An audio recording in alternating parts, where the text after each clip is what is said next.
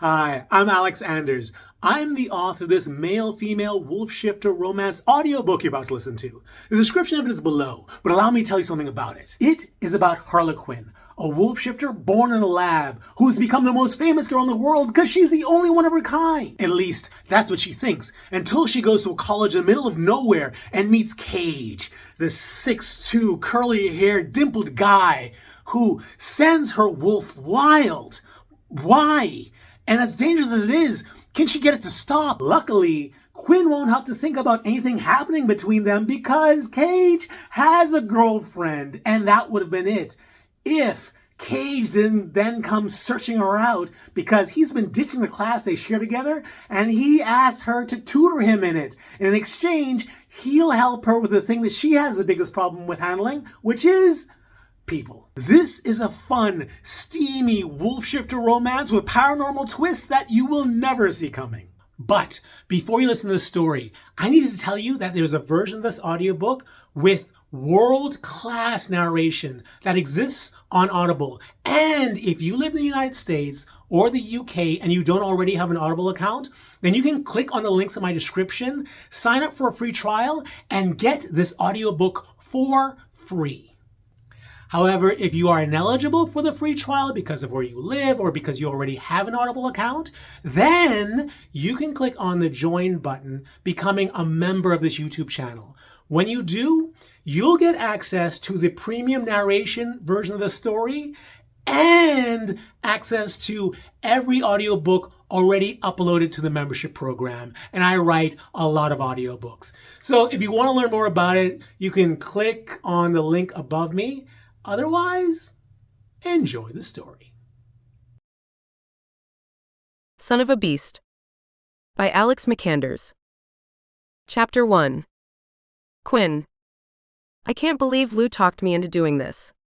At one point she's saying how I'll go feral if I don't get out and meet somebody, and the next thing I know I'm yelling at her about how that's not how going feral works. She then tells me that that is exactly how it works, and makes up a story about a dog that went crazy because it was tied up all day. As insulting as it was to compare me to a dog, I have to admit that she's not entirely wrong. I've struggled figuring out who I am. Am I my father's daughter, as my dad always says? Or am I the thing that the rest of the world sees me as and that I'm always trying to suppress? Either way, my life sucks. I mean, I have everything in life anyone could ask for thanks to my father's wildly successful genetics research company. But it comes with a trade-off that makes it not worth it. My father thought he was doing the world a service by curing infertility. And since my mom was infertile, she became the first test subject. I'm proof that it worked. But it had a side effect that no one could ever have imagined.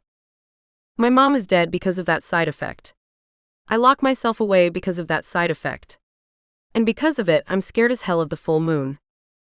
It's not that I think anything is going to happen to me during a full moon. There's been a lot of full moons since the first time, and I believe in science.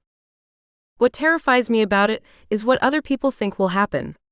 If they've heard of me, and who hasn't heard of me thanks to my showboating father, and they see me out in a full moon, every crazy story they've read turns me into a monster in their eyes. I don't want to feel their judgment or terror.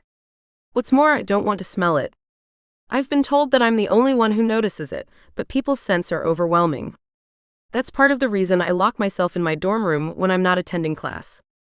Well, that and fact that no one at East Tennessee University has recognized me yet, and I want it to stay that way. The only one so far who knows about my condition is Louise, my roommate and first actual friend. I told her after the university matched us, and decided that this was the year I would attend. Thanks to my homeschooling and inheriting my father's intellectual gifts, I've had a high school equivalency since I was 16 years old. And 4 years is a long time to figure out what I'm going to do with my life. It's not like I would ever need to find a job, or that I couldn't get the equivalent of my intended genetics major just from working with my dad. But there was one thing I didn't have, and I knew I couldn't get living how I was. Locked away like in our New York penthouse, I would never have a life. I would never have real friends. I would never have sex. I wanted sex. During a certain time of the month, it is all I can think about.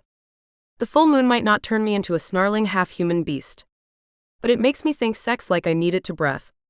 The older I get, the worse it gets. Is there a chance not leaving my dorm will make me go feral like Lou casually suggested? I don't think so. I've had a lot more control over things compared to when I was a kid. If this was an alcohol problem instead of what it is, I could say that I haven't had a drink in years. But whether Lou was joking or not, I didn't want her thinking that me going feral was a possibility. So after some yelling and fighting, I looked up the only party on campus happening tonight and dressed for it. Finally, Lou said as I headed to the door. What killed me was that after all of our arguing, as I left, she had a smirk on her face. It was like this was her plan all along and I was the only one who actually got upset. She had manipulated me to go out and get a life. That sneaking little diva. And I want proof that you didn't just go to a park and chase squirrels or something. I don't chase squirrels. I protested strongly. Whatever. But when I get back from my date, I want to see a naked guy in your bed, and I want to see some shame, Missy. Plenty of it. There will be. There will be plenty of shame for you. Because of how wrong you were about me and stuff. Good. Good. I mean it, Quinn. Me too. So now, here I am marching across campus to the only party that my last-minute research turned up. East Tennessee University's football team won against West Tennessee University, their cross-state rivals, earlier in the day, and the football fraternity was throwing a party. Nothing about any of that sounded fun, but I'm going, because Lou tricked me into it. So much for me being the smart one. Fine. I'll go. I'll get proof that I was there. Then I'll go to a coffee shop and read a book on my phone. I know she mentioned that thing about finding someone naked in my bed, but there's no way that's going to happen. I couldn't lose my virginity in a pool full of dicks. Believe me, I've tried. But as soon as anyone gets a good look at me and realizes who I am, they either talk about leashing me in case I turn on them in the middle of sex, or they run for the hills. No, I'm going to spend the rest of my life as a sad, lonely virgin. Did I just bum myself out? I think I did. Now I'm really not in the mood for a party. Rounding the corner, I could hear the music before the fraternity house came into view. My anger at Lou was still driving me, but its effects were fading fast. The other thing about growing up the way I did was that I wasn't very good at human stuff. Coming face to face with the reality of what I was doing, I was realizing that there was no way I was going to be able to mingle or cohort or whatever it was that people my age did. Nope. New plan. I wasn't going in. I was gonna get my proof that I was here, though. I was gonna walk up to one of the half-dozen people standing outside, ask to take a selfie with them, and then get out of there as quickly as I could.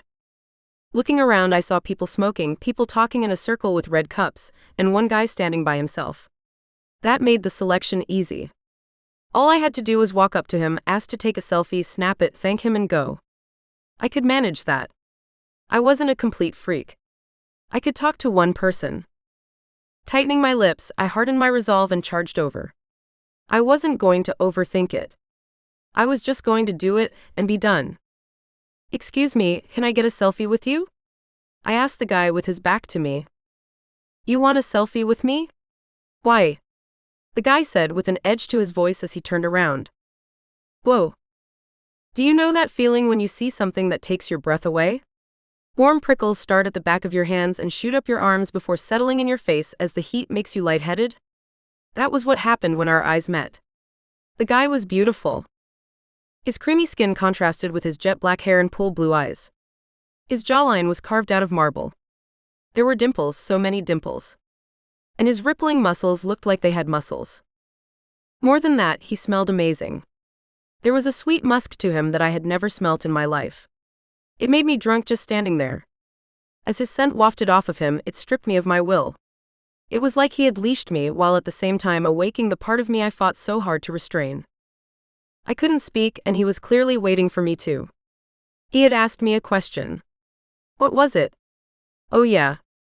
It was why I wanted a selfie with him, and he seemed upset about it. Had I made him angry? Was it weird to ask to take a selfie with a complete stranger? It probably was. Shit. What the hell was I thinking? Sorry, I sputtered before forcing my legs to move in the opposite direction. I got 2 steps away before he spoke again. Wait. Don't go. I stopped. I'm sorry. I didn't mean to be rude. If you want a selfie, I'll take one with you. No, that's okay, I said, wanting to look at him again but scared that if I did I wouldn't be able to breathe. No, really. It's fine. You can get one. I don't know why anyone would want one. But it's fine. I'd be happy to take one with you. That was when I looked at him again. I recognized what he was saying. He was talking like a guy who was used to people asking to take pictures with him.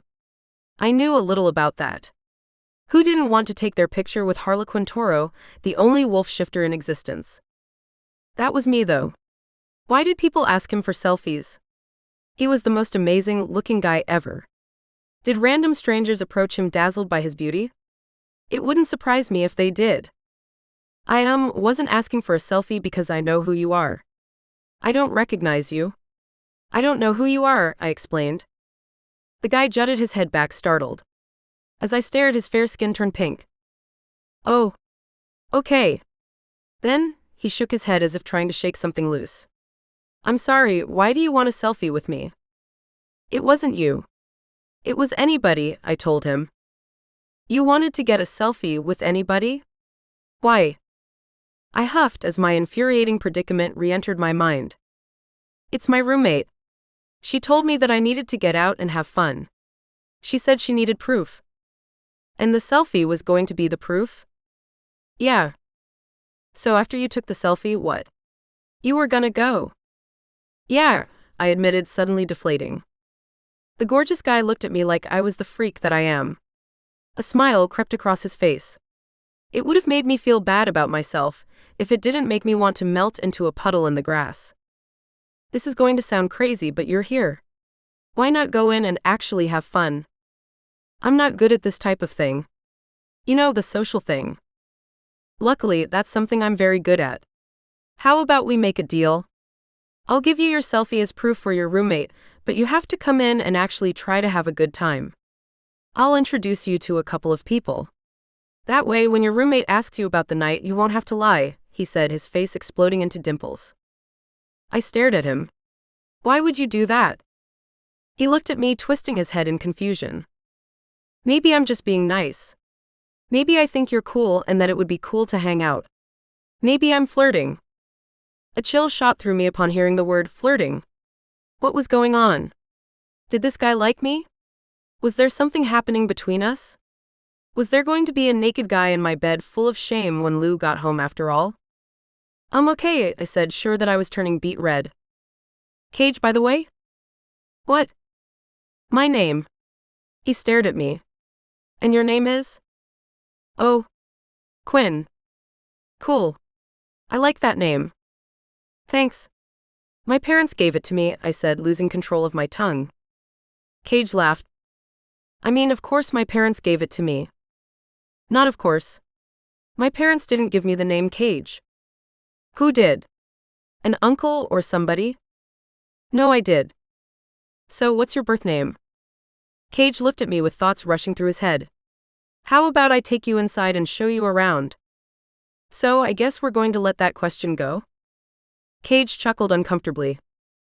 As he led me up the stairs onto the porch and then into the frat house, it was hard to take my eyes off of him. When I did, I was surprised by what I saw. I didn't know what I was expecting, but it wasn't this. The large living room was sparsely furnished but full of people. Everyone had red cups in their hand, and they spoke to each other like they were friends. It's still pretty early, Cage explained. What do you mean? I said, raising my voice over the country pop music. There'll be more people later. More than this? I asked, looking around at what felt like a horde. Cage chuckled. Yeah. Cage. A thick guy said, throwing his arms around Cage, spilling some of his drink onto Cage's shirt. Oh, did I get you? That's okay, Cage said casually. Dan, this is Quinn. Dan turned to me and stared.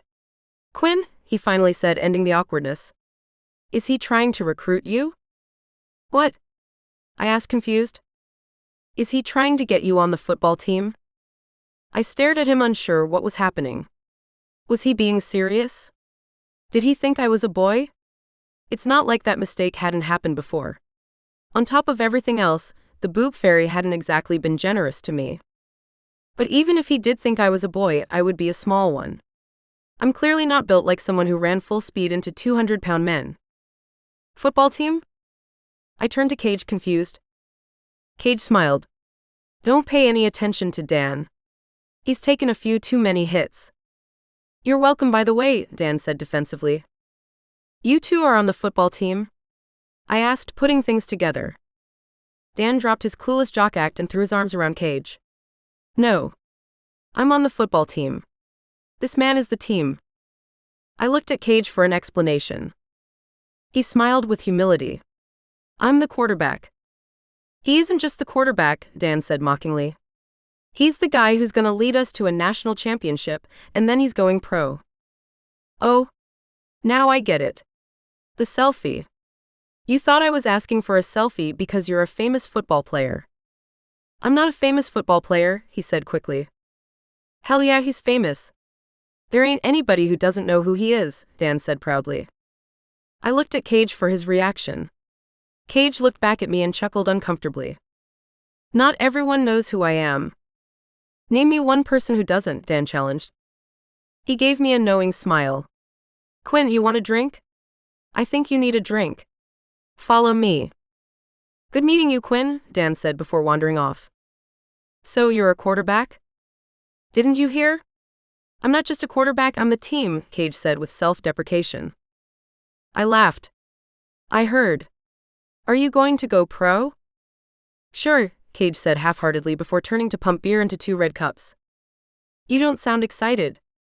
No. I'm excited. I can't wait to play for the NFL. It's everything I've been working towards, he said, handing me a cup and holding up his to cheers with mine. To new friends. I touched his cup and took a drink. This beer is awful, I said, looking down at my cup. Cage laughed. No, tell me what you really think.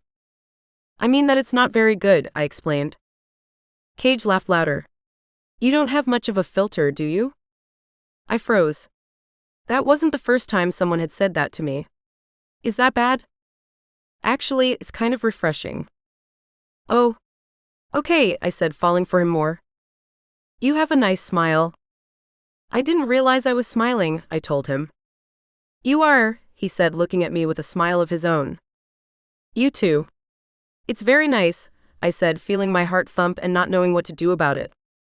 Cage stopped smiling and looked into my eyes. God, did I want to kiss him? I suppose if I ask you if you're having fun yet, you'll tell me the truth. I'm having fun, I said, moving closer in case he did want to kiss me. Cage watched me with a devilish look in his eyes. I could have sworn that he was about to move his lips towards mine when he said, Why don't I introduce you to a few more people? More people? I've already met 2. How many more people can a person meet in a night? Haha. A few more than that, he said, slipping his hand around my shoulders and leading me away. Feeling his touch set something off in me that I could barely control. It was the part of me that I fought to repress. It was fighting to get out. I knew I should have been doing everything to resist it, but I didn't want to. With it came a sense of power I had never felt before. I liked it. It made me feel strong. In spite of how much I wanted to let go, I did my best to stay with Cage in my present form. He was leading me around the party, introducing me to people. He wasn't kidding about being good at social stuff. Everyone he introduced me to hung on his every word. And when it was my turn to speak, they hung on my every word too. These types of interactions had always been so hard for me. But balancing on the surface of my spiraling emotions, this time I felt alive. What charged me up even more was that Cage took every opportunity to touch me. He touched my shoulder when he introduced me. His pointing finger lightly rested on my forearm when he was emphasizing a point. And standing shoulder to shoulder as if we were already a couple, he would bump his shoulder against mine when he laughed. I was on the verge of shifting by the time he was done with me. I knew that should have freaked me out. But instead, I thought about what Lou had suggested. What would Cage look like naked in my bed? With one of his teammates waving his arms around telling a story, I couldn't take my eyes off of Cage. With his full attention on his friend, Cage subtly retrieved his phone from his pocket and peeked down. Slipping it away quickly, he waited for the arm waving to die down and then looked between his friend and me. I hate to say this, but I have to head out, he said lightly, placing his large hand on the back of my arm. Yes, me too, I said quickly. Yeah? Where you headed? He asked enthusiastically. Back to my room. Where's that? Plaza Hall? Really? I'll go with you, he said, squeezing my arm. My heart stopped. He was coming with me? Was this it? I couldn't believe it might finally happen. I swallowed and forced myself to speak. Cool. After saying a few goodbyes, the two of us exited into the night. As the cool air surrounded my hot body, I felt giddy and dangerous. I needed to hear his voice. I knew it would anchor me. Why wasn't he saying anything? Hadn't he claimed to be good at stuff like this? I was about to mumble something in desperation when he finally said, It's a clear night. What? You can see all of the stars. I looked up. He was right. The night was perfectly clear. There was nothing between us and the light of the full moon. How had I not remembered that tonight was the full moon? It's not like it mattered. I wasn't a hollowing monster enslaved by it. I hadn't shifted in years. I had long ago gotten control over myself, over my body. I was Harlequin Toro human, not some mindless wolf. You cold? What? You're shivering. I was shaking. I guess I'm nervous, I admitted. What are you nervous about? My face got hot. I don't know. Cage stared at me. You're really pretty. Do you know that? So are you. I mean, you're good looking, not pretty, I told him, shaking even more. Cage chuckled. Thanks. Are you happy you came out tonight? Yeah, definitely, I said, fighting not to show him how much. We're here, he said as we approached the door of my building. We're here, I repeated, my heart pounding. Do you want to come in? Come in. Cage asked, caught off guard. Yes, I replied, struggling not to pounce him right there. Ah, he murmured before the door popped open and a girl came out. Cage, she said before wrapping her arms around him and standing on her tiptoes to kiss his lips. My mouth dropped open in shock. What was going on? What had just happened? The petite blonde with angular features turned towards me. Who's this? Ah, this is Quinn. Quinn, this is Tasha. Tasha looked at me suspiciously while Cage became uncomfortable. Tasha is my girlfriend. How do you know Cage? Tasha asked me. I was too shocked by everything to speak. Quinn had asked me for a selfie. Tasha turned to Cage, surprised. Oh, did you give her one? Not yet, Cage said with a smile. I can take it, Tasha volunteered. Give me your phone, she said, approaching me with her hand out. Still speechless, I handed her my phone and stood next to Cage. Say cheese, she said. Cheese, Cage replied while I stared back stunned. Here you go, she said, handing me back my phone. Check it. I looked down and saw my full humiliation on display. Yes. Okay. Let's go. I'm hungry, Tasha said, entwining her body with Cage's and pulling him away.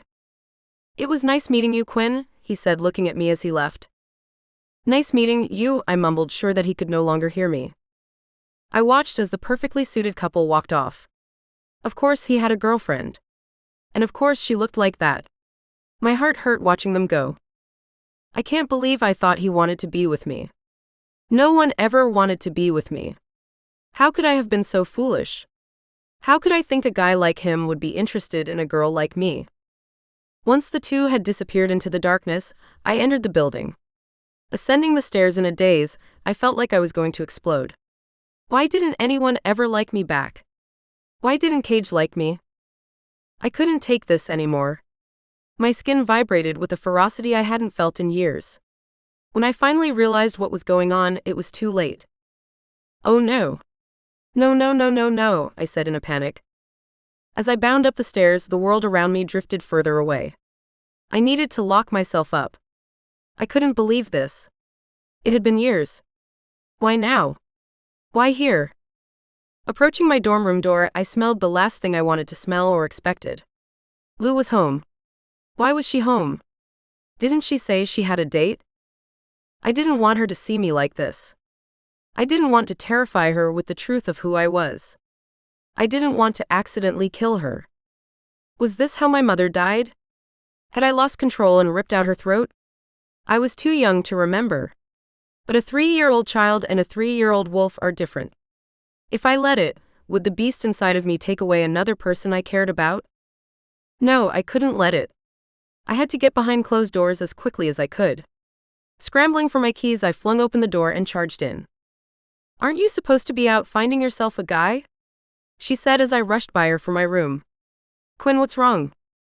As my bedroom door closed behind me and I searched for the padlock for the latch I installed, I finally lost control and did what I prayed for years that I wouldn't do. The feeling was torture. It all came rushing back. A prickly feeling washed over me, igniting every nerve in my body. My muscle clamped into the worst cramp you could imagine. And as my muscles pulled apart and ate itself, my bones snapped under the strain of it. Mercifully, that was when I passed out. This was how it happened when I was a kid. At least it started that way. Because as a kid, I would black out in one location and wake up naked and covered in blood somewhere else. My father often tested the blood to make sure none of it was human. It never was. But every so often, pictures of missing cats would end up posted around our upstate New York home. Our neighbors knew what I was, so they had their suspicions, but they would never know for sure. The only person to ever see me shift was my father. And it wasn't until he determined that I and my wolf wasn't a threat that we moved back to the Manhattan apartment where my mother had died. This shift wasn't like any I had had when I was a kid, though. This time I woke up in my room in the dark. It felt like one of those instances when you wake up to learn that you can't move your body. I was conscious, fully conscious. But I was pacing in my room very close to the ground, and it felt like I was being taken for a ride. As much as I tried, I couldn't stop myself. My dresser whipped by me in rapid succession, and as I entertained the sounds around me, I heard a wild panting. Oh no, I was in it. I was the monster. The only way I had been able to come to terms with who I was by convincing myself that I wasn't it, and it wasn't me. I wasn't the one who killed my mother. It was. It was dangerous and brutal. I was not. Yet, here I was disproving everything I held onto for my own sanity. I was awake, though not in control, and I was experiencing the world around me as if it were my own. "Quinn, are you all right?" a faint voice said just outside my door. As if set on fire, my wolf went wild. It bulleted to the door and attached it, as if fighting to break through. Oh no, the latch. I didn't lock it, I remembered, flooded with dread. As soon as I said it, my eyes turned towards the door handle and it clawed at it. It heard me and it was fighting to get out. If it got out, it would kill Lou. I was sure of it. It would kill everyone in its path until someone put it down or it ran away. This was my greatest nightmare come true. It was why I locked myself away, never wanting to come out. It was everything I had feared. Wait. It heard me. That's how it knew to go after the lock. If it heard me say that, then... Stop it. You will not attack my friend. You won't do to her what you did to my mother. As if frozen in place, it stopped. Standing still, sadness washed through my mind. It wasn't me feeling it. It was the wolf. It was thinking about what it had done to my mom. Regret filled it. Somehow I knew it hadn't meant to. And as if calmed by the tragedy, it slowly backed away from the door and whimpered. My wolf was crying. It knew how much it had lost that day as much as I did. It also knew that it was her fault. Both of us had grown up without a mother because of it. Death hadn't been my wolf's intention. It had acted impulsively, and unexpected things had happened. Without asking it to, the wolf walked in front of my full-length mirror. It was dark, but the wolf's eyes were more sensitive than mine. I could make out her reflection clearly. I was 20 and just approaching adulthood. The wolf staring back at me was much older than that. I had only seen video of it before. Back then it was of a much younger wolf. This one looked calmer and maybe even a little wiser than the one pacing back and forth in my father's safety room.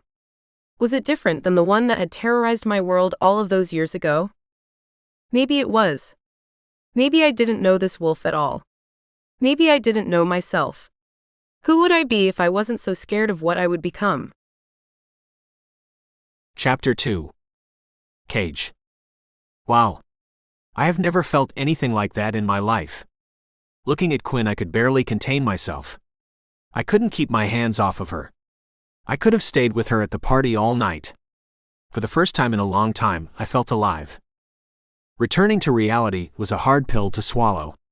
When I got Tasha's text, it felt like the rug had been ripped from under me. I wanted to stay there with Quinn. I wanted to see how far it would go.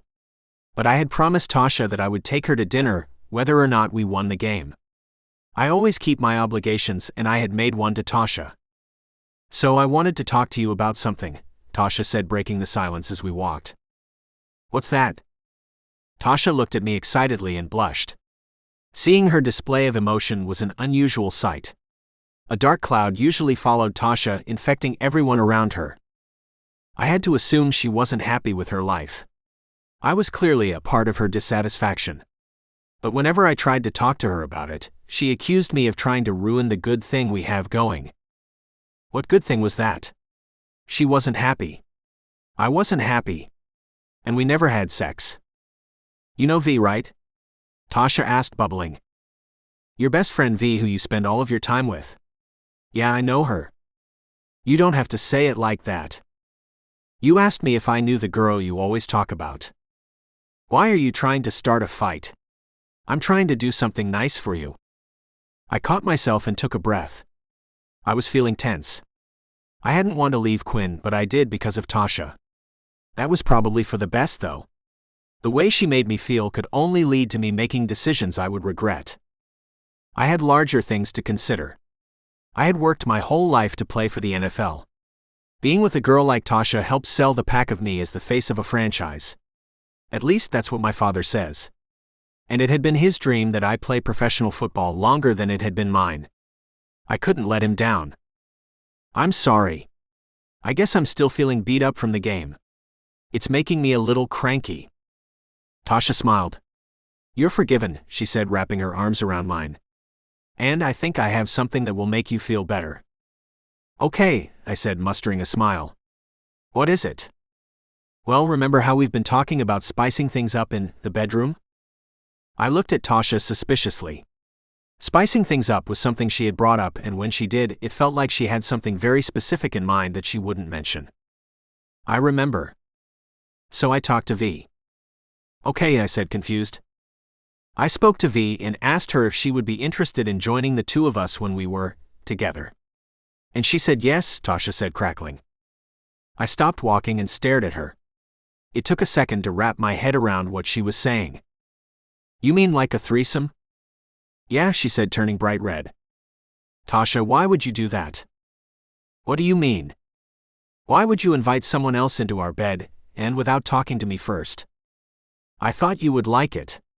Doesn't every guy want to be with two beautiful women at the same time?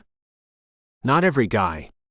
And if you would have asked me, I would have told you that I'm a one guy, one girl sort of man, if you would have asked me. I thought you would like it, she said, heartbroken. Well, I don't. And I don't know why you would even suggest it. Maybe it's because we never have sex anymore. And that's my fault? You're the one who spends all of her time with V. What are you saying? I'm saying that I'm not the one who doesn't want to have sex. Well, you could have fooled me. Then if you're so unhappy, maybe we shouldn't be together. Tasha froze, staring at me. Why would you say that? Why would you say that? Isn't that what's obvious? No. We were meant to be together. I would make you the perfect wife. You know that. You're going to get drafted and become the starting quarterback for a big NFL team, and I'll take care of the house and start a charity. We talked about this, baby. Our futures are set. She was right. We had talked about it, and that was exactly what we had said. But now that I was in my senior year and I couldn't put off entering the draft any longer, I was starting to have my doubts. That wasn't her fault, though. And I shouldn't be taking it out on her. You're right. I'm sorry, Tasha. I'm just in a mood today. But please, no more talking about threesomes, okay? As soon as I said it, I saw the light in Tasha's eyes blink out. Okay, she agreed before the two of us continued our walk to the restaurant in silence. I told you not to take that class, Rucker. Coach, it was something I was interested in, I tried to explain for the 1000th time. Intro to Childhood Education? What does a starting quarterback for the Dallas Cowboys or LA Rams need with a class on childhood education? My coach asked, more than a little pissed off. Look, I said, finally losing my cool. I took every class you told me to, whether I wanted to or not. I attend every practice you schedule, and I work hard enough to puke. And look where you are because of it. A top prospect in a competitive draft class. You should be thanking me for how hard I've pushed you. I caught myself and took a breath. And I am. But coach, I needed to take at least one class that was for me. But why that one? It's what I'm interested in. Yet you haven't attended a single class since the beginning of the year. That's because it starts 20 minutes after the end of practice. I thought I could just run over when I was done. But sometimes practice runs late, or I have to take an ice bath. Sometimes I'm just too tired. Well, you should have thought about that before you chose the class, because this professor isn't as sympathetic to the challenges of student athletes as the others are. This one thinks you should have to attend and take the test to pass. And if you don't pass this class, you won't be allowed to play spring quarter. That means this team won't win and no one will scout you.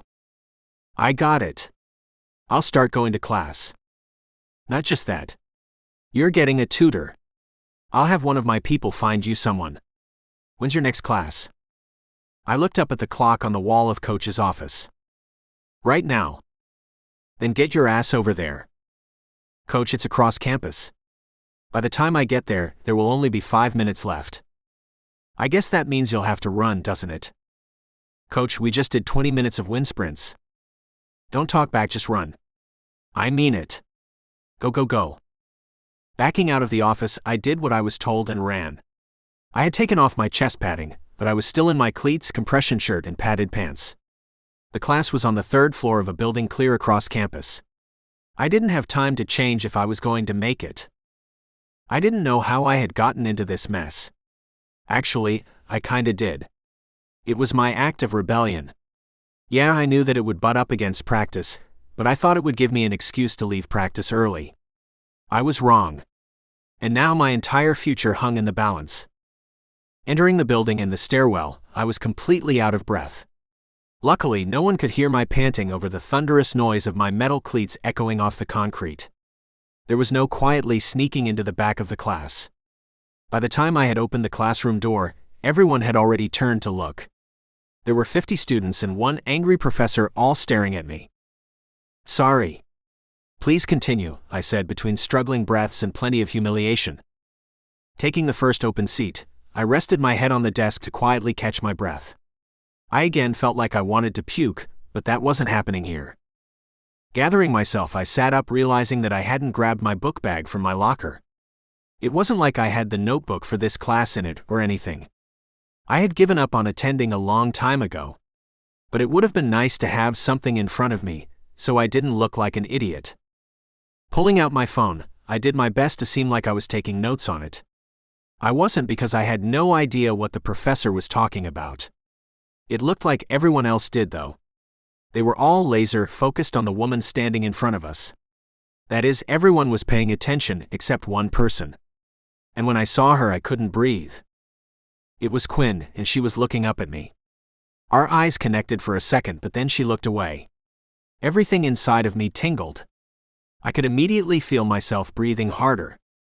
Just seeing her did something to me. I had been given a second chance with her. I wasn't going to let her slip out of my life again. And that's it. Next class will be a quiz on what we covered over the past 2 weeks. Be ready, the professor said before turning her attention to me. Mr. Rucker, can I see you a moment? I wasn't expecting that. Worst still, Quinn was seated on the opposite side of the room, which had a different exit. She wasn't looking my way, and she would be gone before I could ask her to wait for me. Mr. Rucker, the gray-haired Asian woman called again. Coming, I told her, keeping an eye on Quinn as she approached the door. Quickly swimming upstream past the flood of people, I approached the professor as she erased the board. She was taking her time with it, and it was killing me. When Quinn disappeared, my heart sank. She was gone again, and I felt like crap. Coming in 5 minutes before the end of class isn't considered attending. At least not in my book. I know. And I'm really sorry about that. I ran over from practice. But I promise I won't be late again. I'm told you need to pass this class to remain eligible to play next semester. That's correct, ma'am. Then I would think you would take this class a little more seriously. And I promise I will, moving forward. If you don't want to be here. I do want to be here. Why? She asked sincerely. Because it's a subject I'm really interested in. Teaching kids is something I've always wanted to do. What about football? I hear you have a promising professional career. Football is what I'm good at. It's a blessing. But it's not. I didn't finish the sentence. That was a box I didn't want to open right now. Well, if you are serious about this class, you're going to have a lot of catching up to do. I realize that, and I'm willing to work. I'm getting a tutor. Are you? Yes, ma'am. In fact, I said, suddenly getting an idea. Could we pick this up next class? I promise I'll be on time for it. You better be. Remember, attendance is mandatory. I got it. I'm on it. I'll be here. Promise, I said, clomping my cleats on the carpet as I trotted to the door. As soon as I was in the hall, I scanned both directions looking for her. She wasn't there. Where had she gone so quickly? Most of the students were entering the stairwell headed downstairs. I jogged over and joined them. Craning my neck, I couldn't see her. I was about to hate myself for not leaving sooner, when I saw the back of someone who could only be Quinn exiting the stairwell onto the main floor. Excuse me. Excuse me, I said, squeezing past everyone. It only got me down a few seconds sooner, and by the time I was there, she was again nowhere to be seen. Looking into every classroom as I ran past them, I didn't see her. I was about to give up hope, when I popped open the door to the building and spotted her sexy frame walking away. Warmth washed across me. It felt like a spot of sunshine on a cloudy day. Jogging towards her, I slowed when I was a few feet away. I couldn't lose my cool just because I was about to talk to the most beautiful girl I had ever seen. I had to at least pretend like kissing her wasn't the only thing I could think about since the moment we met. Quinn? I said, trying to be as casual as I could. She stopped and turned around. She did not look as happy to see me as I was to see her. It triggered a twinge in my chest, but I pushed past it. I thought that was you. How have you been? Hit up any big parties since I saw you last? I said with a smile. When she didn't reply, I said, Cage Rucker. We met at the Sigma Chi party. I remember, she said coldly. Ouch. There was that twinge of pain again. How's Tasha? That was your girlfriend's name, right? Tasha. Oh yeah. She's good. She's fine.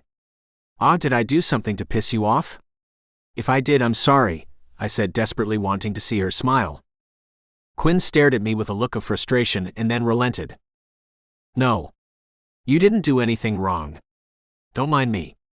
I just had a rough night. Didn't sleep well? Something like that. Or maybe I'm just being stupid. I don't know. You? Being stupid? I find that hard to believe, I said with a smile. She stared at me again. This time she looked like she was searching my soul. Why would you say that? I don't know. I guess you strike me as being someone really smart. She softened the intensity of her gaze. I'm not smart about anything that matters, she said before continuing her walk. I caught up to her. I don't think that's true. In fact, I'll bet you're pretty smart at Intro to Childhood Education. I bet you're at the top of the class. Quinn looked at me when I said that. You are, aren't you? Quinn looked away. I'll be damned. Okay. Then that will make the next thing I say less awkward. It turns out that I need this class to stay eligible for football and ultimately the NFL draft. And since I haven't been attending classes, I'm a little behind. I kind of need a tutor. The football program is willing to pay you for your time. I can't tutor you, she said dismissively. Why not? I just can't. Sorry. Okay. Then how about if I make the pot a little sweeter? What do you mean? When we were at the party, you said that you weren't good at being social, which I don't understand because you seemed perfectly comfortable with it. I was only comfortable because? Because of what? I asked, hoping she would say because of me. Nothing. Well, if you're willing to tutor me in what you're good at, I can tutor you on what I'm good at. You mean being a football star that everyone wants a piece of? First of all, ouch. Second of all, there's a little more to me than that. I know. I'm sorry. See, I'm not good at this, Quinn exclaimed. I took her hand as casually as I could. I tried to pretend like this was just something I did when I talked to people, but the truth was I had been dying to hold it. You are good at this. At least you can be. Let me help you. I know I can help you with this. And once you're done, you'll be a star football player who everyone wants a piece of like I am, I said with a smirk. Quinn laughed. I tingled so much I thought my teeth would fall out. So what do you say? Quinn stared at me, considering it. As she did, something weird happened. It felt like her eyes gained depth and then pierced through me.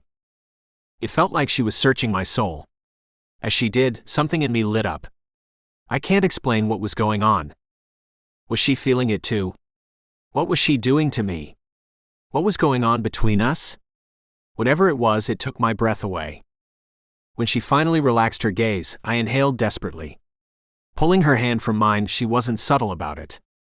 My mind was still swirling, but I think she was trying to send a message about boundaries. Fair enough, I could respect that. Okay, Quinn said with wonder in her eyes. Okay. I repeated, still gathering myself. Okay, she confirmed with a growing smile. I hear there's a quiz in the next couple of days, I said, regaining my footing. It's in 2 days and it covers 2 weeks of material. That sounds like a lot. It is, she confirmed. It sounds like your tutoring should start right away, I suggested, suddenly wanting to spend every waking moment with her. How about tonight? I'll set up a lesson plan and we'll go from there. A lesson plan? You don't play around. I don't. You can't either if you want to pass the quiz. I won't. Quinn hesitated.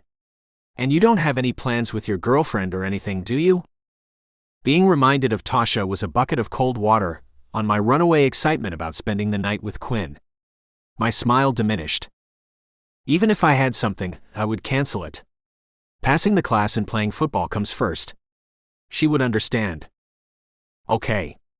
Then I'll see you tonight. Should I get your number? I asked her, not missing the opportunity. Yes? Give me your phone. I handed it to her, and she typed it in. A second later, I heard a phone ring in her backpack. You know where I live. I'll text you the time and my room number, Quinn said professionally. So we'll be doing this at your place? Unless you have somewhere better. I guess we could go to a library, but I don't know how much talking they'll allow. No, your place is great. I look forward to it. You look forward to studying? She asked, reminding me that this wasn't a date. Of course. Intro to childhood education is what I live for. Ask anybody. Quinn laughed. It melted my heart. See you then, Dimples, she said with a smile before turning and walking off. Man, was I in trouble. Chapter 3. Quinn. See you then, Dimples. Did I actually say that? What was I thinking? What was I thinking agreeing to any of this? To say that the night before had been rough was the understatement of the year. I was trapped helpless in my wolf's body for hours. It didn't end until we both fell asleep. In the morning, I wasn't covered in blood, and I hadn't woken up in an unfamiliar location. I was in my room on my bed.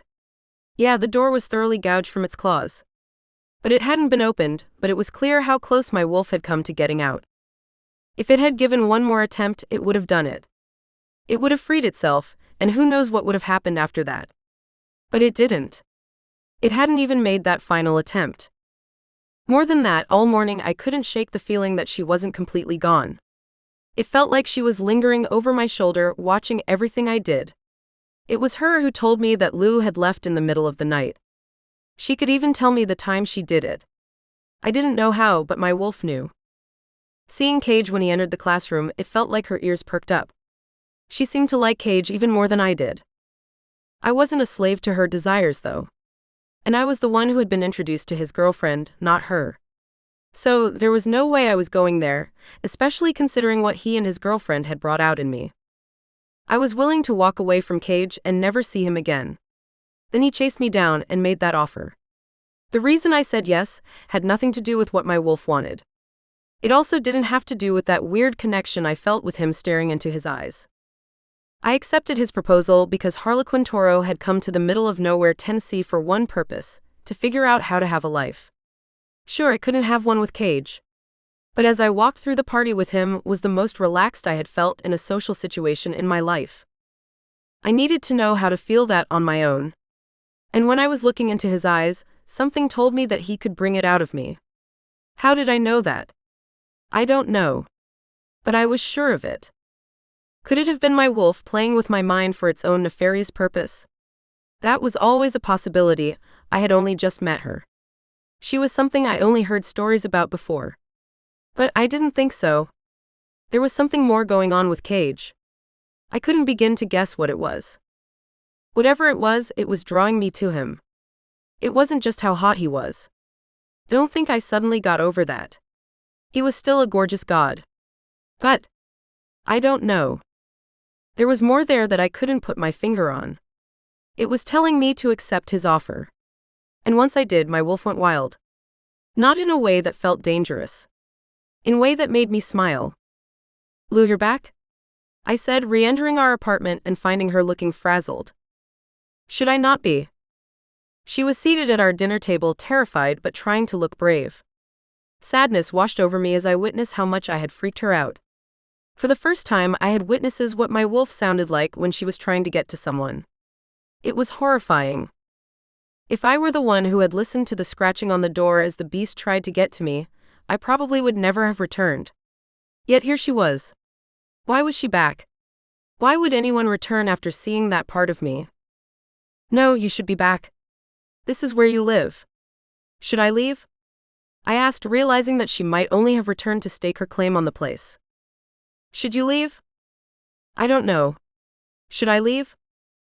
"Okay, I don't think we're getting anywhere here," she said, handling this a hell of a lot better than I might have. "Look, I know you told me about your condition. But you said that you hadn't had an episode in years. You said it had passed." "I thought it had," I said, easing myself into a chair facing hers. "Then what was that?" "I don't know." "Did it happen because of the full moon?" I heard my wolf growl at the suggestion. "No." I snapped. As soon as I said it, my mind wandered. "At least I don't think so." "Well, you've been living here for months and that wasn't the first full moon." "It wasn't." "Was it?" "Then what was the difference this time?" Lou asked, as if she were concerned about me instead of her own safety. I thought about her question.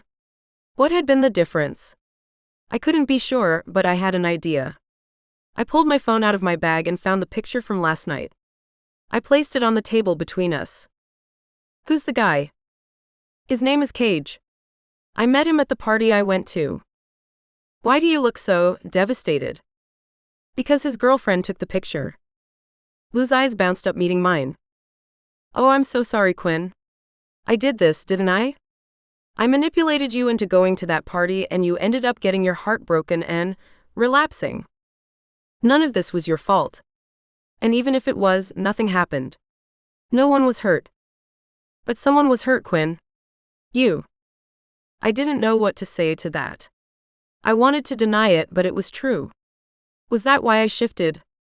Did she come out to protect me? And if she did, what would she have done once freed? I didn't want to think about it. "You can't be here tonight?" Lou's fingertips pressed into the glass with fright. "Is it gonna happen again?" "No. At least I don't think. No. I have someone coming over." "Who?" "Cage." Lou's mouth dropped open in confusion. "It's just a study.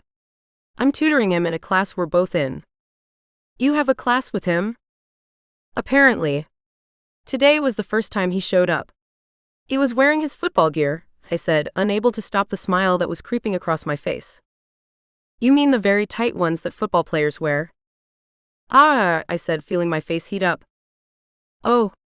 He's not just coming over to study, is he?" "No, he is," I said, bringing things back down to earth. "He needs to pass the class to play football next semester, and he asked me to tutor him." "So, you're holding his life in your powerful yet delicate hands?" I looked down at my hands, wondering what she meant. "I mean, not really. But kind of." "Oh my God, you two are so gonna make out." "What?" "No, we're not." Even as I said it, I felt my wolf run with excitement. No. He has a girlfriend, I said, making it clear to everyone listening. Maybe he wants you to join the two of them. Ah, no, I said firmly. So, we're gonna have to break the two of them up? Lou asked with the devilish look returning to her eyes. No, we're not. You're not going to eat her, are you? She asked hesitantly. No. Just no to all of it. If she's who he wants to be with, then fine. I'm okay with that. How much did that hurt to say? She said, suddenly looking at me with sympathy. I took a moment and allowed my words to settle in. A lot. But it will have to be true. I don't want to be with someone who doesn't want to be with me. You're a better person than I am, Lou said, giving up. I don't know about better, but I am a lot more alone. Ah, Lou said, staring at me with heartfelt empathy. After a moment, Lou got up, circled the table, and hugged me. With her arms still wrapped around me, she said, "This boy is going to be the death of us all, isn't he?" Probably. Well, when whatever that was last night is tearing me apart, just promise me one thing, Lou asked casually. What's that? Not the face, Buttercup. Not the face. I laughed, feeling much better. Chapter 4. Cage. I can do this. I can spend a little time with Quinn, not fall head over heels for her, and not blow up my entire life to be with her. I'm sure I can. Although the closer our meeting time got, the clearer it became that I wasn't going to have a say in the matter. How is it that every guy doesn't see what I see in her and snap her up? I don't understand it. The girl is gorgeous and awkwardly adorable. I could push my fingers through her dark wavy hair until I was lost in it. Oh, and her eyes. Don't get me started on her eyes, those soulful electric eyes.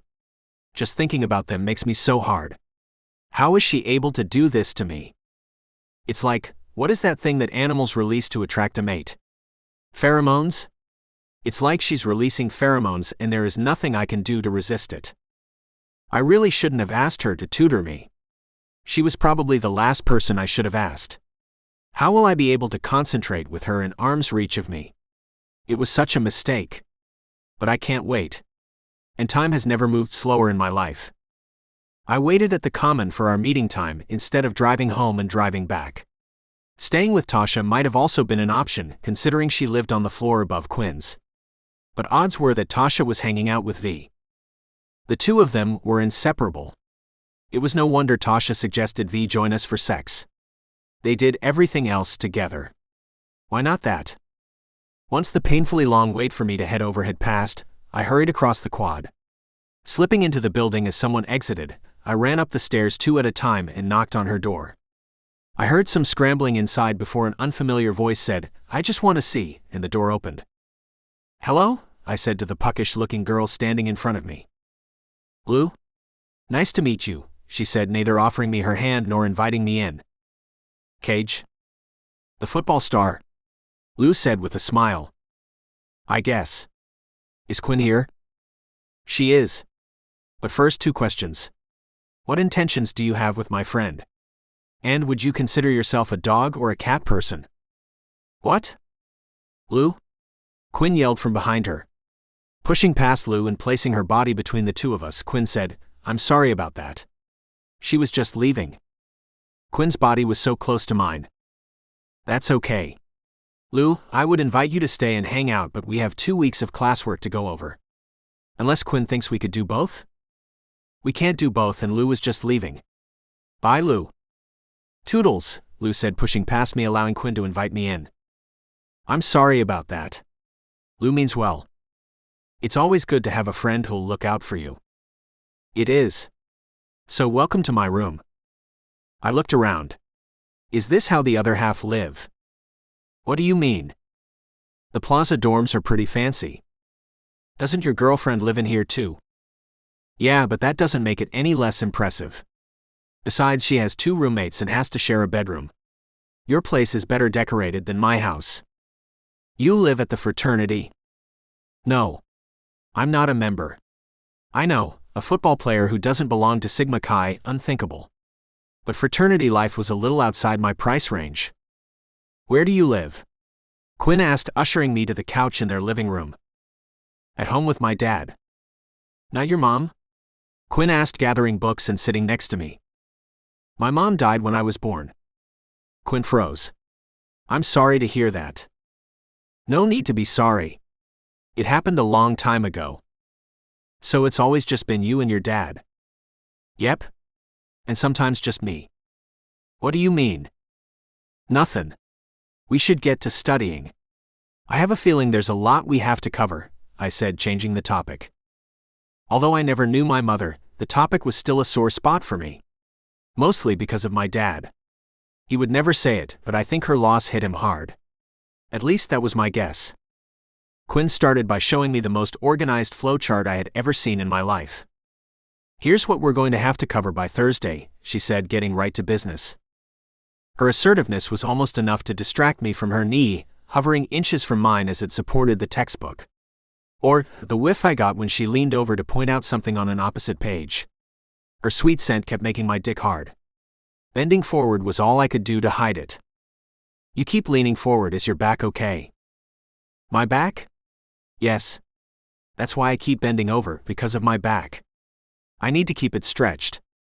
You know, because of practice. If you want, we can move to the dining room table? The chairs have a little more support, Quinn suggested sweetly. Yeah, maybe that would be best. I was about to get up when I realized I was still massively hard. Maybe in a second. Your back's really hurting, huh? Yeah, it's hurting really bad. I'm so sorry. I wish you would have said something sooner. This might sound weird, but I can give you a massage if you'd like. I taught myself a few years back. I haven't had many opportunities to practice, but I think I'm still pretty good. I'm sorry, is that weird? Offering to give you a massage is weird, isn't it? Quinn said, wilting before my eyes. No, it's not weird at all. I'd love to have one. It would really help my back. You sure? You don't know how much, I said with a smile. Okay. Then? Quinn looked around. My bed would probably be more comfortable. There was no way I was going to be able to get up now. I think the couch will be fine. Okay. Quinn got up and began stretching her fingers. Undress to your level of comfort and lie down. Heat flashed across my cheeks. Did she just tell me to undress to my level of comfort? The idea of getting naked for her made me so hard my members started twitching. Only God knew what would happen if I were to take off my pants. There was no way I could do that. But I could take off my shirt. Slowly pulling it off, I peeked up at Quinn. The way she stared did all sorts of things to me. I was going to have to think of a lot of baseball if I wasn't going to come in my shorts as soon as she touched me. It was worth the risk, though. I needed her hands on me. And when I lied down and she got on top of me, I was in heaven. With her pulling and kneading my muscles, I lost myself. Jesus, did this feel good. It was better than sex, at least any sex I had ever had. And it didn't take long before I felt a familiar gnawing start at my balls and slowly climb. Oh God, I was coming. I need to go to the bathroom, I said, tossing the small girl onto the couch. Luckily, I knew where it was, and it was open. Throwing the door closed behind me, I could barely get my pants down fast enough before I exploded into orgasm. I groaned, fighting myself from screaming with pleasure. I managed to catch most of it in my palm instead of spraying it onto the ceiling. But with it came lightheadedness that tossed me to my ass. I hit the ground with a thud. Chapter 5. Quinn. Are you all right in there? I asked, hearing what sounded like the towel rack break and then someone falling to the floor. I'm fine, Cage shouted back. But I think something broke. Sorry about that. Don't worry about it, whatever it is. Are you sure you're all right? Yeah. I just need a second. What the hell was I doing? This wasn't me. I didn't offer to give guys massages. I didn't ask them to undress for me. It was just that there was a smell coming from him I could barely resist.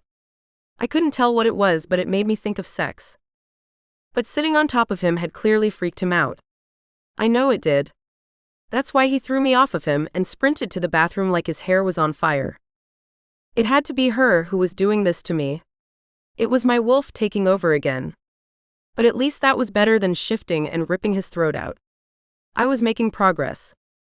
And it wasn't that weird to offer a massage if someone said their back was hurting, was it? Ah. I don't know.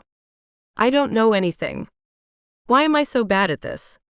Maybe it would be better if I let my wolf do whatever was on her mind. It couldn't end in a disaster worse than the one I had already created.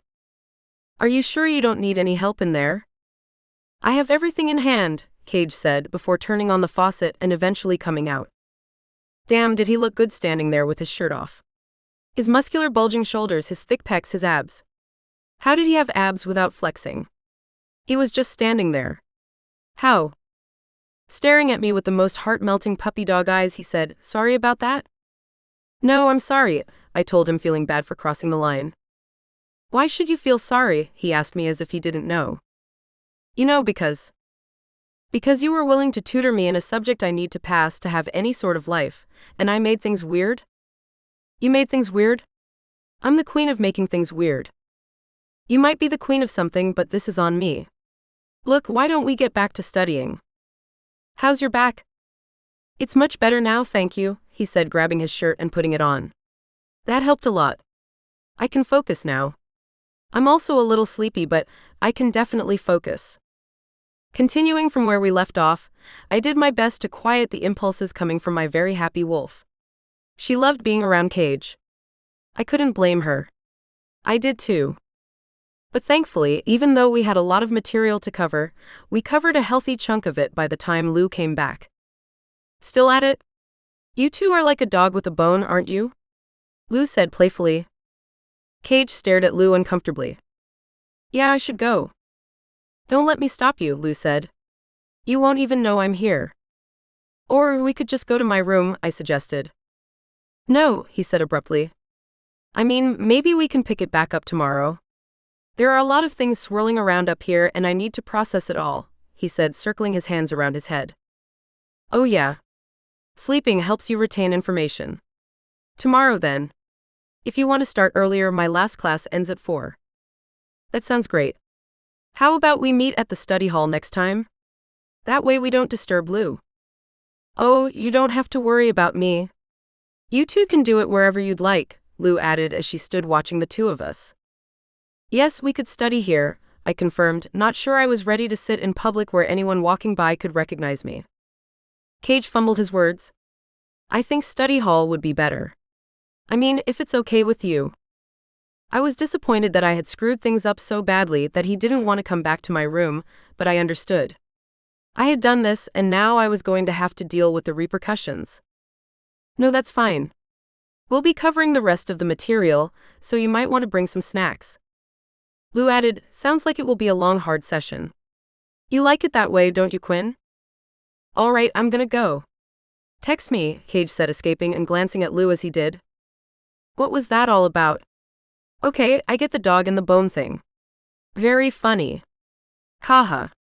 But saying I like a long, hard session?" I asked Lou, upset. "Very long," she said with a smirk.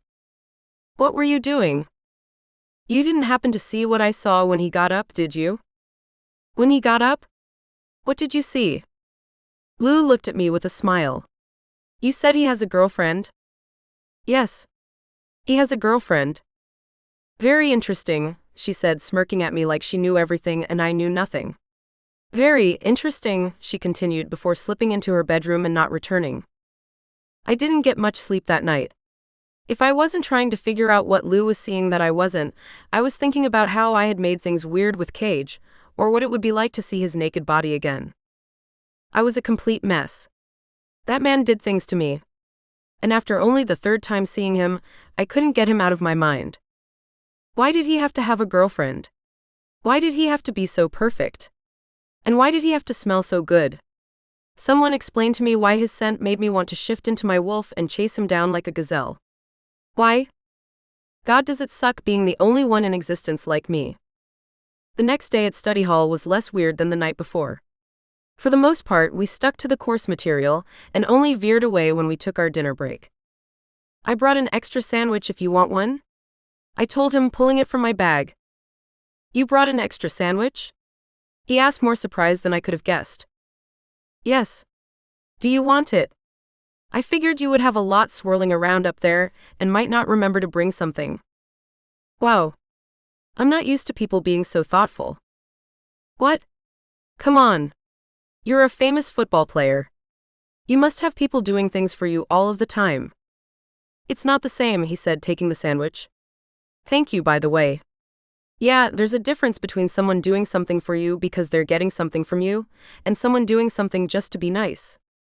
I get that. There are a lot of people who can see you as a stepping stone on their path to getting what they want. You're just an object to them. They forget that you have feelings too. And maybe your desires don't line up with everyone's expectations for you. Wow. Exactly, he said, staring at me and once again turning me into a heaping pile of girl crush. What? I asked when his gaze became too much. How would you know that feeling so perfectly? What was I supposed to say to that? I liked Cage. I liked him a lot, maybe more than I should. So I didn't want to freak him out. At least not yet. Besides, I chose a school in the middle of nowhere for a reason. Coming here was the best shot I had of fading into the background. I just wanted someone to see me as a normal person for once. Was that wrong of me? I couldn't tell. I guessed. You guessed? You're incredibly smart, aren't you? I mean, even smarter than you're letting on, Cage said with another of his charming smiles. I shrugged. What was I supposed to say to that? Luckily, he dropped the topic before I had to decide. Finishing our sandwiches, we got back to work. By midnight, we had covered everything. So that's all of it? Cage asked. All that's going to be covered in the quiz tomorrow. Do you think you have it? You're a very good tutor. If I've missed anything, it wouldn't be your fault. By the way, I spoke to my coach. He told me you have to contact his office to get paid. Oh, don't worry about it, I told him. You put so much work into helping me. No one could have made everything clearer than you have. Not even the professor. You deserve to get paid for your hard work. Okay, I said, relenting. Cage looked at me strangely and I couldn't figure out why. Since you're not excited about getting paid, how about the other thing I promised you? Oh right, how not to be so awkward classes. Cage laughed. I don't know about all of that. I was just thinking that we could play some flag football at the park. On your time off from football, you play more football? You must really love playing. Cage gave me a muted smile. You would think. So tell me, Mr. Expert, how is playing flag football in the park supposed to help me not feel like a freak at a party? Cage became pensive. I've been thinking about this. The reason why I feel so comfortable in social situations is because I know that, no matter what happens, I'll be able to handle it. Also, I know that if I do say something stupid, which I do, often everything will be fine. The world's not going to implode. I'm not going to be sent into the desert to live alone. My life will most likely go on unchanged. And the only way I got to that realization is because I have been put in many comfortable and uncomfortable social situations and have worked my way through them. You need to be in those situations. You need your own opportunities to work your way through it. Then, when you've gotten familiar with all of the most common situations that come up, and you've figured out what to do and say when they do, he held up his hands, I'm done. I stared at Cage with my mind blown. That's kind of genius. You're absolutely right. Social comfort is experientially based. Familiarity breeds comfort.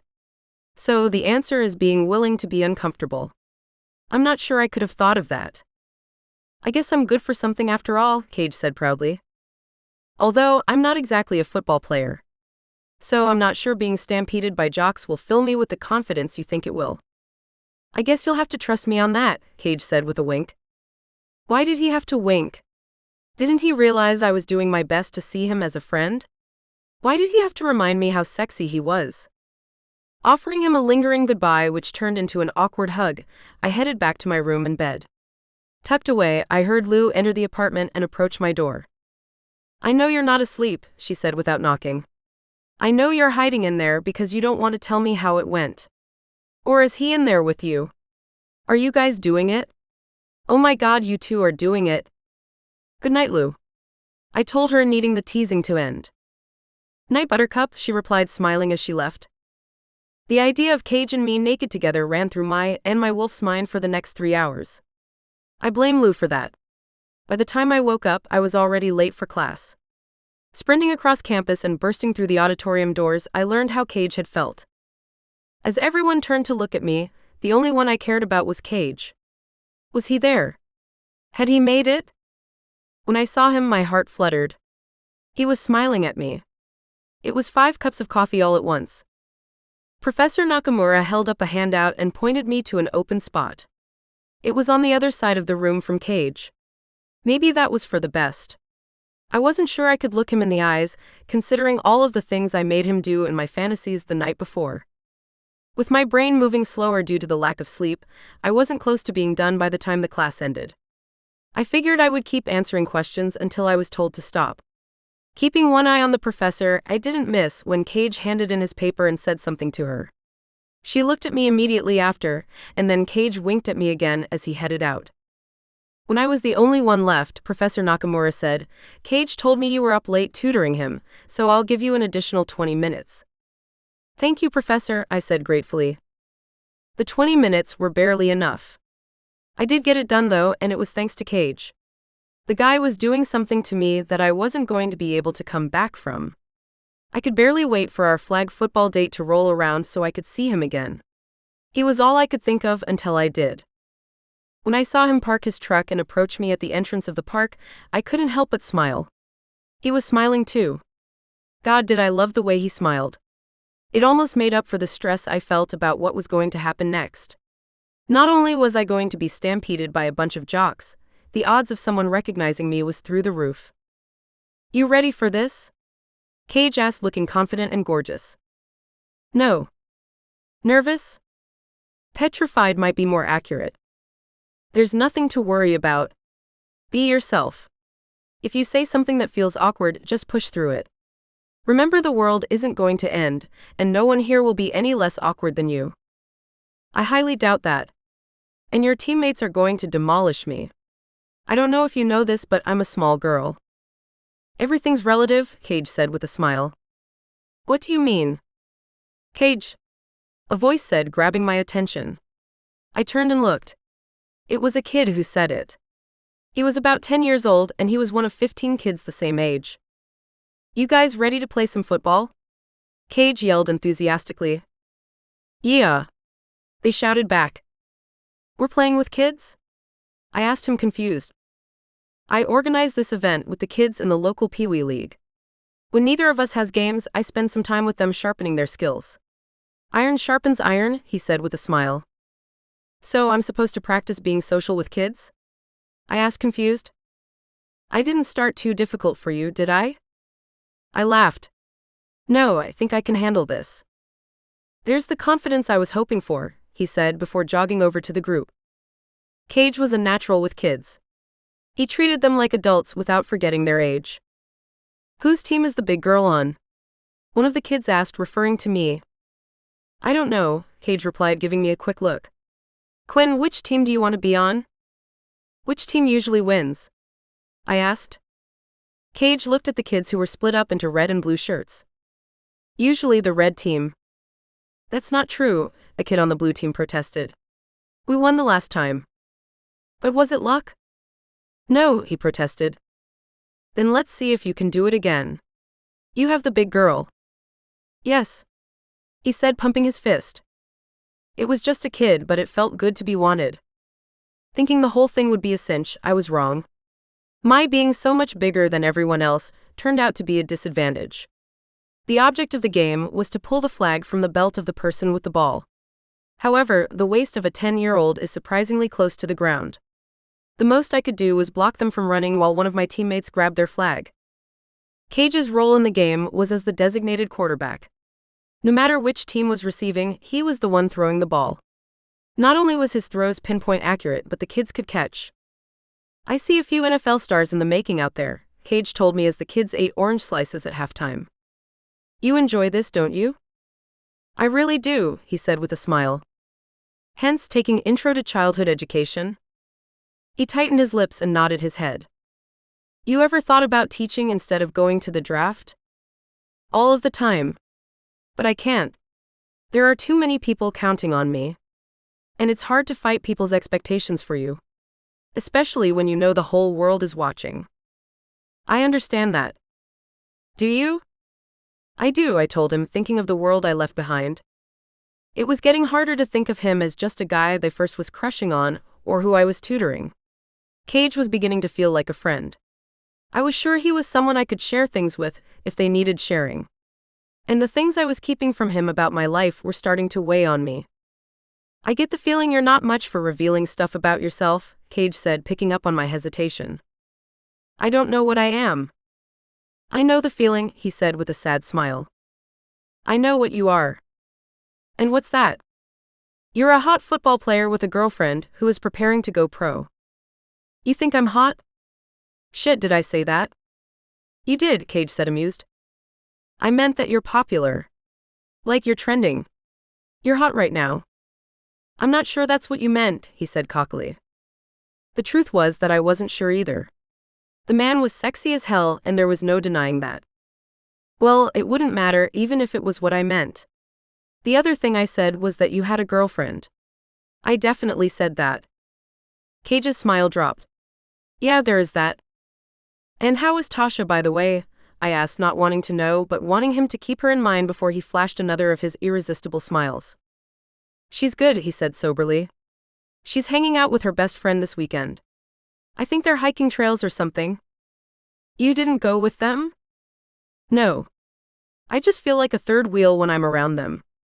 Hey, maybe the four of us could all hang out together? That sounds like the worst idea I have ever heard, I told him honestly. Yeah, it probably is, he said, searching his thoughts. Did you want to maybe grab something to eat after we're done here? I looked at Cage settling in his kind light eyes. I wanted to spend every moment of the rest of my life with him. Of course, I wanted to grab something to eat with him after this. I can't, I told him, meaning that I shouldn't. Oh, okay. Are you doing something with Lou later? With Lou? Yeah, you two seem close. It was almost like she was a little jealous when I came over. Jealous? Lou? No, she's just a little protective of me, I guess. Are you sure? Because it felt like a little more than that? And I mean, she's cute. I don't know if you're into girls or not. I'm not. I'm only into guys, I told him, wanting it to be clear. He smiled before catching himself. Wait, did you think I wasn't? I asked, realizing what he had said. I didn't think anything. It's just that you're like an amazing girl. You deserve to be with someone who will make you happy. If Lou could have done that, then why not? I looked at Cage as pain shot through my chest. He was trying to hand me off to someone else. I wanted him to want me. I wanted him to feel jealous that someone else would want to be with me. But he didn't. I was a fool to entertain the thought of the two of us together. He didn't like me like that, and it hurt. Chapter 6. Cage. What was I saying? I didn't want Quinn to be with Lou. I didn't want Quinn to be with anyone. Hell, I didn't know what I wanted, whether it had to do with Quinn or football or anything. I was the last person who should give someone relationship advice. All you had to do was spend 2 minutes with Tasha and me to know that. We should get back to the game, Quinn told me, looking a lot sadder than when we sat down. I was ruining things with her. I thought this would be something fun we could do together, but I was turning it all wrong. Yeah. We should probably get back, I repeated, willing to do anything to stop myself from talking. Returning to the game, I made sure that the kids had a great time, even if the person I most wanted to didn't. Are we playing again next weekend? One of the kids asked me, with her mother standing behind her. I have a game next weekend. I think you do too, don't you? I asked, looking up at her mother. She shook her head. Oh yeah, I forgot, the little girl said with a smile. I'll let your coach know. It should be in a few weeks. Okay, thanks, Cage, she said, waving bye. Her mother mouthed thank you, and the two walked off. Is there anyone who doesn't love you? Quinn asked, turning me around. All I care about is one, I said without thinking. Who's that? I had meant it to be something casual and flirty. Of course, Quinn would call me on it. Anyone. Just anyone. I meant I would be happy as long as I had someone to love me. And you have that, don't you? Do I? I asked, wondering who she was talking about. Yes? Tasha. This had to stop. Every time Quinn brought up Tasha, she made me say something about our relationship, which wasn't necessarily the case. Yes, she and I were together, and we were trying to make it work. But trying to make it work and succeeding at it weren't the same thing. Tasha and I aren't what everyone sees us as. Oh, Quinn said, suddenly giving me her full attention. Yeah. I mean, we've been dating for a while, and we've talked about our future together. But sometimes it feels like there's something missing. Actually, it feels like that a lot. What do you think is missing? Her presence, for one. She's never around. And that's fine when I'm in the heart of football season with twice-a-day practices. That might even work if I were to get drafted and spend a third of the year on the road. But shouldn't she want to spend time with me more than she does? Shouldn't I want to spend more time with her? You don't want to spend time with her. It's not that I don't want to spend time with her. It's that I don't care whether I do or not. It's harsh to say out loud, but it's true. If you don't want to spend time with her, then why are you with her? It's not that I don't want to spend time with her. I get it. I get it. But it would seem to me that if you two are talking about spending a long time together, you should look forward to it. I can't argue with that, I told her. Then why don't you? I stared at Quinn, not sure what to say. I wanted to say that it was because Tasha wasn't her. But that felt unfair. Because she doesn't give me the tingles, I said, meaning the same thing. That's important, Quinn said, suddenly in a better mood than moments before. Have you ever felt the tingles from someone? From one person, I told her, hoping she wouldn't ask anymore. Who's that? Quinn asked hesitantly. Staring into her beautiful eyes was too much.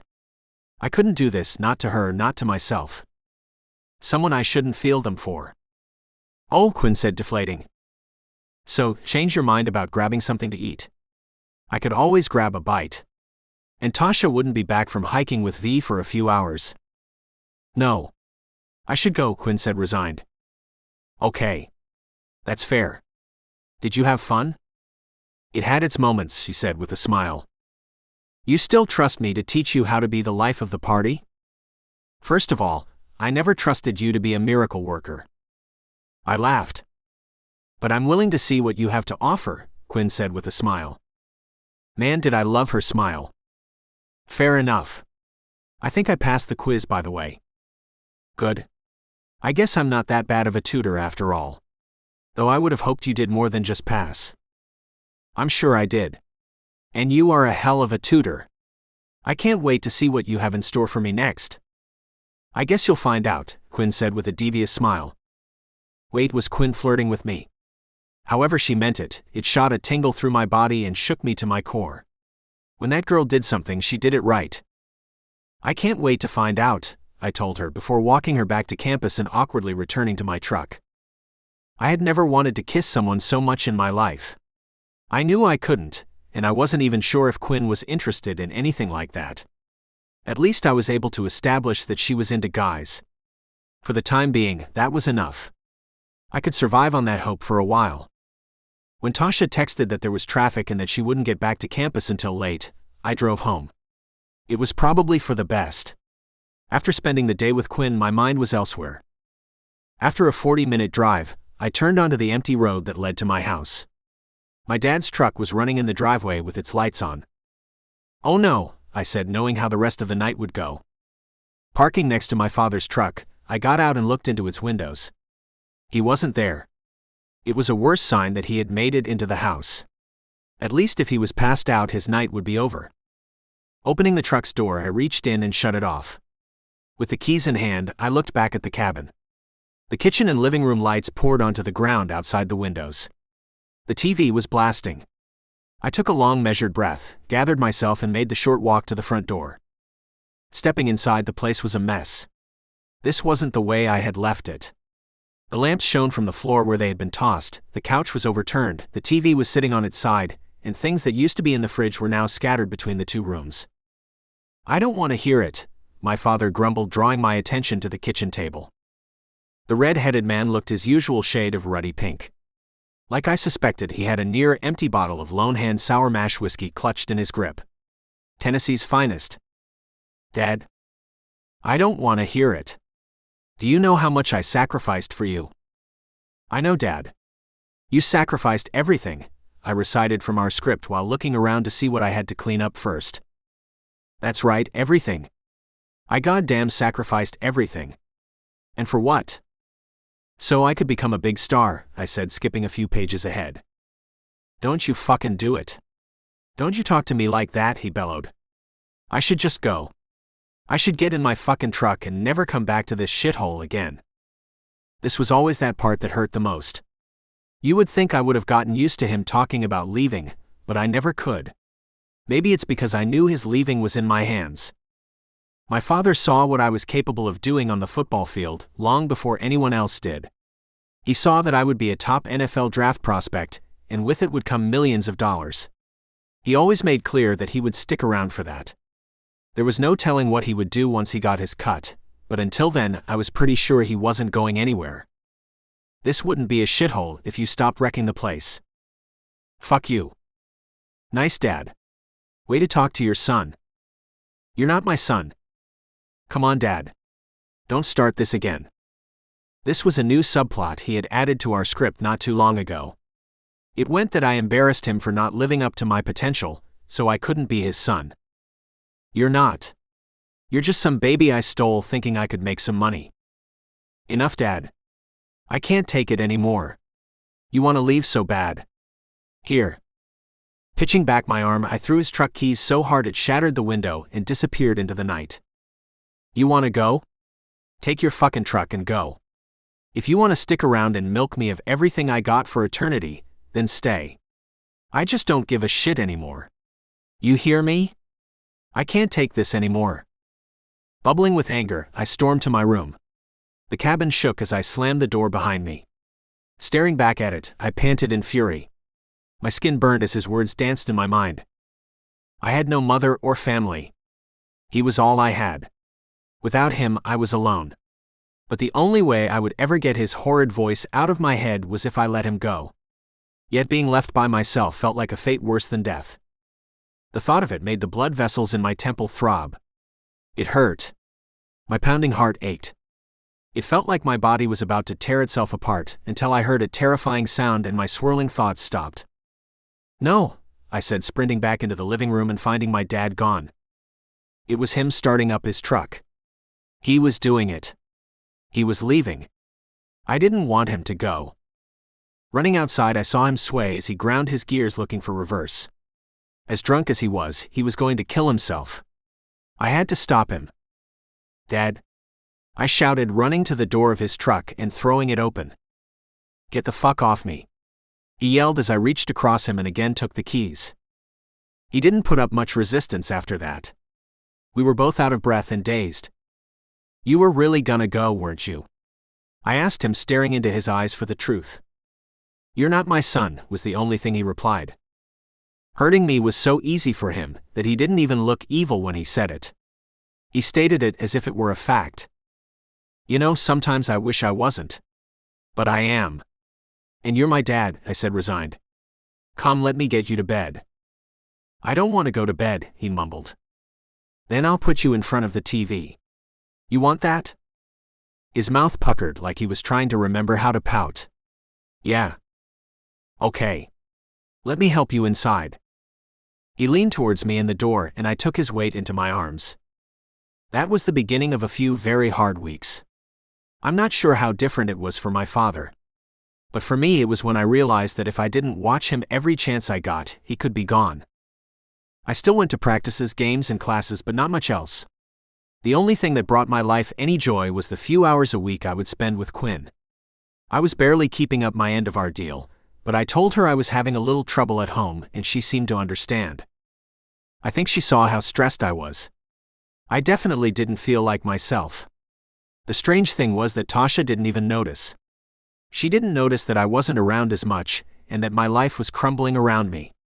I was starting to wonder if this was what I should expect for the rest of our lives together. With final exams and the end of the semester quickly approaching, Quinn suggested that we increase our study time. Although I was on top of everything mentioned in class since I started attending, there were still a few weeks of material that Quinn hadn't caught me up on.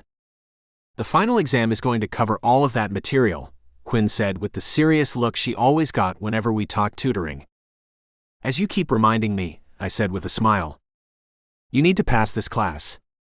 It's not funny, she implored. I know. Then what are you laughing at? You, I said teasingly. Oh, that's nice. Laugh at the person trying to help you. Come on, it's not like that. It's just, you get this little crinkle in your forehead whenever you start worrying about me. And when you get it, I know I'm going to get a lecture about how important it is that I pass this class. At this point, I'm pretty sure you care more about it than I do, and my entire future rests on it.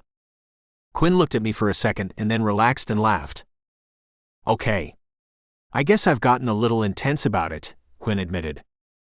A little? Just a little, she insisted. But it's that I want this for you. You've spent your life working towards this one thing. I can't be the one responsible for you not getting it. I looked into Quinn's worried eyes and stepped towards her. Gripping her shoulders in either hand, I squeezed. Quinn, that is so sweet of you. I'm not sure anyone in my life cares about me more. But you have to know, if I don't get what I've been working for, you won't be to blame. Everything I do and have done has been my choice. You are simply the angel sitting on my shoulder, whispering in my ear, trying to get me to do the right thing. I thank you for that. I just want you to get everything you deserve. You're so close.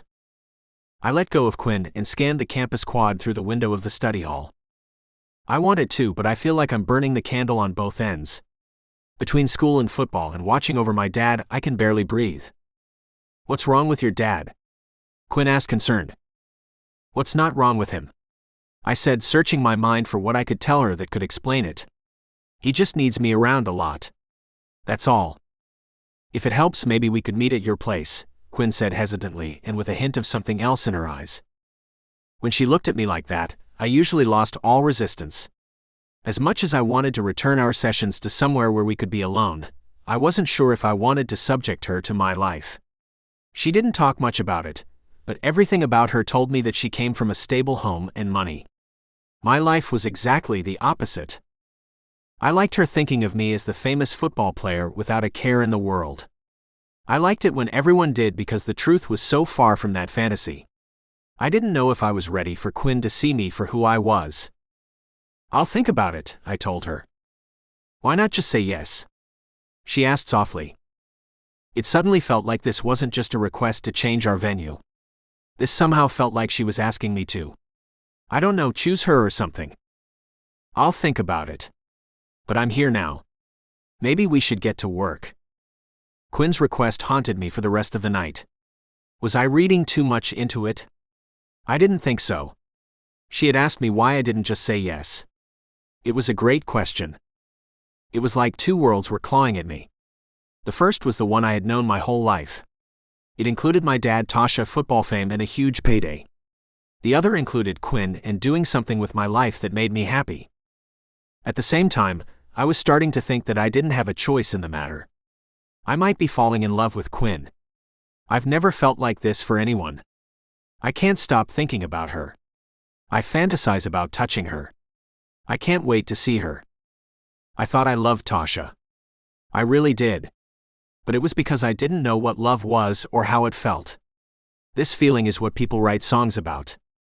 I get it now. And I get all of those movies that implied that love came at a cost. My cost might be everything I have. I could have fame, family, and financial stability for the first time in my life. Or I could have love and be happy. That was the choice I had to make. Chapter 7. Quinn. You know you're eventually going to have to make a move on him, right? Lou said with her elbows on the table and cut of stripped steak dangling from the end of her fork. I do not know that, I protested. You don't expect him to do it, do you? I'm not expecting anyone to do it. I'm not expecting anything. Buttercup, sometimes you make me so sad. There's nothing to feel sad about. Nothing's going on between us. That's what makes me so sad. On one side there's you, an incredibly smart, insanely beautiful girl who can't seem to lose of her virginity. You're a virgin too, I quickly reminded her. She put her hand on her chest and gave me a sad look. But for me it's by choice. I'm saving myself for the right man. You want to get rid of yours like it's the plague. Yet you're hooked on a guy who is clearly in love with you, but can't see past the sham relationship he's in. Tragic. When I didn't respond, Lou said, "Not going to say anything?" "No. I think you said it all. And I am kinda sad." "Wait, I didn't say you were sad. You're great. You're hot and wonderful, and you come from a good family." "What does my family have to do with this?" "You're marriage material. Some guy needs to put a ring on that." Wow, that progressed quickly. "That's my point. You're moving too slow. Get on that man, preferably with him on his back and the fur flying." "What are you talking about?" I asked the girl with yet another devilish smile painted across her face. My phone rang, stopping me from exploring Lou's confusing idea of what sex with me would be like. Pulling it out, I was surprised to see Cage's name. I held up my finger, asking Lou to give me a moment. "Cage, what's going on? You never call me." Lou reacted with childish delight. I ignored her. "Do you think we could do our study session at my place tonight?" Cage asked, sounding distressed. "If the final exam wasn't tomorrow, I wouldn't ask. But no. Of course. Is there something going on with your father?" Yeah. He's having one of his bad days, and I don't think I should leave him alone." "I'm sorry to hear that. Yeah, I can come by. Just tell me when." The phone fell silent. "Cage? I'm here. Before you come, there's probably something you should know." "Okay. We don't have much." "What do you mean?" "I mean, I attend school on a scholarship and my father isn't working right now. He hasn't worked in a while. Should I bring snacks or something?" "I mean, if you want. But that's not what I'm trying to say. I just don't think you should expect much." "I'm not. Just don't expect much." "Will you be there?" I asked, clarifying. "Yeah, of course." "Then your place will have everything I need." Cage was again silent. "Cage? I'm here. I'll text you my address. I would offer to pick you up, but don't worry about it. I'll do rideshare or something. It's kind of far. If you ever turn in your time card for all of the tutoring you're doing, I'm sure the football program will reimburse you for it. Unless you're commuting every day from Florida, I'm sure I can handle it." "Okay. I'll see you then." "See you." I ended the call and stared at my phone. "Oh," Lou said excitedly. "Quinn and Cage sitting in a tree. Kissing. "Shut up." Lou stuck out her tongue, miming a French kiss. "You're disgusting," I said with a smile. "I'm just proud my buttercup is going to be getting her field plowed." "You're ridiculous," I said, still staring down at my phone. "Okay, what's wrong?" "Cage is embarrassed about me seeing his place." "I get that." I looked up at Lou, surprised. "Why should he be embarrassed?" "He shouldn't be embarrassed. Whatever he has made him who he is, and I like him a lot," says the girl whose father owns a billion-dollar genetics company. "And have you shared that fact with him?" I didn't want to make it an issue. Besides, that's not my money, it's my father's money. "No. You just have access to as much of it as you want whenever you want." Lou's words stung. She wasn't wrong. And as much as I would like to believe that it didn't shape me, it did. Just like how Cage grew up had shaped him. "More important than your family's ungodly amount of wealth, have you told Cage about the other thing? Because to me, that feels a slight bit more important than being able to charge an airplane to your credit card." "It hasn't come up yet," I admitted, knowing Lou was right. "Then maybe you should get on that. Because he needs to know who he is getting involved with, if he ever grows a pair and asks you out. Or you ask him out. That's an option, right? He has a girlfriend. From what you've told me, I need to ask, does he?" "He does." Lou leaned back and crossed her arms. "Okay. But you're right. He might need to know." "That's my buttercup," Lou said with a sober smile. "And Quinn, I know you think of it as a big deal. It is a big deal. Do you know anyone else who has a wolf running around in their head and periodically changes into a room-destroying animal? I think he'll care more about if you're an animal where it counts, in the bedroom," Lou said with a suggestive smile. Come on, Lou. I'm being serious. This is a big deal for me. I've been dealing with this my entire life, and no one has ever stuck around after they found out. I'm still around, she said sincerely. And why is that, by the way? You've seen what happens with me. Or at least you heard it. I'm a monster. Why haven't you run for the hills by now? I'm serious, Lou. Why? I was expecting Lou to make another joke, but she didn't. It's because I've met you. Yes, it was a little unnerving when you told me about it during our roommate chat before we moved in together. I'll admit that I had my reservations. But then we continued talking and we met. It didn't take me long to see who you are. You're a good person, Quinn. I trust you. You'd never let anything happen to me. You don't know how difficult it is keeping that part of myself under control. But you do. And I know you'll continue to. If Cage is the guy you've been telling me he is, he'll see that too. I can only imagine how hard it is for you to trust people. But haven't I shown you that you can? You have. You've been the best friend I've ever had. That's because you let me in. If you give that boy a chance, he might do the same. But you'll never know unless you put yourself out there. Quinn, you have to try, Lou concluded with a thoughtful smile. Cage wasn't exaggerating when he said he lived far away. For him to make a 7 a.m. practice, he would have to leave his house at 6 a.m. and get up at 5:30 at the latest. The amount of devotion it would take to do that every day for years, if not his entire life, was impressive. And the closer I got to his place, the more nervous I got. Whatever it was that he was embarrassed about, I was sure I would be able to accept. But what I had to tell him could easily be too much for him. Telling him might be the end of what we have going on, whatever that is. Tonight could be the last night that he looked at me like I was the only person in the world. That would hurt. By the time the car pulled up in front of Cage's place, I was nearing a panic attack. Everything surrounding me was too much to ask someone to be around. Cage had his whole life ahead of him. He was going to be a famous football player with millions of fans. I would be an anchor around his neck. It wouldn't even be fair to ask him to deal with my stuff. He had his own stuff going on. Add that to whatever he was dealing with his dad, and my stuff was starting to feel like something best kept to myself. Cage stepped out the front door before I could call him, letting him know I was here. Adding a healthy tip for the driver, I got out and approached him. He wore a plaid shirt, shorts, and he was barefoot. I had never seen his feet before. I didn't have a foot fetish, but his were wide and strong-looking. It made me think of other parts of him that I did have a thing for. But I quickly pushed aside the thought, knowing that I didn't want to meet his father for the first time with my wolf humping Cage's leg. You made it, my host said uncomfortably. Did you have any problems finding the place? No, it was pretty easy. It was far, right? You don't live close to campus. I looked around at the thick woods surrounding the cabin and imagined what it would be like to let my wolf roam free out here. I could tell she was thinking it too. Her excitement for it made my heart race. Did you grow up out here? I asked, pushing the thoughts aside. From as early as I remember. You said you grew up in New York, right? Manhattan mostly, I clarified. But I did spend some time upstate. It wasn't like this, though. This is where Bigfoot lives? Cage joked. I laughed. Pretty much.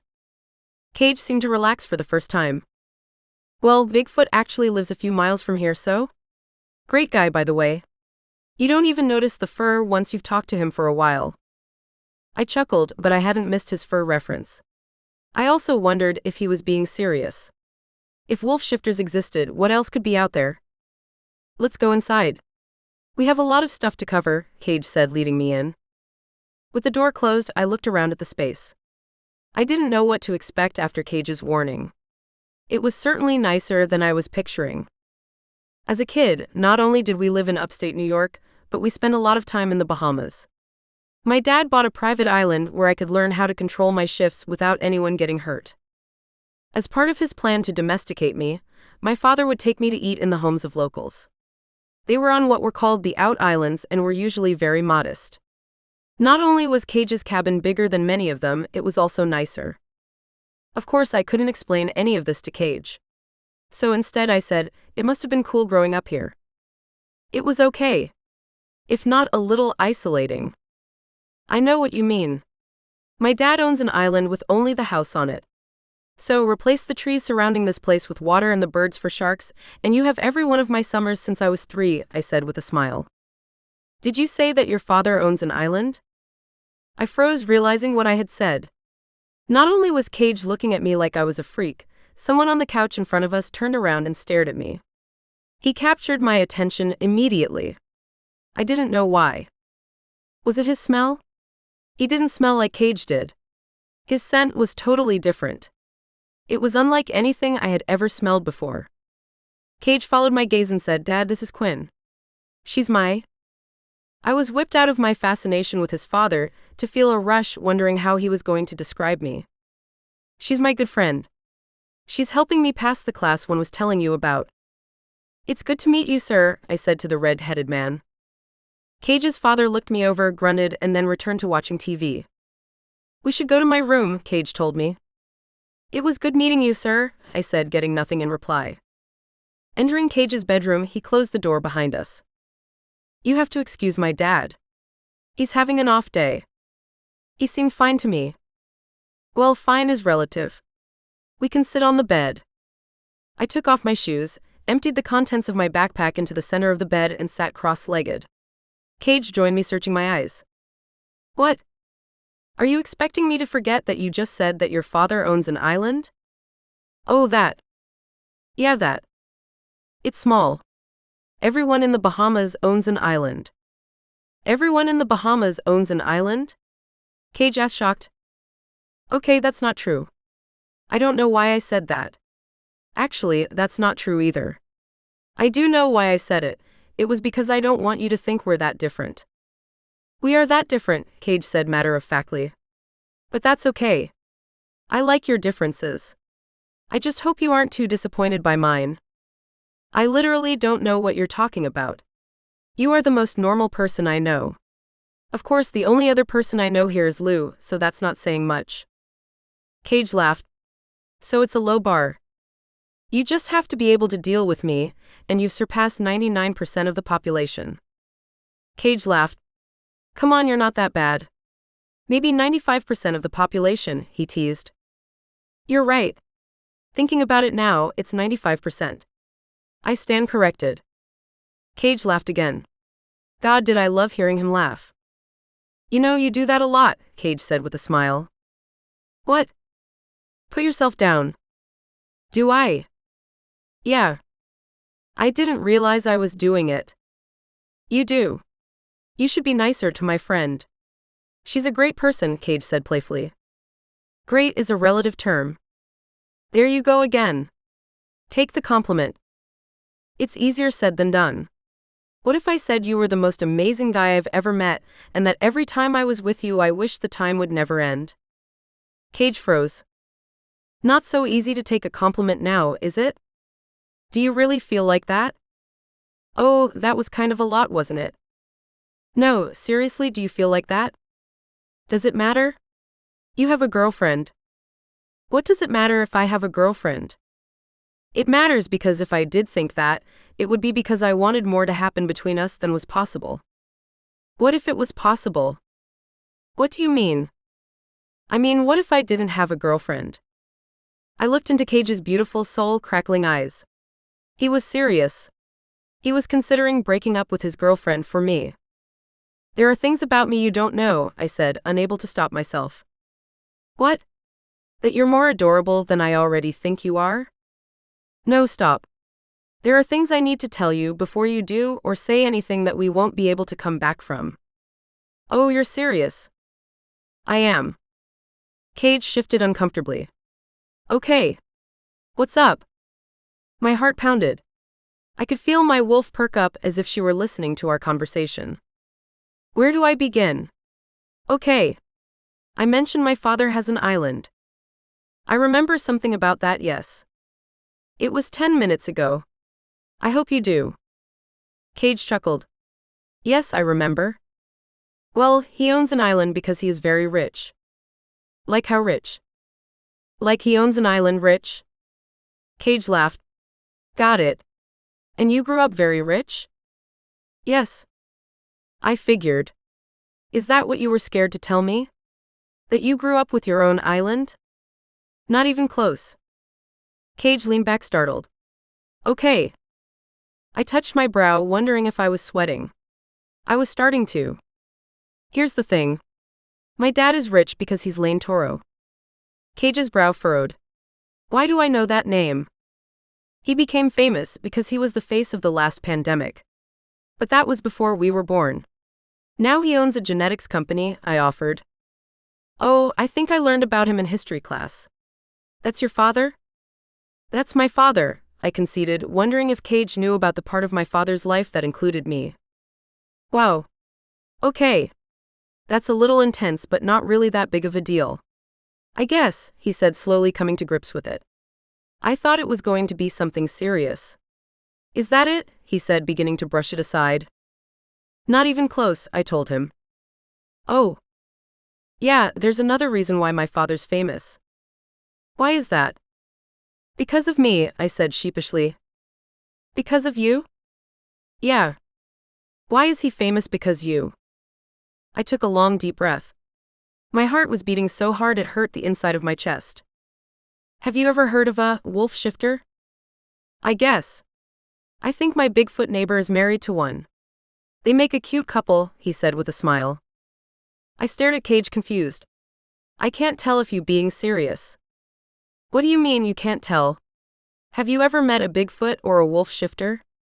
They're myths, aren't they? They used to be, I said hesitantly. Cage looked at me skeptically. What are you talking about? I took another deep breath. This was it. I was going to do it. My father is really famous because he and my mother couldn't have a baby. Being a geneticist, he thought he could figure out a way. And he did. But there were side effects. What kind of side effects? Like I said, have you ever heard of a wolf shifter? Cage stared at me, not knowing what to say, and then laughed. Okay, you had me going for a second there. How gullible am I? Cage, I'm a wolf shifter. No, you're not. Why not? Because there's no such thing.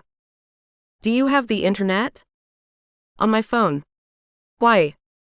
Type in my name. Cage looked at me confused. Okay, he said, hesitantly reaching for his phone. What's your last name? Toro, I said, my voice cracking. Harlequin Toro. Cage's confidence disappeared as he refocused on his screen and typed in my name. I didn't have to see his phone to know the moment the search results appeared. He stared down, stunned. Didn't you ever hear about any of this? I asked, hoping I hadn't lost him. I did, but you hear a lot of things living out here. I never believed any of it. Well, this one happens to be true. Are you freaking out? Cage looked up at me for the first time. I couldn't tell what he was thinking. Was he scared or angry? When I had told Lou about it last summer, it had been over the phone and from thousands of miles away. The only thing I knew was that it made her stop talking as much. I didn't know how much until after we met and she relaxed around me. But this was the first time in a long time I was doing it face to face. The one benefit of being as famous as I was that most of the people I met already know. I'm not freaking out. I'm just trying to wrap my head around it. So you're like a werewolf? No. First of all, werewolves are made up. I think. And they turn into a half-human, half-wolf creature. I have full control over when I shift, at least most of the time. And when I do, I change into a wolf. How? How what? How anything? How do you do it? How did this happen? How does it feel? I paused and took a breath. In spite of what he said, Cage seemed pretty freaked out. But he wasn't freaked out in the way that would result in him shooting me with a silver bullet or something. He just needed time and explanations, the latter of which I didn't have. I don't know how I do it. It just happens. It always just happens. As to how it happened, I don't know. The only person who knows for sure is my dad, and after I shifted for the first time, and after what happened to my mother, he swore he would take the procedure to his grave. What happened to your mother? Cage asked, cutting me off. Prickly heat washed through me hearing his question. Darkness quickly enveloped me, and I knew that the only way to stop it from consuming me completely was to just say it. I killed her. What? It was my wolf. When I was too young to speak, I used to shift without warning. My parents thought they had a handle on it, but they underestimated the response of, which at 2 years old was an adolescent wolf. I was told my mother was trying to discipline my wolf for something I had done, and my wolf snapped. It's a wild animal. The only way to control it is to lock it away. Even as I said it, I wondered if what I was saying was true. Yes, at one point it was a wild animal. But the wolf I met in my dorm room wasn't that at all. And the presence I felt in my head even now wasn't savage. I want to see it, Cage said, suddenly looking at me intrigued. I just said that I can't control it, I told him, a little offended that he would ask. How would he feel if I asked him to drop his pant and show me his dick? I think you can, he said confidently. And you think that because of your vast knowledge on the topic you just learned about 2 seconds ago? No. I just feel it. You have more control over it than you think. What was Cage talking about? Why did he think he knew anything about me or this? Certainly I might have misrepresented how wild my wolf was, given my interaction with it in my room. But he didn't know that. And although I was sure I couldn't control it, perhaps I could reason with it. But again, Cage had no way of knowing any of this. So why would he say what he had? Well, putting your life in danger to test that theory wasn't why I came over tonight. We have an exam tomorrow, and there is still a lot of material we have to go over. I don't know how I'm going to concentrate on any of that after what you just told me. Figure out a way. Your future will be determined by what happens tomorrow. Please don't make me regret telling you. That seemed to snap Cage out of his bug-eyed fascination with me. You're right. We have work to do. But thank you for telling me. I feel so much closer to you now. That made my wolf's ears perk up. She felt about it the same way I did. It aroused us. For so long I had wanted to find someone who could accept this part of me. I had found him, and he looked like he was chiseled out of marble. Why did he have to have a girlfriend? Filling him in on the last of what he missed before he joined the class, I found it hard to stay focused. Every so often, he would look up at me. When he did, he would give me a smile that would melt my heart. I pushed through, because Cage needed to understand the material for the exam. But it was hard not to melt in his gaze. Neither me nor my wolf wanted to be apart from him again. Knowing I couldn't have that ripped my heart out. That's all of it. I think you have it, I told him when he repeated the last of it back to me without having to refer to the textbook. I think I do, he said proudly. That took a while. Did it? I asked, pulling out my phone. It's 1:30? Time flies when you're having fun, he said, looking as charming as sin. Do rideshares still run at this hour? They do in the city. But you're not going to be able to get one to come out here. A taxi maybe? You could stay over. I have practice before class tomorrow. I could get you back early. Stay over? I said, feeling my wolf run wild. I guess I could sleep on the couch. You're not gonna sleep on the couch. Besides, my dad probably fell asleep out there. Then the floor. I'm not letting you sleep on the floor. You're only here this late because you were helping me pass my class. If anything, that's where I'm sleeping. I can't let you sleep on the floor. It wouldn't be good for your back. How is your back, by the way? I asked, remembering him having an issue with it the night I started tutoring him. My back. Yeah. Remember at my room? Oh yeah. No, it's a little stiff, but not as bad as it was. It was probably just all of the tension that night. You were nervous about not being able to play next season? Something like that. So, if neither of us is going to sleep on the floor, where are we going to sleep? I asked, hoping I knew what he was going to say. We could share the bed. Are you sure that's a good idea? You're not afraid I'll shift in the middle of the night and eat you or something? No, Quinn, I'm not afraid of that. I'm not afraid of you. And we're just gonna be sleeping. Or not sleeping, considering how hard my heart was beating just thinking about it.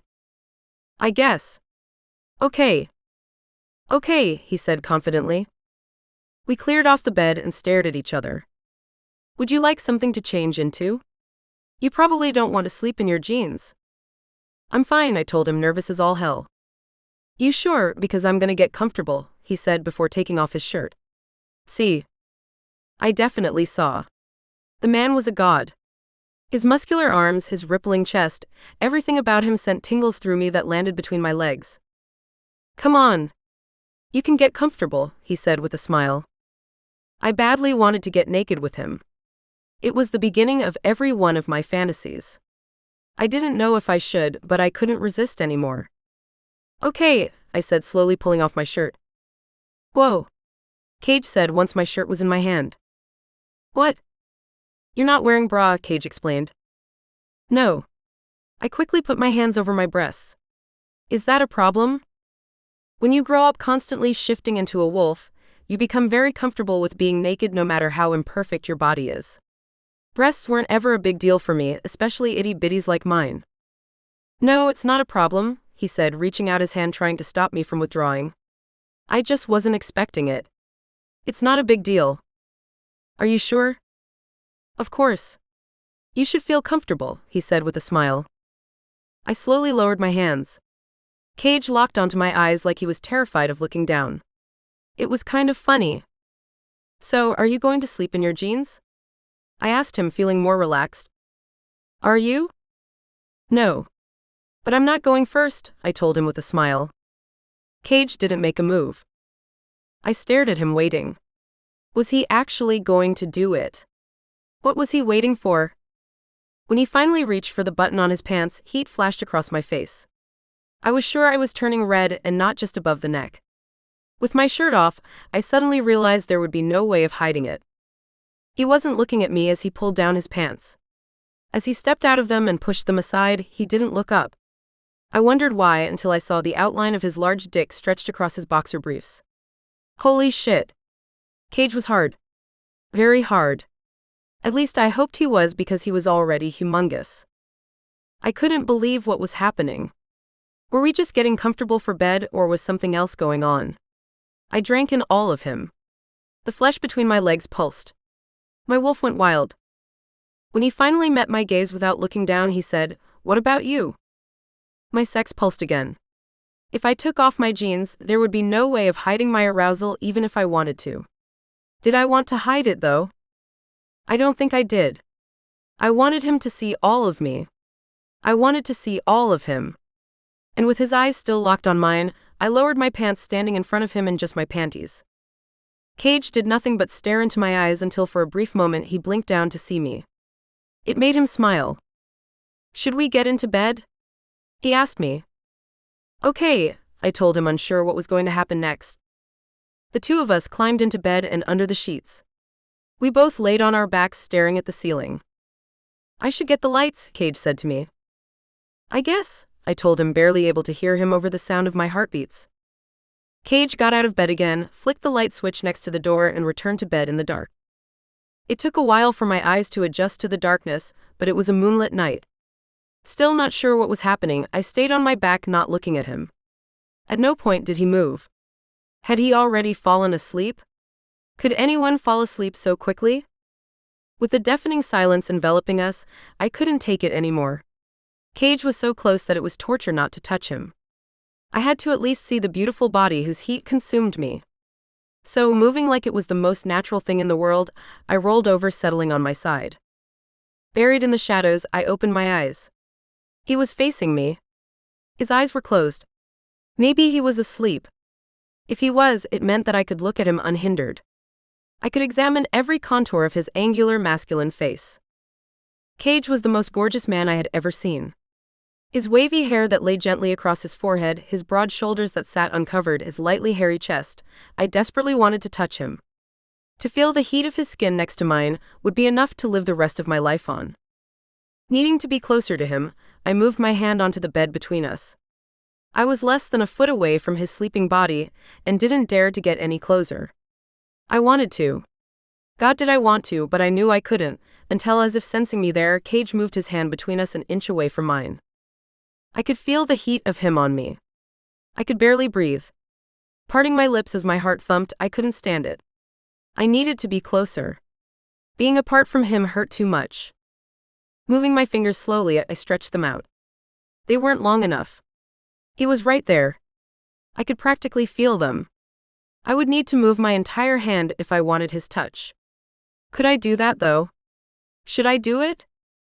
My debate didn't matter because, as if he needed it too, his strong hand crossed to mine and moved on top of it. It was him who had done it. It could have been the reflex actions of someone asleep, but I didn't think it was. He wanted to hold my hand, and I wanted to hold his. So, moving delicately, I allowed his fingers to fall between mine. When they did, I slowly intertwined them. It was everything I had hoped it would be. I tried to breathe without making a sound, but it was the most erotic moment of my life. His touch was a swirling wind that encircled my warm, naked body. I was in love with Cage. I could no longer deny it. And touching him in the moonlight, there was nowhere else in the world I would rather be. I wanted this moment to last forever. It lasted for hours, but eventually my exhausted heart slowed down and I fell asleep. Chapter 8. Cage. I'm falling in love with Quinn. I can't deny it. Even as I lie in the morning light not getting nearly enough sleep, all I could think about was how I could touch her like I did last night. When I heard her place her hand on the bed between us, I sent out my hand in search of hers. I didn't know if I should or if she would want me to, but I couldn't stop myself. I need Quinn. I ache to be with her. I feel like I would go crazy without her. She was the most beautiful, amazing girl I had ever met. And to be so close without being able to wrap my arms around her was torture. I was about to relieve myself of the painful agony when I moved and something buzzed. When it did, I realized I was still half asleep because it woke me up. I knew the sound. It was my alarm clock. I had forgotten to turn it off. It was probably more accurate to say that I wasn't foolish enough to turn it off. Ever since I had met Quinn, getting 8 hours were impossible. Even if I was in bed in time to do it, alone in the darkness was when I thought about her the most. So to have her here now was like a dream come true. The alarm buzzed again. Oh right, the alarm. I didn't want it to wake up Quinn. Instead of letting it ring like I usually had to, I popped open my eyes and figured out where I was. I was on the right side of the bed. The alarm clock was on the left. I had to reach over Quinn to get it. Not thinking about it, I straddled the girl beneath me and hit the switch. With it off, I realized where I was. Although our bodies weren't touching, I was hovering above her. I froze and looked down. She was on her back facing up. My God, did I want to bend down and kiss her? I was right there. She was so close. And then she opened her eyes. I stared at her, caught. She smiled, or was it a blush? Good morning, she said in a raspy morning voice. Looking at her, I relaxed. Morning, I said, getting one more good look at her and then rolling back to my side of the bed. Sorry about that, I told her. No, I liked it, she said, smiling ear to ear. You liked the alarm? Oh, I thought you meant. She blushed again. It was fine. Does that mean we have to get up? It's so early. I have to get to practice. It's a long drive. Okay, she said, squirming her body adorably. Watching her settle, I was about to get up when I noticed something. I had a serious morning wood situation going on. Sure, I was only too happy to show her my hard dick last night. But I was so turned on by being with her that I had lost all inhibition. After a night's sleep as short as it was, I wasn't so bold. Yeah, I was still as turned on as all get out. But we weren't getting into bed. We were leaving it. That made a difference. We could sleep a little while longer, right? Quinn asked, facing me, her gorgeous eyes begging for me to hold her. You can, but I have to get up. The bowl game's on Saturday. This is our last full practice before it. I can't be late. Fine, Quinn said, disappointed. Staring into her eyes, I tried to think of the next time I could get her back here. Do you want to come to the game? Have you ever been? You want me to come to your game? She asked with a smile. Yeah. Why wouldn't I? I don't know. I thought it might be your private thing or something. My private thing? You know, a place for you and your girlfriend and stuff, she said hesitantly. First of all, the stadium seats 20,000 people. There's room for everyone. Second of all, Tasha hasn't been to one of my games in I don't know how long. You should come. That way you can see what all the fuss is about. I can see what all of the fuss is about from here, she said, making my heart melt. I mean, why it's so important for me to pass the class we stayed up all night studying for. Oh yeah. Okay. I can get you a couple of tickets. You can bring Lou. I don't know how much she's into football. Is she into football players? I asked with a smile. She's into anyone with a penis. Then tell her that everyone on the field is guaranteed to have one, I said with a smile. Quinn chuckled. I loved hearing her laugh. I'll see. Cool. Will you win? For you? Anything. I wouldn't have been able to pass the class without you. You haven't passed it yet, she reminded me. But I will. I'm confident. You're a good teacher. Thank you. Does that mean my tutoring time with you is done? I looked at Quinn, realizing it for the first time. I guess it does. The thought of not having an excuse to be with her broke my heart. You definitely have to come to the game. I mean it. Promise me you will, even if Lou doesn't. Quinn looked me in the eyes and smiled. I will. I promise. Good. Now I guess I have to get up. I flinched my dick, finding that it was now only partially hard. That meant that I could look impressive for Quinn without making things incredibly awkward for our 40-minute drive back to campus. Getting out of bed, I was sure to stand profile for her as I readjusted my shorts. I gave it enough time for her to get a good look at me, before turning and heading for the bathroom. There was only one in the house, and it was outside my door. Leaving Quinn, I closed the bedroom door behind me, and I did what I had to prepare for the day. When I got back to the room, Quinn was dressed. As she took care of morning business, I made a breakfast smoothie and packed my bag, getting ready to go. Our ride back to town consisted mostly of her drilling me on what we had gone over the night before. What I really wanted to talk about was the bomb she dropped on me about being a wolf shifter. That was crazy. Yet I don't know. Hearing it made me want to be around her more. I couldn't tell why. I just did. I also wanted to pepper her with a bunch of questions about what it was like. But the way she had changed the topic told me that I was going to have to wait. I didn't want to scare her off if wolf shifters even got scared. Did they? Why would they if they did? I could only imagine being something so cool. The strength and confidence that came with it had to be incredible. I like to think of myself as confident and strong. But I knew I wasn't. I had my moments. On the football field, I felt unstoppable. That was another reason I wanted Quinn to see me play. I wanted her to see that part of me. When I had floated the idea of breaking up with Tasha, she hadn't responded how I had hoped. Now I understood why. Who was I in comparison to Harlequin Toro, the famous wolf-shifting heir to $1 billion fortune? I was going to need a little more enthusiasm from Quinn before dismantling my world to be with her. My life was nothing compared to hers. But coming from the backwoods of Tennessee, what I had was a lot to give up, even for the chance to be with someone as incredible as she was. I was going to have to think hard about this. But before I got there, I had practice, an exam, and what was probably the biggest game of my life. If you are a legitimate NFL prospect, NFL teams might request film on you at the beginning of the school year. After sifting through the hundreds of hours they get from around the country, teams select where they will send their scouts. Bowl games were where scouts came to see you in person. College bowls were highly attended, televised games during winter break. They allowed scouts to see how we played under pressure. At the end of bowl season, most teams knew who to put on their draft board. Bowl games were what allowed players to go pro. As a senior, it would be the last bowl game of my life. It had to go well, or else everything everyone sacrificed to get me here would have been for nothing.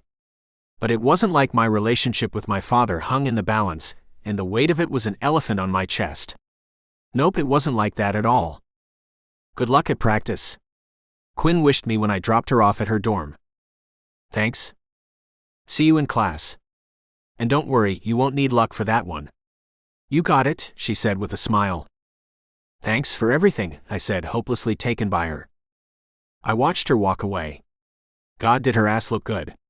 She looked back a final time before disappearing into her building. As I sat there, what I wanted became clear. I could no longer imagine a future without Quinn in it. She had quickly become everything to me. What the hell was I supposed to do now? Fortunately, I didn't have time to think about it. If I didn't get my ass to practice immediately, I was going to be late. You're late. I'm sorry, coach. I was up all night studying. I said as I ran past him on my way to the locker to change. He followed a step behind. Studying, huh? It's funny how you're doing it without a tutor. You better not be bullshitting me, Rucker. If you don't pass that class, you'll be suspended from the team. There won't be anything I'll be able to do about it.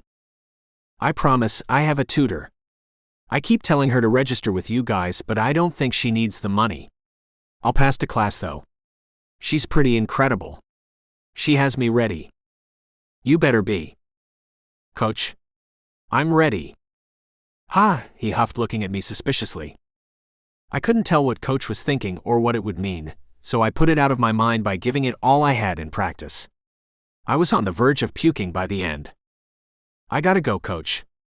I gotta take my exam, I told him, staring at the giant clock at the far end of the stadium. Take it and get back here. We have more plays to go over. Got it, Coach? I took off my helmet and upper pads before running across campus. Unlike the first time I did it, I was there at the beginning of class. There were no open seats left near Quinn, so I took one up front. Good luck, Mr. Rucker, the professor said as she handed me the exam. Thanks, I said before looking back for the only encouragement I cared about. Quinn smiled at me and mouthed, "You have this." I mouthed thanks back. It turned out that Quinn had been right. I had never taken an easier exam in my life. I didn't pretend it had to do with anything other than Quinn's preparation. It was like she knew what was going to be on the exam. The girl was incredible. It did worry me a little that I was the first person to turn in my paper. I handed mine in before Quinn did. There was no way that could be right. I probably hadn't gone over my answers enough times.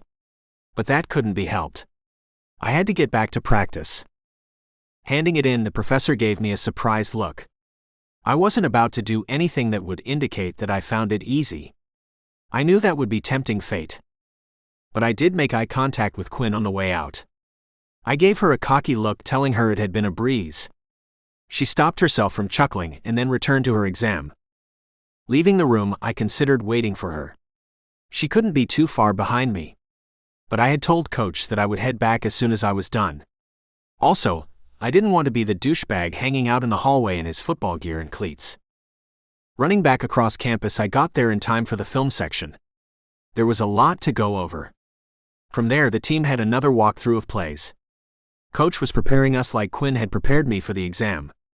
So by the time I got back to the locker room, I was exhausted. All I wanted to do was go home. Turning on my phone, I found a message from Quinn. How was it? So easy, I wrote back. It's a good thing you stole the exam. I could never have passed without it. I thought it was funny, but Quinn didn't reply. You'll be there on Saturday, right? Wouldn't miss it, she immediately wrote back. I'll put the tickets at will call. Okay. Thanks. No. Thank you. I said, not knowing how else to express how grateful I was to her. I knew that I didn't deserve to have someone like Quinn in my life. My life was a mess. I had a girlfriend I didn't love. I didn't want to leave my house in fear that when I returned my father would be gone. And my career was set to take me away from her. Quinn was an incredibly amazing girl who deserved so much more than someone like me. She was someone who probably had a place in history. On top of that, she was sweet and thoughtful and brilliant. Who was I compared to all of that? You'll be at the game on Saturday, right, Dad? I asked him when I found him drinking in front of the TV. Yay, he said without looking at me. I didn't stop staring at him. As much as I tried to put it out of my mind, I kept thinking about what he said about me not being his son. There had always been things that had made me wonder. For example, my father was a real redhead who went from pale to freckled pink while I had dark hair. He was left-handed while I was right-handed. He liked foods I found disgusting. He was super hairy while at 22, I still struggled to grow facial hair. And I was pretty sure he was colorblind. Either that, or he severely rejected societal pressure to match his socks. None of those things meant anything on their own. But add them all together? It had always made me think. Now add that to my dad's rants and I couldn't ignore it anymore. What? My father said, having felt me stare. Did I ask him about it while he was still somewhat sober? Would my asking him be the thing that finally made him leave? I couldn't deal with this. Not now, at least. What? He asked again, this time a little pissed off. Your ticket will be at will call, I told him, looking away and heading to my room. He grunted in reply. Boy? You know I don't like it when you call me that, I told him. You know scouts will be there on Saturday, right? I know. You prepared? Coach has us ready. Good. Who was that girl you brought around last night? I stopped my exit as soon as he brought up Quinn. If I was going to have a life with Quinn, at some point, I was going to have to talk to him about it. I told you. She's my tutor. She didn't leave last night. We were up late preparing for the exam I took today. He grunted, not taking his eyes off of me. By the way, I know you like her, but I don't think it's working out between Tasha and me. Make it work. She's good for you. Teams will like her. I can't be with someone because some team might like the way we look together. There's more to life than that. Do you know how much I sacrificed to get you where you are? You couldn't even begin to guess. And I appreciate that, Dad. But I don't see what that has to do with who I date. Don't you go ruining this now, boy. I'm not ruining anything. I'm just telling you that she might not be the one. And who is? I don't know. But there are a lot of people out there. And none of them would do what she can do for you. You mean stand beside me on draft day and look pretty? I can't base my life on one moment that will have more to do with how I play on Saturday than who I stick my dick in.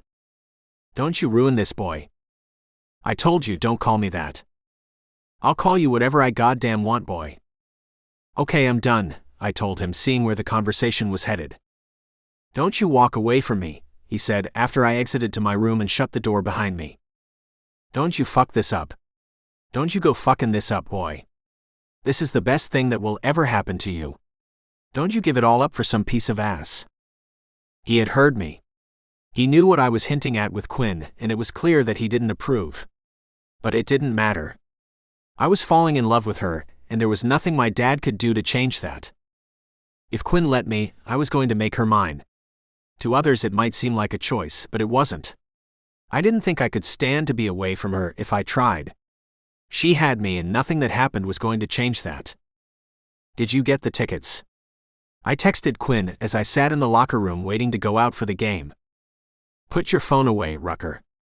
Get your head in the game, Coach said, forcing me to return it to my bag before I got a reply from Quinn. Holding out as long as I could, I stared at the screen until the phone was out of sight. Still nothing. I had texted her yesterday, and she had told me she and Lou would be here. I told her that I would make sure to win the game so that she enjoyed herself. She had just told me that she was looking forward to it, but nothing else. I was expecting more from her. The truth was that I was having a hard time interacting with her since our class ended. Our class had been our excuse to spend time together. Without it, the only thing remaining was my intense feelings for her. But I didn't feel right expressing how I felt, as long as I was still in a relationship with Tasha. Tasha, on the other hand, was nowhere to be seen. I had put tickets for her at will call like I always did, but I hadn't spoken to her in days. I would say our relationship was over, except even when she disappeared like this, she would reappear and remind me of the dream we had had where I traveled the country, playing for the NFL, and she got involved with a charity. I don't know what it was about that dream that always got me to excuse the shittiness of our relationship, but it did. It had to stop, though. I wasn't sure what I wanted my life to be, but I was feeling more confident that it wasn't that. How did I break that to her? How did I break that to my dad? Taking the field, I looked around at the stands. The place was jam-packed. I knew where Quinn's seats were, but there was no way to see them from here. Past the row closest to the field, the stadium became a blur of cheering, colorful dots. Usually, that was how I preferred it. Today there was one person I wished I could pick out. Was Quinn here or not? Whatever the case, I was going to play like I was only playing for her. I wanted her to be proud of me. I wanted her to think that I was worthy of someone as great as her. Our offensive team took the field to start the game. As quarterback, I surveyed the defensive line looking for all of the weaknesses Coach had been training us to spot. I didn't see anything until my tight end shifted, indicating that he thought he could make a hole for our running back. We had run this play in dozens of games. The other team knew that. That meant that the opposition would be looking to adjust to it as soon as we committed to the play. So if I called the play and waited for the defense to commit. Orange 52 summer hike, I said, telling my guys my plan. As expected, our tight end opened a hole in their defensive line. As soon as he did, our running back charged from behind me looking for a handoff. Wrapping his arms around nothing, he charged the line, causing the defense to collapse on his position. The right safety moved into place to stop our running back if he got through. And the man who was defending our wide receiver favored his right to back up the charging safety. That was when our wide receiver broke loose and sprinted down the field. This was it. He was open. I just had to stay on my feet long enough for him to reach the 10-yard line. The grunts of 300-pound men echoed in my ears. They were coming. My heart pounded. Stay calm. Wait for it, I told myself. When our guys couldn't hold back their line any longer, their linebacker cut through like a bullet through metal. He was going to get me. I had to throw. Whipping my arm back, I let go. The second the ball left my fingertips, a freight train hit me, leaving me on the ground for dead. Lying there, I heard the collective awe of the crowd. They were watching something. It was my pass. I had gotten it off in time. It was spiraling 40 yards through the air. It took a while to get there. When it did, the screams of the crowd were deafening. Touchdown! The announcer yelled. 20,000 people shot to their feet. Celebration. Agony. The rush of it all was amazing. Dan ran over to me and helped me up. Fuck yeah! He yelled, slapping me on my back. Jogging off the field, watching everyone go wild, there was only one person who I hoped had seen it. I looked toward her section again. There were too many people, and it was too far away. I didn't see her. It broke my heart to think she might not have been there. I played like a man on fire for the rest of the first half. I had never thrown a more perfect game in my life. I had my offensive line to thank for it, of course. And it didn't matter how well I threw if my receivers didn't catch it. But there was one name the crowd chatted as we jogged off the field for halftime: mine. Hurrying back to the locker, the only thing I cared about was checking my messages. I would have given anything to see Quinn's name pop up. Ripping my glove off to unlock the phone, I tossed it aside and illuminated the screen. There were 2 messages from her. One said, "Got the tickets. Heading up now."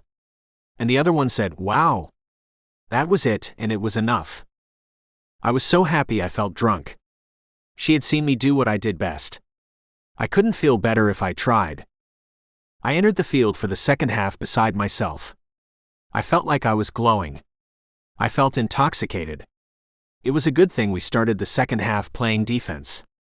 It gave me a few extra minutes to pull myself together.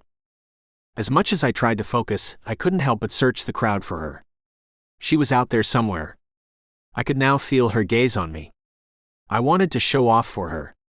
So with my helmet in hand, headed back onto the field, I called a series of plays that would guarantee we would win the game. It started with a few passes that got us closer to the end zone. I just needed to be within 30 yards. That was it. When my final pass got us there, I gathered the guys into a huddle and called the big one. They looked at me questioningly, but I was their quarterback. They listened. In the line, I called for the hike. With the ball in hand, I pulled back my arm ready to launch it. After a continuous parade of passes, the defensive line stepped back. That's when I lowered the ball, tucking it under my arm, and charged. Caught by surprise, the other team was late to react. It opened a gap down the sideline. Ahead of me, I could see the end zone. I wanted this touchdown. I wanted Quinn to see me do this. Rifling towards me was the free safety. He was going to get to me before I got to the goal. I had 2 options. I could run out of bounds, or I could risk my life and charge through. I wanted this. I wanted it bad. Picking up speed, I made my decision. Nothing was going to stop me. An arm's length away, the safety lunged. That was when I leapt into the air. I was going to jump over him. I had seen it in movies and the most spectacular games. I could do it. Leaving the ground, I watched as the safety cut under me.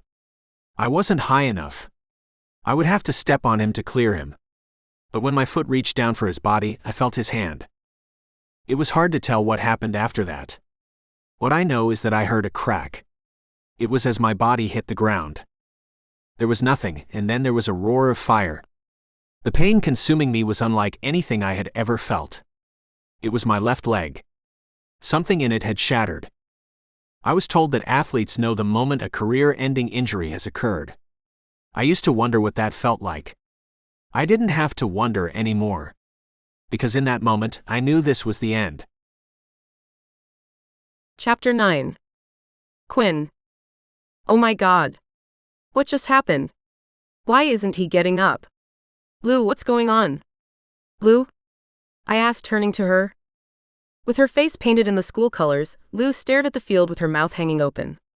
Like everyone else, she was speechless. I turned back to see medics running onto the field. Cage flopped around in so much pain they could barely get to him. I couldn't believe what I was seeing. This was a nightmare. In a few moments, a paramedic was pushing a stretcher to Cage. It took 2 men to get him onto it. Tears rolled down my cheeks watching it. I was in shock. I didn't know what I could do to help, but I had to do something. I need to go to him, I told Lou. Yeah. Of course. Where do we go? I don't know. The locker room? Lead the way, she said, ushering me on. As I headed to the stairs, I realized there was one problem.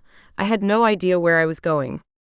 Not only was this my first time at the university stadium, this was the first stadium I had ever visited. I could barely navigate us to the bathroom. Despite that, we descended the stairs from the upper deck and wandered around the concession stands. Excuse me, how do I get to the locker rooms? I asked one of the security guards. It's off limits to visitors, the burly man replied. But my friend's injured. I need to go see him. Off limits, he repeated before looking away. It took almost an hour to circle the stadium and realize where the entrance to the lower levels was. We got there in time to see an ambulance pull away with its lights flashing. My wolf and I were beside ourselves. You think that was Cage? I asked Lou. I would guess, she said sympathetically. They're probably taking him to the closest hospital, right? That would make sense. We need to get a ride to the hospital.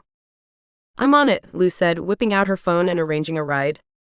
Between the congestion around the stadium and the traffic, it took another hour before we got to the emergency room.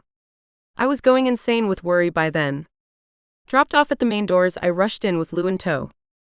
I'm looking for Cage Rucker's room. He was just brought in. He was probably wearing football clothes, I told the stout woman behind the desk. I saw him come in. I think they took him for an MRI. Great. Where do I find that? It's going to take a while before he's assigned a room. So where do I wait for that? The woman held out her hand, gesturing towards the seats in front of her desk. Okay. When do I check back? Give it an hour. I was disappointed everything was going to take so long. I like to think of myself as patient, but my wolf wasn't, and she was starting to take control. I had to stop myself from snapping at everyone. I had to keep reminding myself that the only thing I could do was get in the way. And that the most important thing was that Cage was being taken care of. I was willing to wait here all night as long as that was happening. I hadn't needed this to realize how much I cared for him. The pain I felt thinking about what Cage had gone through was unbearable. All I wanted to do was wrap my arms around him and never let him go. Lou and I took a seat and waited as I was told. In an hour, we checked back. Cage had been moved into a room on the 3rd floor. She wasn't sure I would be able to see him yet, but she allowed us to go up and check. Getting off the elevator, I saw a few familiar faces. Hovering in the hallway was Tasha and Cage's father. Both turned and saw us. I wasn't sure what I was supposed to do. I continued towards them. As I got closer, Cage's father looked back at Tasha. When he turned back toward me, he had darkness in his eyes. It was darker than anything I had ever seen. Not only did it scare me, it made my fearless wolf retreat. So when he suddenly charged toward me, my heart clenched. You're Cage's friend, right? The tutor? He said with his eyes locked on me. Yes, sir, I told him, getting a chill down my spine. Come here, he told me, gesturing for me to leave Lou.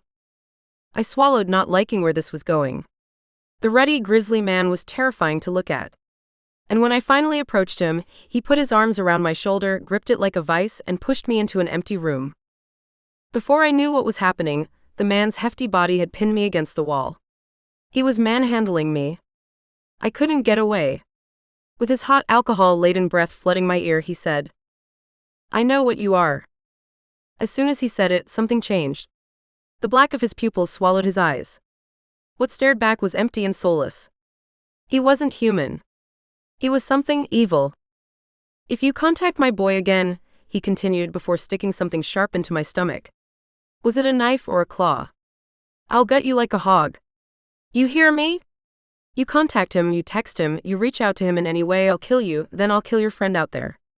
Then I'll find your family and kill them too. You hear what I'm telling you?" I was in shock. I couldn't move. When I didn't respond, he pushed the blade harder. It was cutting into me. "I hear you," I said, terrified out of my mind. "Good. Don't let me see your face again. Get the fuck out of here," he ordered before letting me go. As soon as his grip loosened, I escaped his grasp in the room. "What?" Lou said, seeing me approach her with terror in my eyes. "Let's go," I demanded, grabbing her arm and pulling her to the elevator. "What are you doing? We just got here." "Let's go," I insisted, not daring to look back. As soon as the elevator doors opened, I was on it. Lou followed, confused. I hit the lobby button continuously until the doors closed. Still not feeling safe, I leaned against the wall, watching the floor's numbers descend. It was like I could still hear him in my head. "Quinn, you're bleeding," Lou said, grabbing my attention. She was pointing at a growing red spot on my shirt where Cage's father had stabbed me. It didn't hurt until I pulled up my shirt and saw it. "It's nothing. I'm all right." "What did he do to you?" Lou asked, horrified. "He didn't do anything. Let's just go." "Quinn? Let's just go," I yelled before something took over me.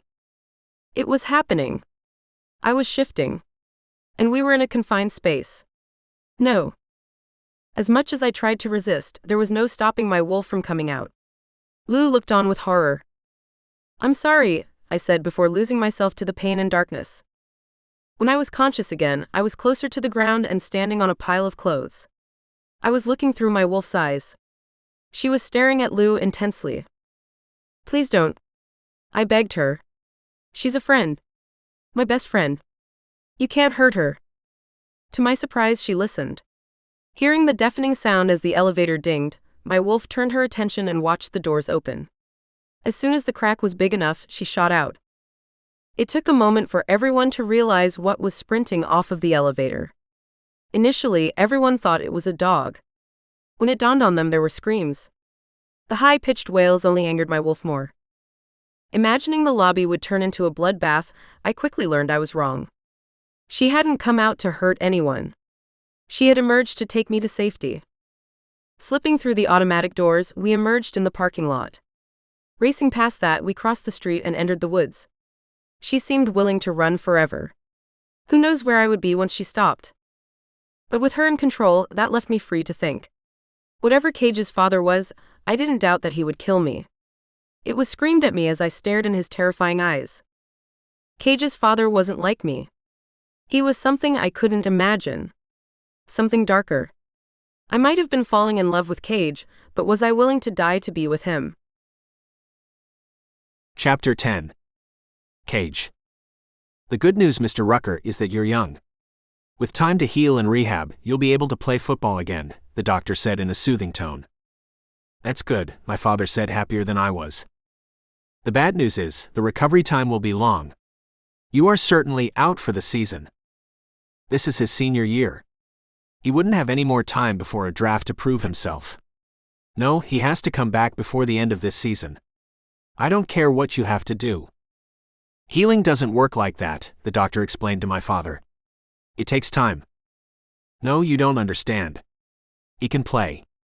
He'll just be in a little pain, right? My boy has played through pain before. He heals quick.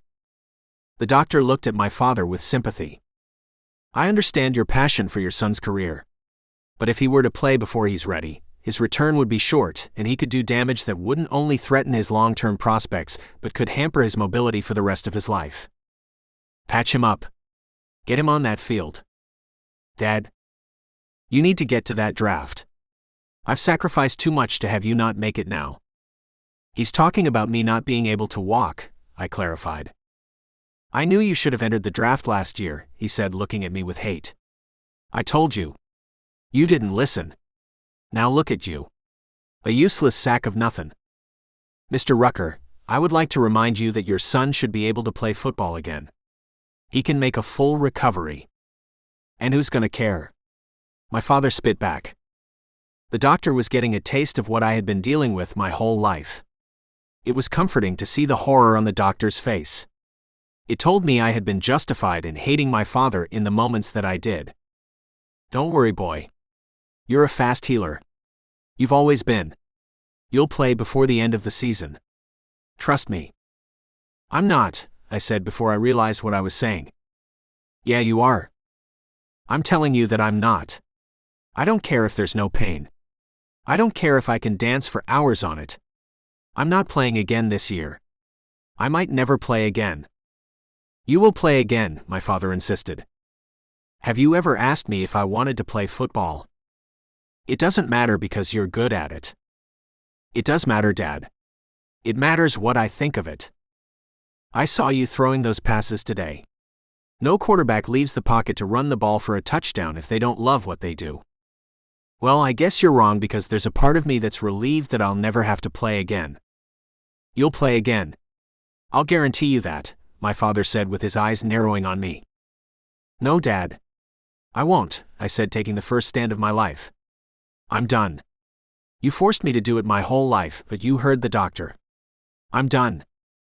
That man doesn't know who you are. I do. You don't, Dad. You've never known. I'm not doing it again. It's over. After 22 years, I wasn't sure what had given me the courage to say that to him. Maybe it was meeting Quinn and realizing I could have a life outside of football. Before her, all of my friends and everyone I dated was there for Cage Rucker, the football star and NFL prospect. Quinn was the most thoughtful, wonderful girl I had ever met, and she couldn't care less about who I was. Besides that, she was a wolf shifter. Why should I spend my life living other people's dreams when she was proof that anything was possible? Maybe if I let it, life could be more amazing than any dream. As painful as it was, maybe my injury was a blessing. It was my way out. The doctor was very clear. My season was over. Coach and my teammates would understand that. And although it will be the talk of sports media for a while, they'll quickly forget about me. After that, I could have the freedom to do what I really want to do. I wasn't sure what that was yet. But I was sure it included Quinn. My father left my hospital room without another word. There was no question that he was leaving to get drunk. He would be back, though. I knew my father. He wouldn't give up on his cash cow just like that. I might have made my decision about it, but what I wanted never mattered to him. He wouldn't give up on getting what he wanted. I'm sorry about that, the doctor said sympathetically. Injuries happen, I told him, hiding the relief I felt that my football career might finally be over. I meant about your father. Oh? Yeah, I said, finally numb to his constant heartbreak. Thanks. Do you have any other questions? Yeah. Has anyone else come to see me? Maybe there was a girl, curly dark hair, cute as all get out. I can check. But your visitations haven't been restricted. So if she came, you would have seen her. Okay. Thanks, I said, disappointed. I understood, though. Yes, something was developing between us. But we weren't at the rush to the other's hospital bed level yet. There was no question that I wanted to see her. She was the only person I cared about coming. Everyone else was great, and I appreciated them for it. But staring into her beautiful eyes always made my day. Doing that now would make me feel like everything was going to be all right. When the game was over, there was an endless parade of teammates and coaches in and out of my room. They all looked at me like I was dying. It was obvious that I was out for the season.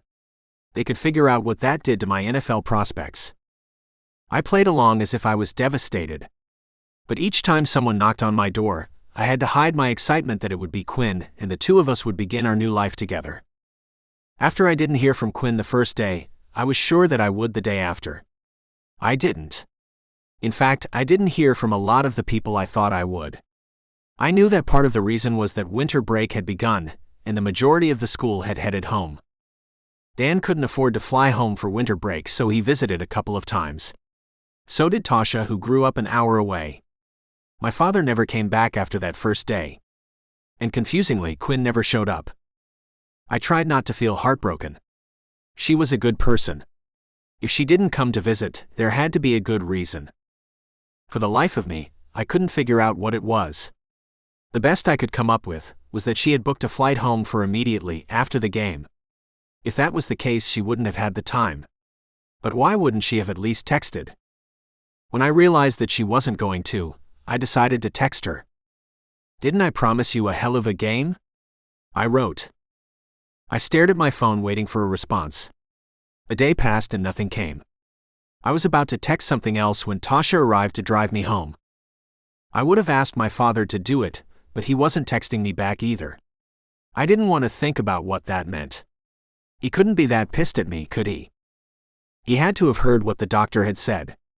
If I tried to come back this season, it could cause permanent damage. If not for that, I probably would have played in the NFL for 10 years, not because I wanted to, but because he wanted me to. I was a good son. That had to be enough. How could that not be enough for him? "You ready?" Tasha asked in a somber tone. It felt like something was up with her. "Yeah. Thanks for doing this. I don't know what's up with my dad." "Of course," she said, grabbing my bag as I maneuvered my way onto my crutches. The drive back to my place was a long, quiet one. I wasn't sure what I was supposed to say to her. My playing football was at the heart of the dream that held us together. She hadn't been in my room when I told my dad what I had. She did know that my season was over, though. And she was smart enough to guess it meant that my easy path to the NFL was gone. What did we have left together? I had to bring our relationship to an end. I couldn't do it now, because she was in the middle of doing me a favor. But I was going to have to do it whether or not I heard from Quinn again. Pulling into my driveway, I saw my father's truck. He was home. Relief washed over me. Things were going to be all right. I was about to get out of the car when Tasha stopped me. "Can we talk?" "Sure. What's up?" "I feel like it's kind of shitty to do this now, but whatever. I think we should break up."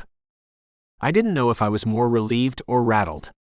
Certainly our relationship was going to end, and her saying it meant that I didn't have to. But with everything in my life changing and Quinn being MIA, I was hoping we could have waited at least a few more days to have this talk. "I agree," I told her. "You agree?" She asked like she had said it as a test. "Of course. You were with me because you wanted to be a football wife. You didn't care about me. If you did, you didn't act like it. You think I didn't care about you. If you had to choose between me and V, who would you choose?" "V is my best friend." "Exactly. I feel like I should have been your best friend. Or let me rephrase that. I feel like the person I spend the rest of my life with should be my best friend. And I should be theirs. You have your best friend and it's not me. So you're blaming me for this?" "I'm not blaming anyone. There were probably things I could have done to be a better boyfriend." "Yes, there were. So many things." "That's fair. And I don't know how much of a difference doing those things would have made. I think you've just found someone you love more than me, and I found someone I love more than you." "You're interested in someone else." "Yeah, I am. But so are you. You think I want to date V?" "I think you're in love with her. And I'm happy for you. I think you two might be really happy together." "Are you saying I'm a lesbian?" "Fuck you, Cage," she said, refusing to entertain the idea. I shifted to get out and then stopped. "Look.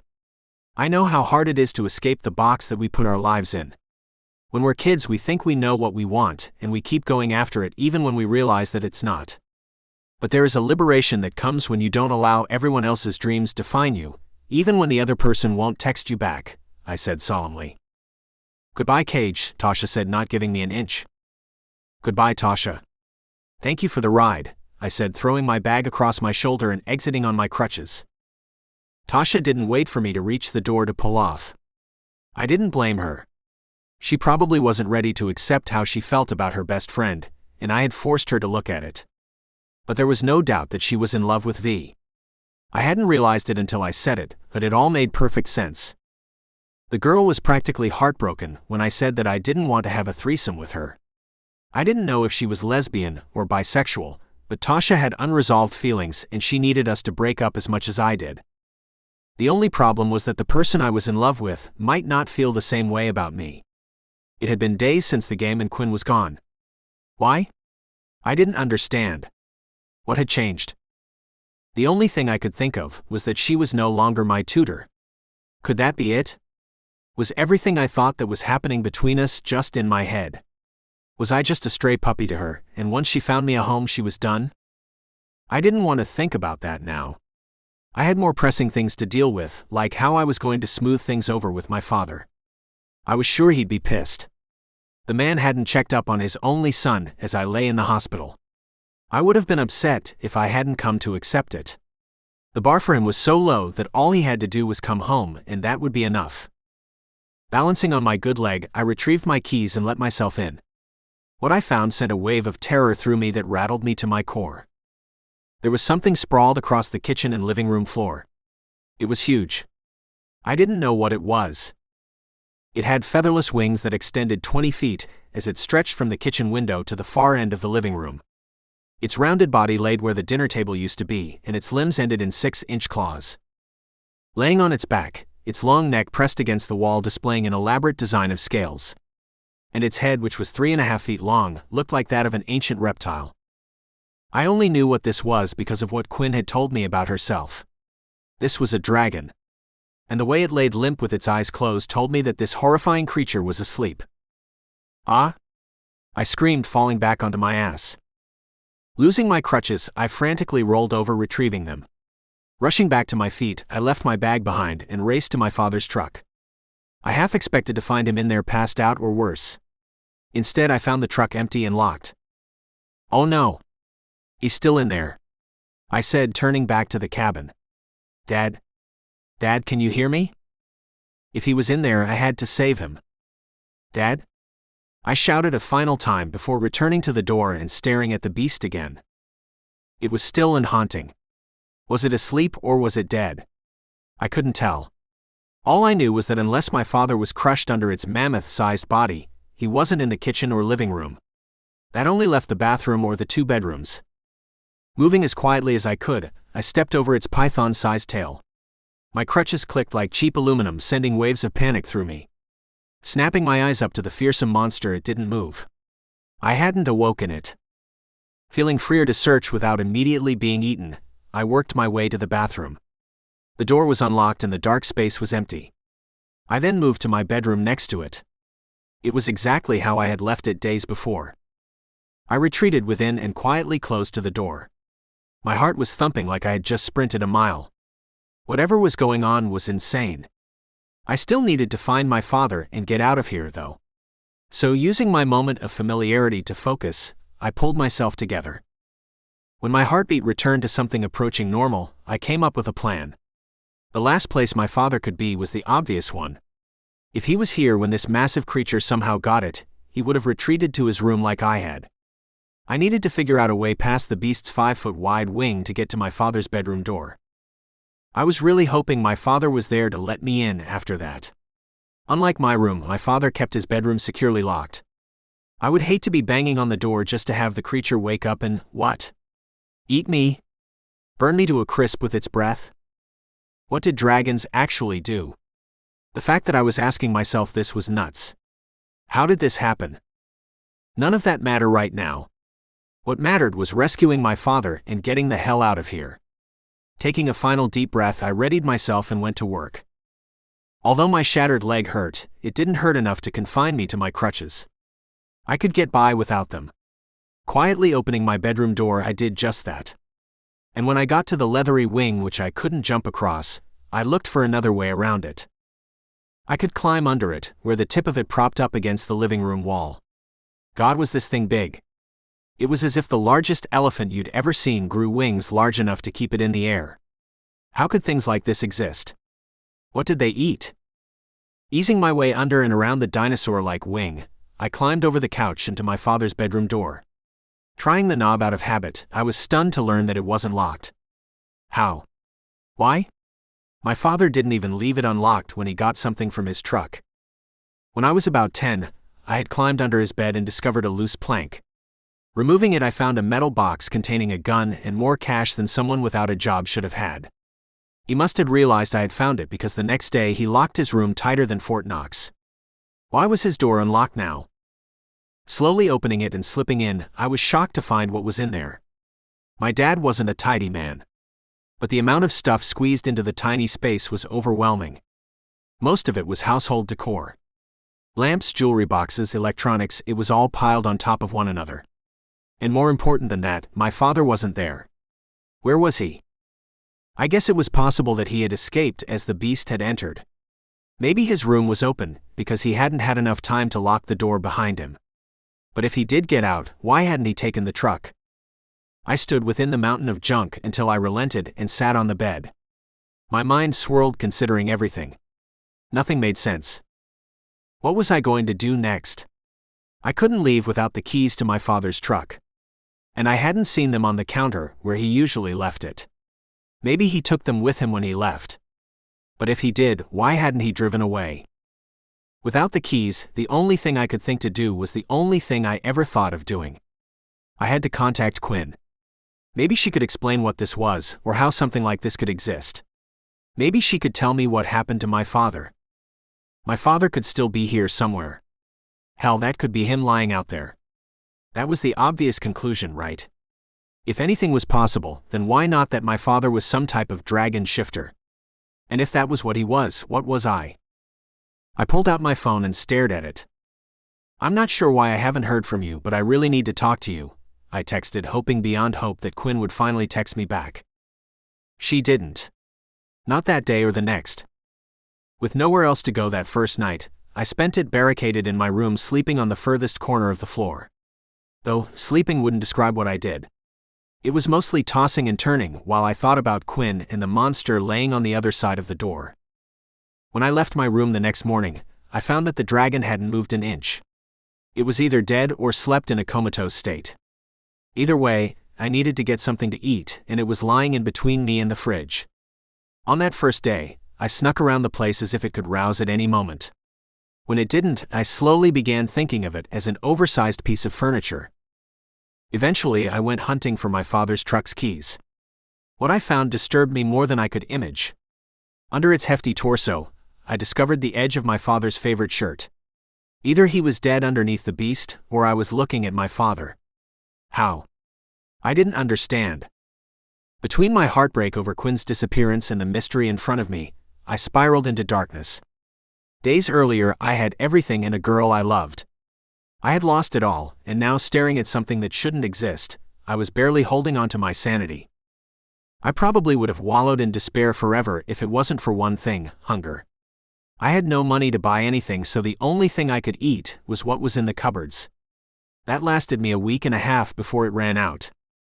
Luckily, spring semester was about to start. I couldn't lose my scholarship in the middle of a school year, even with an injury. And with my scholarship came meal stipends. As crazy as it was that I still had this thing petrified in my living room, I had to think about survival. I would be fine as long as I attended classes and found a job. Both things meant that I would need to re-engage in life. I wasn't ready to do that, but what I was ready for didn't matter. I needed to eat. Dan, could you give me a ride? I need to get back to campus to pick up my truck, I said, calling him instead of sending a text. Of course, man. Anything you need. Just let me know. It was good to hear someone else's voice. I was going crazy living with that thing. I had been hesitant to do it, but talking to Dan reminded me that there was still a world where things were normal. Did you register for class yet? He asked me on the long ride to campus. Not yet. You gotta get on that. I know. Which reminds me, do you know of any campus jobs I could get? I'm a little short on cash. Of course. There's an opening where I work. I could get you a job there, no problem. And you don't even have to stand up to do it. As hesitant as I was to call Dan, I left his car with a new lease on life. Transferring over to my truck, I reminded myself how lucky I was that I had broken my left leg instead of my right. Driving wouldn't be fun, but at least it was possible. From the stadium parking lot, I followed Dan to the Student Activity Center. There we met with his boss. There was an opening for a job behind the front desk like Dan had said. Being a fan of football, the manager gave me the job on the spot. "When would you like to start?" he asked me. "Is tomorrow too soon?" "No. That would be perfect." "How quickly can I get paid?" "I'm going to need gas money to get here." "I'll rush the first paycheck through. It will be every 2 weeks after that." "Thank you," I said, overwhelmed with relief. "You don't know how much this means to me." I was there the next day for training, and the job was even easier than Dan had said. All I had to do was watch as people slid their student IDs into the scanner, and then compare the picture on my monitor to the person entering. It was a mind-numbing job, but I didn't know where I would be without it. With not everyone back from break yet, barely anyone came in. Once the semester started, it was a different story. School began for me too, bringing a little normalcy to my life. I had signed up for more education classes. It was too late for me to switch my major from athletics to education, but taking the requirements would open up a few more doors. Entering the classrooms for the first time, I desperately looked around for Quinn. In spite of being a genetics major, she had taken a class on childhood education. She might have taken another. If she did, it wasn't any that I had signed up for.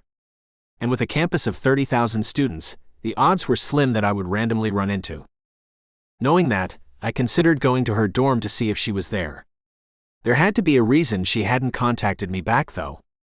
Maybe the darkness I had fallen under was causing me not to think straight. But if she had wanted to see me again, she would have replied to any of my dozen texts, wouldn't she? It was hard for me to believe that it had ended how it had, but it did. Quinn was the one person I thought wouldn't care that I couldn't play football. Yet she had vanished the same moment everyone else had.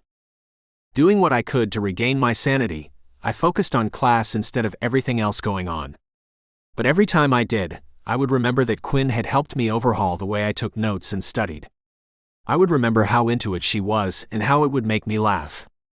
I would then spiral off into a million other things about her that I missed. After that, I would think about all of the things she could tell me about the creature whose wing hogged my couch. The only thing that would snap me out of it would be hunger or the beep of the scanner at work. Lost in a whirlwind of thoughts, it was a beep that brought me out of it this time. Remembering where I was, I looked at the monitor doing my job. The image that came up was for someone named Louise Armory. It made me think of Quinn's friend Lou. Not bothering to look, a second name quickly appeared, Harlequin Toro. My heart stopped. My face immediately got hot and my eyes flicked up. It was her. I couldn't breathe. She and Lou were 10 feet in front of me, and neither of them was looking my way. I froze, not knowing what to do. She hadn't died or dropped out of school. There she was. Even if she had lost her phone, she could have found a way to contact me. I had been injured. It was her job as a friend to reach out. Do I speak to her now? As they passed, Lou seemed her usual energetic self. As she spoke, her arms bounced around wildly. Quinn, on the other hand, looked like she had the weight of the world on her shoulders. She looked achingly sad. My chest clenched, feeling her pain. Why was my Quinn so sad? "Quinn," I said, unable to stop myself. Both girls turned and stared at me. Quinn had a look of shock that melted into elation that quickly dissolved into distress and then finally, panic. She backed away as if she had seen a ghost and then ran. What was going on with her? "Stay away from her," Lou told me as if I had ruined her life. I was in shock. What was I supposed to say to that? Wait. I don't understand. What did I do? "Just stay away," Lou said before retreating down the hallway and into the facility. I sat frozen and dumbfounded. What could I have done that would elicit that reaction from Quinn? Was she traumatized by watching me break my leg? That was ridiculous, but it was the only thing I could think of. With everything that had happened between us, I knew I couldn't let things end with her running away from me like that. I at least needed an explanation. If I had done something, I needed to know what it was. Leaving the desk unattended, I grabbed my crutches and rushed after them. The hallway spilled out into the multi-purpose room. There was a juice bar on the right, an area with weights in the middle, and a rock climbing wall on the left. I couldn't be away from my desk for long, so I chose a direction and took a shot. Heading to the rock climbing wall, my gaze bounced onto everyone in the area. I thought I had chosen wrong until I saw my girl sitting on the mat with her face in her hands and Lou comforting her. I needed to know what was making Quinn so upset. I needed to save her from it. Quinn. Quinn looked up in a panic, about to flee. Please don't go. I can't move that fast and I can't stay that long. But I need to know. What did I do? Why do you hate me so much? I thought we had a good thing going. But then I got hurt and you disappeared. Now you're running from me like you're scared for your life. None of it makes sense. You used to be the one thing in my life that made sense. Help me understand what changed. You owe me that much. Please. Both Quinn and Lou stared at me as if I had 3 heads. Why wasn't anyone saying anything? It's your father, Quinn spat. I jolted, shocked. Of all the things she could have said, that was the last thing I would have guessed. What about my father? I asked hesitantly. Quinn didn't reply. He threatened to gut Quinn like a pig if she contacted you again. He said he would kill Quinn, then he would kill me, and then he would go after Quinn's family. The words hit me like a punch in the face. I had to force myself to speak. He what? When? At the hospital, Quinn said, gathering herself and standing up. You came to the hospital. I didn't think you did. Of course I came. Lou added, we waited in the waiting room for 2 hours to see you. So what happened? I said, looking between the two. Your father pulled me into a room, stuck something sharp against my stomach, and said that he knew what I was and would kill me if I contacted you again. I can't believe this, I said with my mind swirling. You can't tell him we spoke to you, Quinn pleaded. My father's gone. Quinn stared at me confused. What do you mean gone? I mean, when I came home from the hospital, his truck was there, but he wasn't. I paused and considered what I could say in front of Lou. I didn't know how much she knew about Quinn being a shifter. He had been threatening to leave me for years. I think he did it. I don't think he's coming back. I don't think you have to worry about him anymore. Cage? A voice called from behind me. I turned. It was my boss. You can't leave the desk unattended. I'm sorry. I'll be right there. I turned back to Quinn. I don't know what to say about what happened to you, to both of you. All I can tell you is that I'm sorry. I never meant to put you in a spot like that. If you don't want to ever speak to me again, I get it. But I wish you would. Maybe we could just get together and talk. Crazy things have been going on. Cage? Coming. Please, Quinn. Please, I said, not wanting to leave her soft, vulnerable eyes but knowing I had to. Chapter 11. Quinn. You know that if you go talk to him and his father finds out, you're putting everyone you know at risk, right? Including me, Lou asked. Lou was right, and that was the reason I never replied to any of Cage's texts. I wanted to. When they appeared on my phone, it would tear me apart. I wanted to be with him. I wanted to take care of him and relax in his arms. But I couldn't. Cage's father was something ungodly. Even my wolf feared him. When I had finally shifted back, I was naked miles away from the school. Walking back to civilization took more than a day. Once there, I told the first person I met that I had been robbed and borrowed their phone. Lou, bringing clothes, got a rideshare and picked me up. I didn't tell her about what I saw in Cage's father's eyes because I was still figuring it out. She was already dealing with enough, having seen me shift for the first time. She didn't need to know that the thing that had threatened her life was evil incarnate. He said his father was gone, I reminded Lou. But what does that mean? Gone for the weekend? Gone for a vacation? Will he be back in a week or a month? If you don't want me to talk to him, I won't. I'm not going to put you in danger. Tell me not to and we'll leave through the back door right now. I tried not to look desperate to get her approval, but I couldn't help it. Everything in me pleaded for her to say it was okay. I needed to talk to Cage. The pain of being away from him kept me from eating and sleeping. Lou had suggested coming to the activity center because all I had the strength to do was lie in bed, and she was worried about me. Buttercup, you can't not see him because of me. You know I can't do that to you. How about this? I could talk to him and find out if his father is really gone. If I get the sense that he could be back at any minute, or if he's coming back at all, I'll walk away. In that case, it wouldn't be because of you. It will be because I can't trust him. And if I can't trust him, then what would be the point of being with him? Lou smiled.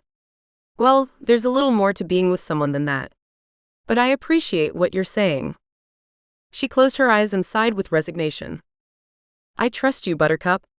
Go talk to him. I know you wouldn't put me or anyone you cared about in danger. And for what it's worth, I don't think Cage would put you in that situation either. You sure, Lou? Because I don't have to. Lou chuckled. You have to. Don't pretend that you don't. Go. I'll just be here climbing this wall on my own. Lou looked around and spotted a cute dark-skinned guy putting on climbing shoes. Unless I can get that scrumptious bit of man meat to tie me up. Isn't the phrase tie you in? You heard what I said. Go. I have some rope work to do. I watched as Lou walked over to the guy and struck up a conversation with him. That was immediately followed by Lou stretching in front of him. The guy was interested. It amazed me how easy it was for Lou to talk to guys. She didn't know if they would be into her or not. She just did what she wanted to do, and somehow it always worked out. It was like a superpower. Maybe she could read every guy's mind. As smart as I was supposed to be, I could never tell what anyone else was thinking. That was one of the reasons I liked being around Cage. Yeah, he was the hottest guy ever. But more than that, he was easy. He did what he said he was going to do. Cage shared things about himself that told me who he was. He was exactly the man he presented himself as. He was the type of guy the first could shut off my brain and relax with. I always felt safe when I was around him. So why would I question whether he would keep me safe now? Realizing that there wasn't a reason, I turned to the hallway to the front desk and headed back to Cage. As he came into view, our eyes met. He made me melt. The tingles were back. You came, Cage said, telling me how much he wanted me here. Before you say anything, I need to know for certain. Will your father be coming back? Cage opened his mouth to speak and then lowered his head instead. I don't know. I thought you said he was gone? I did. And he is. And I could kill him for what he did to you, but he's still my father. I don't want him to be. Do you know where he went? No. And there's something else. Something you might know about. What? I asked, concerned by the look in his eyes. Cage's eyes darted around, looking for anyone listening. When he didn't find anyone, he opened his mouth, struggling for words. I know you said you were that thing you are. I rocked back onto my heels. I hadn't expected this to be what he was asking about, but of course it was. I settled myself and prepared for whatever he might say next. It's called a wolf shifter. What about it? The articles I read said that you were the only one. Is that true? There's only me, I said stoically. Do you know if dragons exist? Of all of the things I had prepared myself to hear, that was not one of them. Dragons? No. They're made up, I explained, insulted that he would have made such a leap. Wolves were real things that existed, dragons were not. The next thing he would ask me about were fairies. Are you sure? Because I think there's one dead in my living room. And I think it could be my father. What? Yeah. Dragons are real. What the hell is going on, Quinn? Cage looked at me with such desperation that I knew he wasn't making this up. Dragons? Dragon shifters? It couldn't be. Of course. Your father's eyes. What? When he threatened me, his eyes shifted. They became inky black and they felt like they were swallowing me. Then it's true. That thing is my father. I didn't want it to be, but somehow I knew it was. You say it's dead in your cabin? I think it is. It's been laying there since I got back from the hospital. I've kicked and punched it and it hasn't moved. At the same time, it's not decaying. I don't know what's going on with it. Can I see? I asked, knowing I was taking a risk. If it wasn't dead and it was Cage's father, it could come after me like it promised. Yeah, of course. And maybe when you see it, you could tell me what I am, Cage said vulnerably. Oh, right. If Cage's father is a dragon shifter, what did that make him? Could that be why I'm so drawn to him?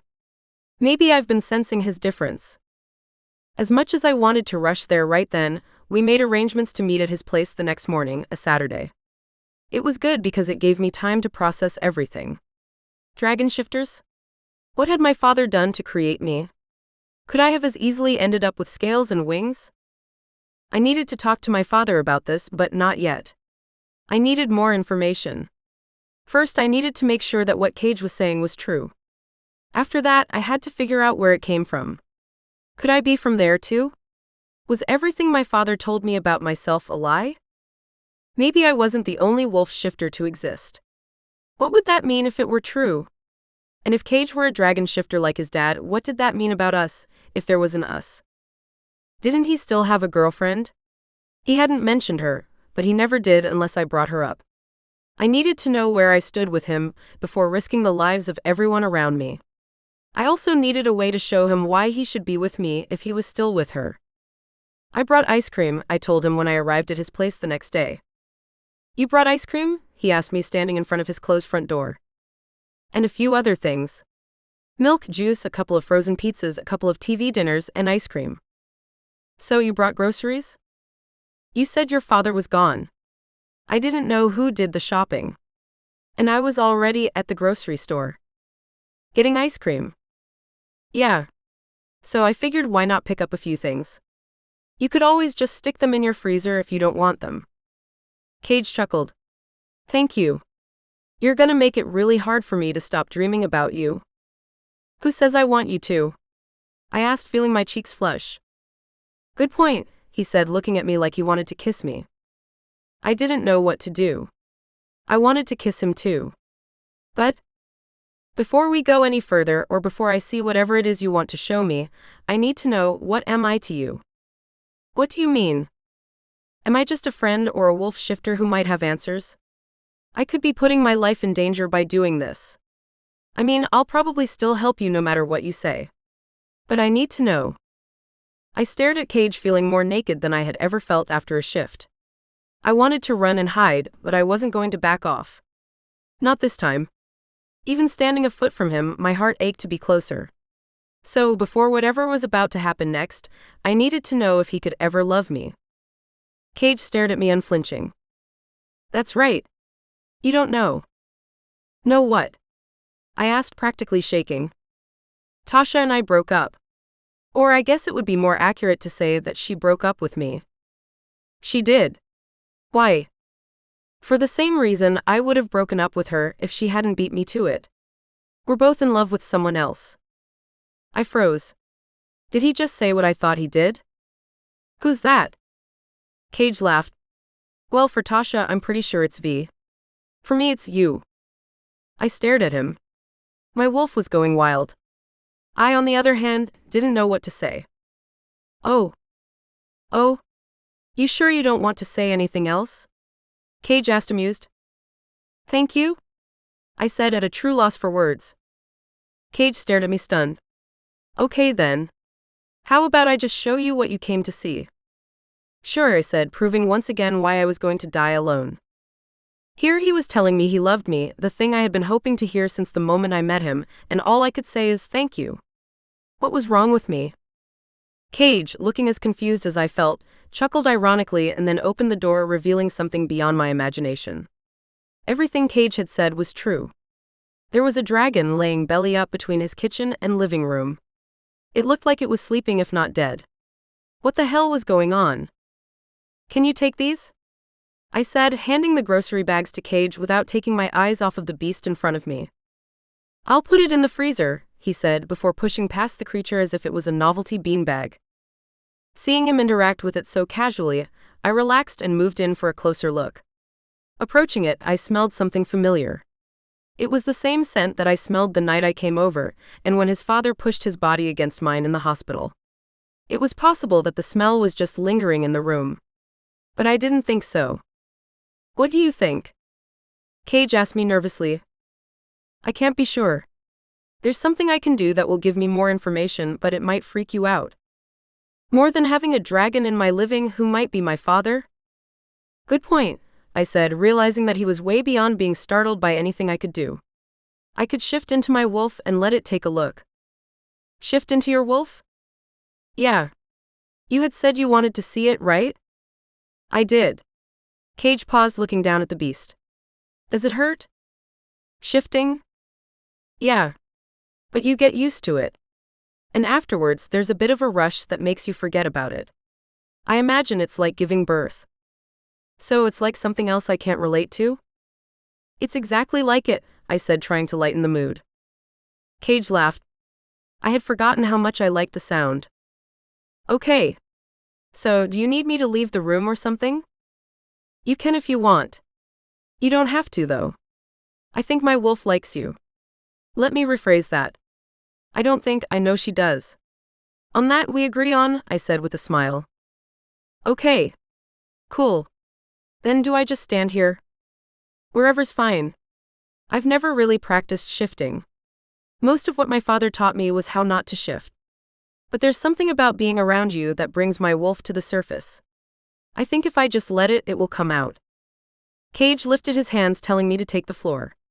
I did. And closing my eyes to center myself, I shifted immediately. I wasn't ready for it. I was planning on undressing first. Instead, I lay on the ground, floating behind my wolf's eyes tangled in cloth. Scrambling to her feet, my wolf looked at Cage.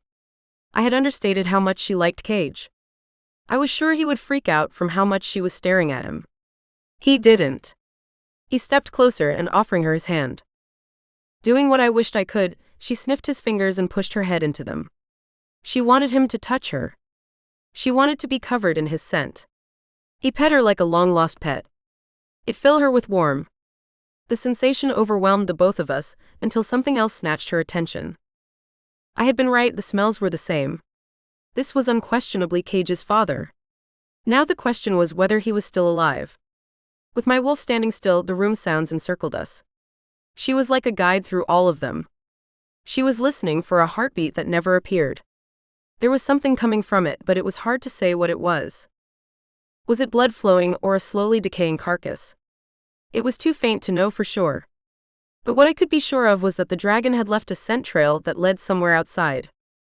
My wolf trotted to the door and looked back at Cage to be let out. Cage obliged, and I thought it would result in her taking me on another ride to who knows where. It didn't. She instead moved to a few feet past the door and stuck her nose in the air. I could smell it too. The dragon had flown here, and its path from where it came from was laid out before me like a colorful ribbon. Cage needed to know this. So, without having to negotiate it with her, I shifted back into myself, ending on my hands and knees. Oh. Cage said, quickly looking away. That's right, I wasn't just topless, I was completely naked. It didn't embarrass me as much as it titillated me. I didn't have to see myself to know that I was turning red. I'll get your clothes, he volunteered. Thanks, I said before getting dressed and returning to the cabin. What's the verdict, he asked me. It's your father. Cage looked at me, hesitant to ask what came next. Is he alive? I don't know. I don't hear a heartbeat. But do dragons even have hearts? My father didn't.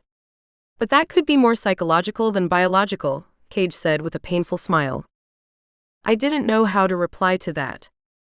I do have some good news, though. You do? What? I might be able to lead you to wherever it was before it arrived here and ended up like this, I told him. Cage looked at me stunned. Chapter 12. Cage. How? It's been here like this for at least 2 weeks. It has a very distinct scent. There's still a trail. What would she have to do to follow it? I said, referring to the wolf as Quinn had. She would just have to come out and do what she does. We could either pack some supplies and hike through the woods for a couple of days to find it. Or, we could hop in your truck and she could stick her nose out of the window. And you're sure she likes me, right? I asked, knowing that we would be trapped in a small space together. I'm positive, Quinn said with a blush. Okay, then let's do the truck thing. After eating one of the frozen pizzas Quinn had brought, she shifted, I collected her clothes, and we both got into my truck. I wasn't sure how this was going to work.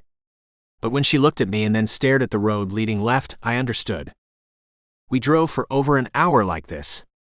It was weird how natural it all felt. I was in the truck with someone who had shifted into a wolf, and it was telling me where to drive. I should have been freaked out. Yet there was something inside of me that was energized. Nothing changed until we had spent 20 minutes on a small county road, and the wolf suddenly got restless. Frantic, it looked at me and growled. The hairs on the back of my neck prickled. What was I supposed to do? I was locked in a box with a creature that could tear me to shreds if it wanted to. The only thing I could think of was to stop the truck. When I did, it stopped growling and paced back and forth on the bench seat. It was acting like it needed to get out. Risking my life, I leaned past it and opened the passenger door. As soon as I did, the wolf sprinted out. It was heading back up the road. I pulled the truck over and slowly got out. Having entered the mountains, the temperature had dropped tremendously.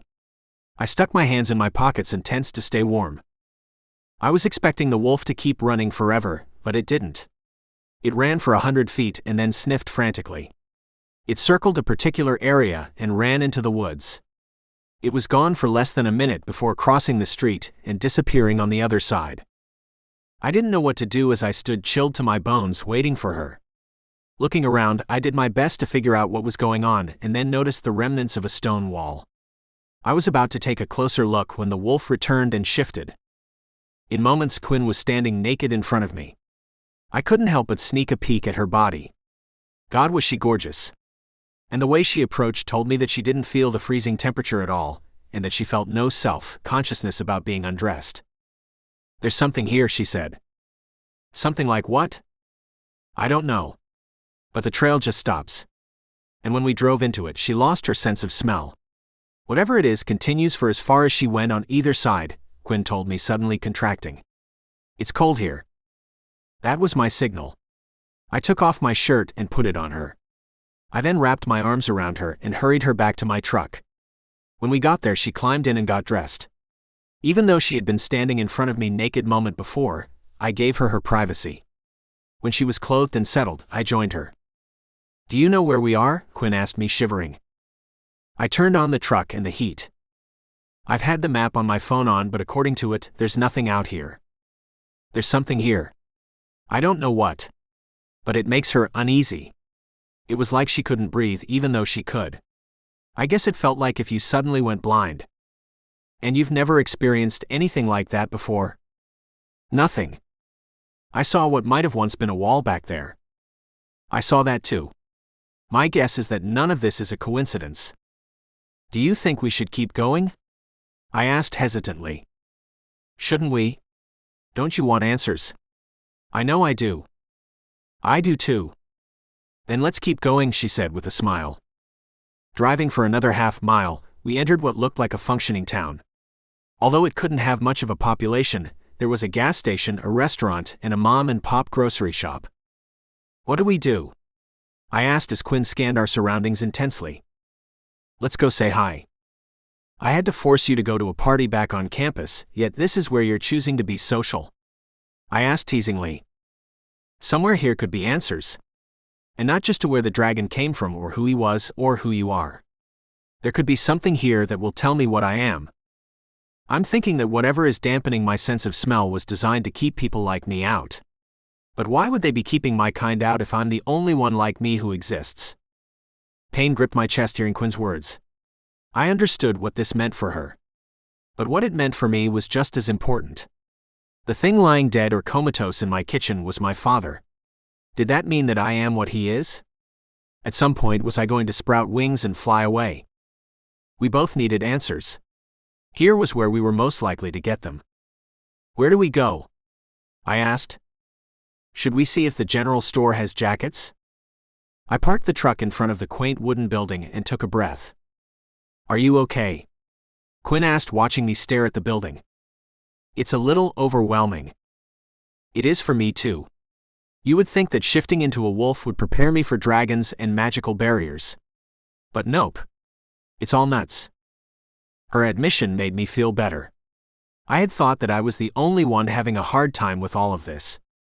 It was good to know that I wasn't alone. The two of us left the comfort of our heated truck and were hit by the biting cold evening air. I had a bit of bulk to me to keep me warm, but I could see the cold air cut through Quinn like a knife. It was only a few feet to the door, but I quickly wrapped my arms around her. Holding her like I was aroused me immediately. Scrambling into the general store, I wasn't quick to let her go. A bell sounded when we entered. Still holding Quinn, a portly dark-skinned man with a friendly face approached. "Can I help you too?" he said in a way that told us he was surprised to see us here. "Yes? Do you sell jackets?" I said, forgetting that Quinn was still in my arms and that there was anything unusual about it. "We sell a few. They're right over here," he said, leading us to the far side of the small store. "You two here to check out the falls?" he asked, confused. "The falls?" Quinn replied, holding onto my waist, not allowing me to let go. "That's how most people end up here. They make for incredible viewing this time of year." "Are they frozen over?" I replied. "They are. You should go see them on your way out of town." Was he trying to get rid of us or being practical? "Thanks for the tip. But that's not what brought us here," Quinn volunteered. "No? Then what did?" "We were looking for someone. We thought he might have passed through here." "You were looking for someone? And you think they might have come here?" "Yes? Is that strange?" Quinn asked, narrowing her eyes on the portly man. "No. Not at all. We don't get a lot of visitors, but we get a few." "Because of the falls?" I asked. "Yeah," he said, offering us his first smile. "Who did you say you were looking for?" "He's about 5 feet 10 inches. Red hair, red face. Maybe a little rough around the edges. It would have been about 3 weeks ago," Quinn explained. "I can't say that I've seen anyone like that around here. But you know who might have. Sonia. She runs the bed and breakfast.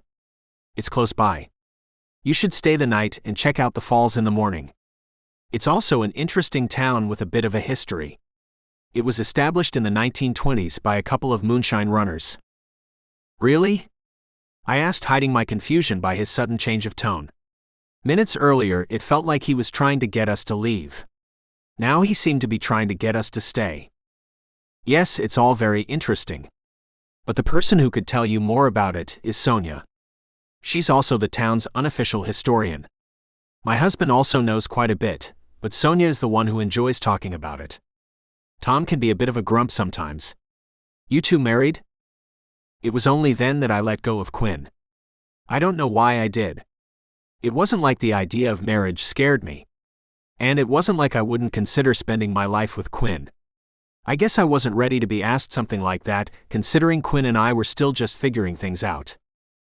"No," I volunteered so Quinn wouldn't have to. "Just friends." "Good friends," Quinn added, making me feel tingly. "How did you two meet?" "We attend East Tennessee University. She was a brilliant tutor. I was the dumb jock," I said with a chuckle. "Yep, my Tom is the brilliant one between us. He's a doctor. I think it's important to find someone out of your league," he said, giving me a wink. I laughed. "Well, Quinn here is definitely out of my league." "That's not true," Quinn objected. "You're out of my league. The star quarterback." "Not anymore," I said, pointing at my cast. "Oh?" he said, looking down at it. "I think we also have some crutches around here somewhere. If you need to use them, I'll get them for you. You can just return them before you leave." "Wow. Thanks. I guess it is starting to hurt a little." "I'll go get them," he said, quickly heading to the back of the store. "You felt that shift, right?" I asked Quinn as soon as we were alone. "Yeah. He went from trying to get rid of us to being our best friend and wanting us to stay." "You think we should get out of here?" "I'm not sure. His wanting us to stay doesn't feel like it's coming from a dark place. He genuinely seems friendly." "And she doesn't sense anything?" I asked, not sure how being a shifter worked. "With her sense of smell cut off, she can't tell any more than I can." "Then what do we do?" "We could talk to the person he suggested at the bed and breakfast. We could maybe even stay the night." "I mean, if you were okay with that," Quinn suggested vulnerably. The way her soft eyes looked at me sent a rush through me that ended in my balls. I wasn't sure if she had only suggested it so we could question more people in the morning. But I had wanted her back in my bed since the moment she had left it. And this time, I wouldn't have a girlfriend to stop me from doing all of the things I wanted to do with her. I would be okay with it if you are, I told her, feeling myself slowly get hard. I would be okay with it, Quinn said as her cheeks turned pink. Here they are, the man said, quickly returning to us. I thanked him as I took them from him and transferred my weight onto them. We'll take these jackets, Quinn said, handing them to our friend. Oh?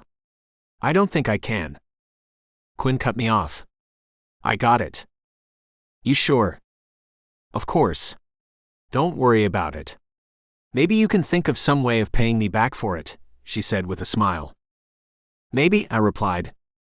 Yeah, she was getting good at flirting. I had to stick my hands in my pockets to hide how good she was getting at it. I'm sorry, what was your name? Quinn asked as she approached the cash register. Glenn. Glenn from the general store. Got it. And you are? Glenn asked. I'm Quinn and this is Cage. Nice to meet you too. Did you want directions to the bed and breakfast? Quinn looked back at me as if she was still thinking about it. I knew it wasn't up to me. I couldn't afford to pay for it if I wanted to. Sure, why not? Quinn said with a smile. Excellent. The place is run by Sonia. She likes it when you call her Dr. Sonia, probably because Tom hates it. She's not a medical doctor, he says. I keep telling him, you don't have to be a medical doctor to be called a doctor. But he's just a grump, Glenn said with a smile. Slipping on our jackets, we returned to the truck. The bed and breakfast was a half-mile away. It was a converted farmhouse and looked expensive. There was a large veranda surrounding the mocha shingled exterior, and a short flight of stairs that led up to it. Standing outside the main door was a petite woman in her early 60s who wasn't wearing a jacket. She had to be freezing as she hugged herself for warmth. Welcome, the woman said with an engaging smile. Hello, I said, waiting for Quinn and putting my arm around her as we approached. If people were going to mistake us for a couple, and Quinn was going to play along, I was going to make the most of it. Glenn told me you would be heading over. Come in, come in. It's cold out here. Stepping inside, the interior didn't disappoint. It was quaint but clean and very well put together. The floors throughout and the walls of the entrance were dark honey wood. The living room furniture was beige with floral print and comfortable looking. And the small tables that lined the room were dark wood and elegant. We can't afford to stay here, I whispered to Quinn before remembering that she summered on a private island. I mean, I can't afford to stay here. Don't worry about it, Quinn said sincerely. Affording places like this is the upside to my crazy life.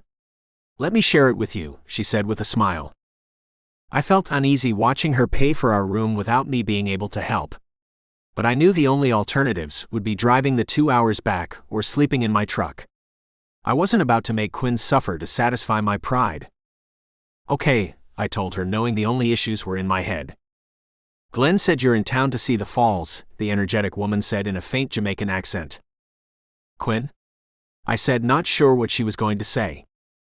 We're actually in town looking for somebody. Glenn said you might have seen him. You're looking for someone? What does he look like? She said, focusing a suddenly intense gaze on Quinn. Quinn described my father again. I haven't seen anyone who looks like that. Why are you looking for him? I looked at Quinn, unsure what she wanted to say. He's Cage's father. He's missing and we think he passed through here. Why would you think that? Just a hunch, Quinn replied. The woman's green eyes narrowed on Quinn. Do you get hunches often? I turned to Quinn, wondering how she would respond to the unusual question. Not more than anyone else, Quinn said, brushing the question aside. The woman relaxed. Me neither. But you know who might be able to help you, Titus? He gives tours of the falls. I could have him give you a tour in the morning if you want. Titus? Quinn asked. He's someone about your age. He's a great guy. You'll love him. I'll let him know. It was then that someone descended the stairs. He had Dr. Sonia's shiny dark hair and smaller build. He looked about 17 but could have been younger. And he didn't have anywhere near Dr. Sonia's rapid-fire energy. Mom, do you know where my sneakers are? I can't find them, he said, intently staring at the two of us. If you put it back in the same place when you take them off, you wouldn't have to go searching for them every other day, Sonia said with the exhaustion of a mother. Mom? He said, embarrassed. I'll help you look for them later. Why don't you prepare room 2 for our guests? I'm sorry, what are your names? I'm Cage and this is Quinn. You know me. And this is my son, Callie.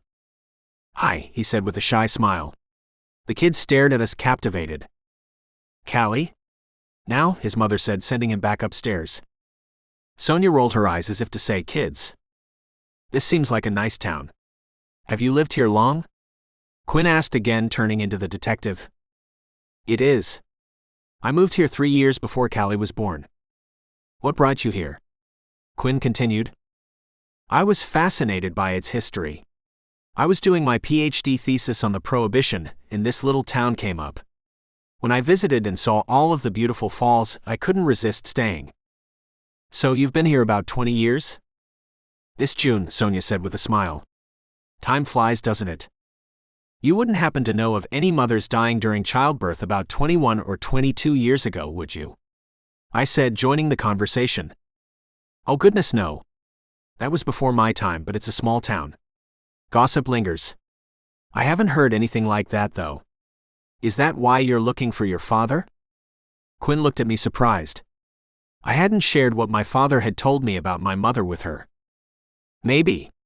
But it could be unrelated, I explained. If you want, I could ask around about both, Sonia volunteered. We'd appreciate that, Quinn offered. It's ready, Callie said, reappearing on the stairs. Callie will show you to your room. I don't know if you two have eaten yet, but the diner next to Glenn's place is open until 9. Thank you. We'll check it out, I told her, feeling pretty hungry. Approaching the foot of the stairs, I paused. I just realized I forgot the crutches in the truck. Do you want me to go get them? Quinn offered. I think I'm good, I said, offering one hand to Quinn while holding the railing with the other. Callie waited for us at the top of the stairs. As soon as we got there, he asked, Where are you two from? East Tennessee University, I told him. I was considering applying. You should. Are you a junior? Senior? Junior, he said, looking back at us puckishly. It's a good school, I told him, trying to shake his gaze that had locked onto us. Is this the room? Yeah. If you need anything, let me know, he said awkwardly. I think Titus is going to give us a tour tomorrow, I told him. Oh, he said, immediately looking disappointed. Is there anything in particular that we should see? The falls are cool, he said, smiling again.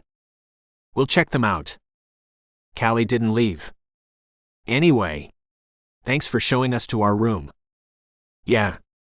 I'm down the hall if you need anything. Got it? I said with a smile. When he walked away, we entered and closed the door behind us. I think someone has a crush, I said to Quinn, who looked at me amused. Yeah, he couldn't stop looking at you. Jealous? Should I be? Quinn asked with a smile. You never have to worry about me wanting to be with anyone other than you, I told her. Quinn smiled. Besides, I think he had a crush on you. What? Quinn asked, caught off guard. You didn't see that? He was looking at me because every time he looked at you, he would blush. Seriously? Quinn, how could you not see it? I guess I don't pick up on stuff like that, she said, as if realizing it for the first time. So, what do you think about this place? I can't tell if they're friendly or not. They seem to be. But there's something about how we ended up here that unnerves them. That would make sense if they know about the bubble around the town. And what was up with that question about hunches? Is that something that wolf shifters have? I asked her hesitantly. I'm still the only wolf shifter I know of, and I've never had them. Okay. But what I'm more curious about is what you asked her. Is that how your mother died? During childbirth? She asked empathetically. That's what my father said, or whoever he was. He didn't like talking about her, though. Every time I brought her up, he would act pissed off and change the topic. I always assumed it was because he was so broken up about losing her. But I'm starting to realize that I didn't know him at all. So, you're thinking it's possible she could be from here? You think that's why he was here? She had to be from somewhere. So did he. And there had to be a reason he came here after finding out my football career was over, right? Falling into silence, we both turned our attention to the one queen-sized bed. Everyone keeps assuming we're a couple, I said, breaking the awkwardness. Are we a couple? I stared at Quinn. Do you want to be? Do you want to be? I do. And I have since the moment I saw you. I like you, Quinn. I like you a lot. You're the last thing I think about before I go to sleep, and the first thing I think about after I wake up. I could barely breathe the weeks I was away from you. And that was when she stepped forward and kissed me. Her lips were a soft peach pressed against mine. Tense at first, they slowly loosened. As they did, I slid my hand around the nape of her neck, pushing my fingers through her curly dark hair. Her head fell into my grasp. Gently parting my lips, she followed. Tilting my head, my tongue entered her mouth in search of hers. They touched with a spark. Curving the tip of my tongue inviting hers, our tongues danced with one another. Tingles raced up and down my body holding her. My member grew hard as I lost myself. Not knowing if Quinn wanted me to go any further, I loosened my grip about to let go. That was when Quinn pushed her hands up my side and onto my back. She pulled my chest onto hers, removing the space between us. When she did, my hard member pressed onto her stomach. The blood that rushed to my head made me lightheaded. I wanted to be with her so badly that I ached for her. And when I felt her breasts push against my chest, I nearly lost it. I pulled my lips away from hers, burying my cheek into her mess of hair. Don't stop, she whispered, making it even harder for me to let go. Not yet, I told her. We should get something to eat first. I wasn't sure if I was trying to slow things down, or if I knew I was too hungry to enjoy what would come next. The only thing I had had to eat all day was the pizza. I needed my full strength if I was going to treat Quinn the way she deserved. Okay. And then, what are we going to do after that? Quinn asked with a faint blush. What do you want to do after that? I don't know. Whatever you want to do, Quinn said, making my already hard member flinch. I knew what I wanted to do.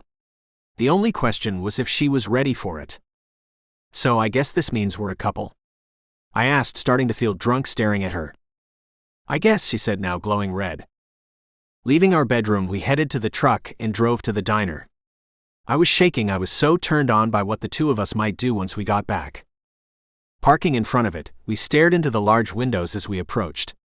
It was like any other in a small town. The space was aging yet clean. The decor hinted that it had been around since the 60s. And there were no other customers inside. Sit anywhere. I'll be out in a second, a stout man yelled from the kitchen when we entered. I guess we can sit anywhere, I repeated, taking Quinn's hand and leading her to a booth against the wall perpendicular to the windows. I never asked, do you eat everything? It feels like something a boyfriend should know, I said, loving the sound of it. I try to eat healthily, but I did stock your freezer with frozen pizzas and ice cream. And most of that was really for me. So. I laughed. Got it. Quinn had her arms relaxed on the table in front of us as she leaned towards me. I leaned forward, wrapping my hands around hers. I loved holding her soft hands. They were quite a bit smaller than mine. My mind flashed on what of hers I might hold later. I was about to tell her what I was thinking when the stout man from the kitchen appeared in front of us and handed us menus. I let go of Quinn's hands and took the laminated sheet of paper from him. We're out of everything but the fried chicken, burgers, and sandwiches. We might be out of sliced ham, but I'd have to check, he said, sticking around for questions. Well, I know what I want if you do. I'm starved. Burger and fries, please, Quinn said, handing the menu back to the stout man with the 4-day stubble. The same, I told him, handing back the menu and looking to pick up where I left off. So, have you ever had a boyfriend? No. What about you?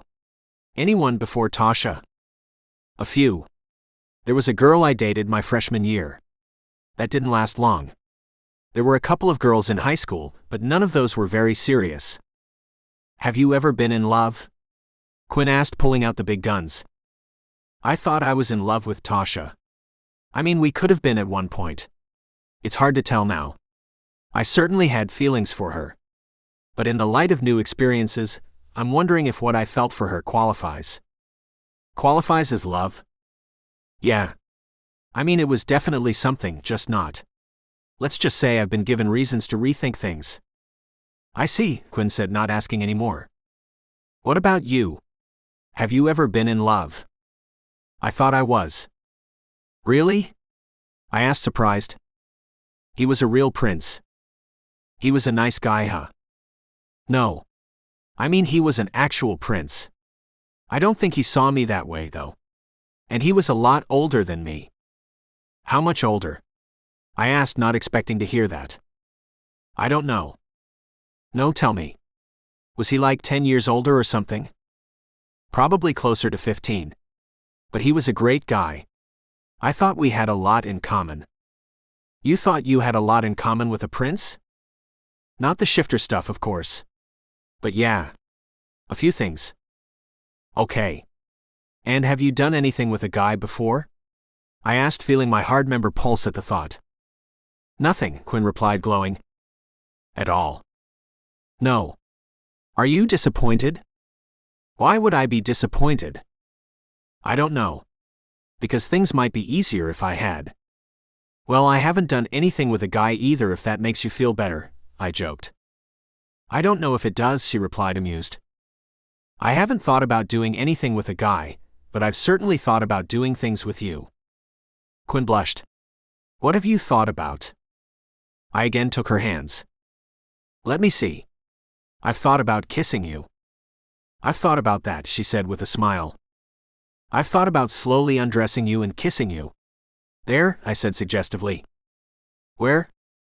You know where. I've thought about sliding my hand down your body and taking hold of you, I said, leaning in. I've thought about taking you into my mouth.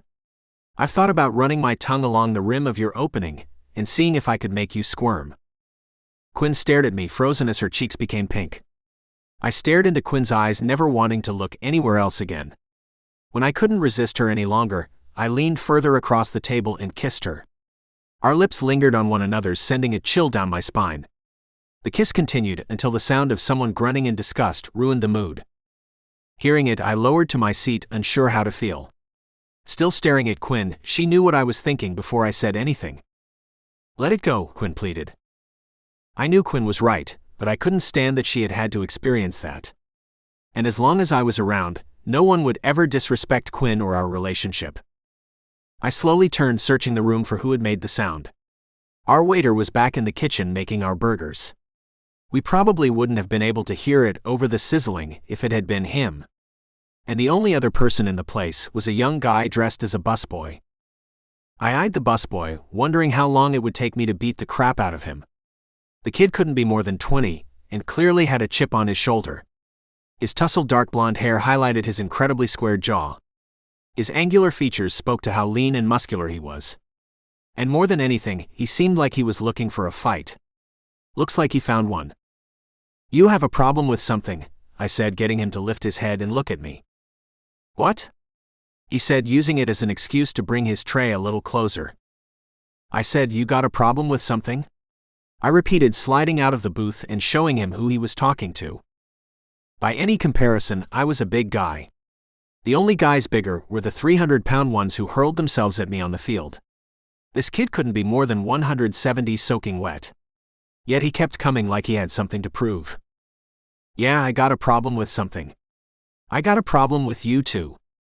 You have a problem with us? I'd love to know why, I said, taking a step towards him. Cage don't. Yeah, Cage don't, he mocked, sending my blood boiling. People like you drive through this town thinking you own the place. You think you could do whatever you want anywhere you want. We're tired of being disrespected. You have a serious mental problem. You know that? I told him, ready to give him more than he bargained for. Yeah? Say that to me again, he said, moving his chest inches from mine. Nero. Come here, the cook shouted from the kitchen. The guy stepped back but didn't look away. I said, get your ass back here. Now. I was ready to kick the snot out of him. But instead of him making that final move, he looked to the ground and headed to the kitchen. I remained standing as I watched. What are you doing talking to my customers like that? I said, what are you doing talking to people like that? Speak. I don't know, he said, avoiding the cook's eyes. You don't know, huh? Then get your ass out of here and don't come back until you figure it out. Go. And I'm docking you a day's pay for that shit. I didn't do anything. The guy pleaded. You did enough. Now go before I change my mind and fire you instead. The guy ripped off his apron and threw it onto a table before staring me down as he slithered out. I was willing to finish my meal with Quinn and meet him outside if he was going to wait. He didn't, though. And it wasn't long before he disappeared into the dark of the night. I'm so sorry about that. The kid, he's got some problems. His mother's all messed up. I only keep him around for her. In fact, you know what? Your dinners are on the house. Sorry about him again. Really? The cook said before returning his attention to our meals. Calming down, I returned to the booth and found Quinn's eyes. What was his problem? I asked Quinn, who stared at me with an undecipherable look. Was she upset? Angry? I couldn't tell. You were going to fight with him, she confirmed. If necessary. I didn't like the way he spoke to us, I said, realizing that I might have freaked out the girl who grew up in a New York penthouse. Calming down, I was about to apologize for my behavior when a smile crept across Quinn's face. She reached for my hand and stared into my eyes. I wasn't sure what she was thinking, but the way she was looking at me made me think of stripping her naked and taking her body on our table. It took everything I had not to do exactly that. It didn't take long after that for the cook to bring over our food and apologize again. The burger hit the spot and it was good. With dinner out of the way, all I could think of was what we were going to do next. Have a good night now, the cook said as we got up to go. What are you doing? I whispered as Quinn retrieved a 20 from her wallet and left it on the table. He said the burgers were on the house. I know, but we were the only customers there. It's a slow night for him. It's fine, Cage. Let's just go, she said, leaving the money and ushering me out. Back in the truck, I turned to her. You really are a great person, aren't you? Quinn gave me an adorably bashful smile, and I immediately started thinking about all of the things I was going to do to her. I couldn't get back to the B&B fast enough. Luckily, the town didn't have any traffic lights or stop signs. And when we were out of the truck and behind the closed door of our room, I stared at the drop-dead gorgeous girl in front of me and finally let myself go. Staring into her eyes, I sprung across the room to her. With bubbling fury, I wrapped my arms around her, gripping the back of her head. Meeting her lips, I became lightheaded. I wanted to kiss her forever, and when she parted her lips and our tongues danced, my body sizzled, needing hers. Quickly relieving her of her shirt, my lips returned to meet her earlobe. With my arms around her, I removed her bra. As I did, my tongue traced the ridges in her ear. She moaned. When it dipped in, touching the outside of her canal, she giggled. Again nibbling her earlobe, I licked the dent where her chin met her neck. I wanted to have all of her. Kissing down her alabaster skin, I had that. I wanted to know every inch of Quinn. And stopping on her collarbone, I used my crouch to whip her into my arms and carry her to the bed. I loved holding her. This was the way I would carry her over the threshold when the time came. I never wanted to be apart from her again. So when I lowered her onto the center of the bed, I climbed on top of her. With my thighs bridging her legs, she reached up and pulled off my shirt. Wow! Quinn moaned, staring up at me. Her appreciation of my body drove me wild. Gathering her wrists, I pinned them above her head. Leaning forward, I kissed her.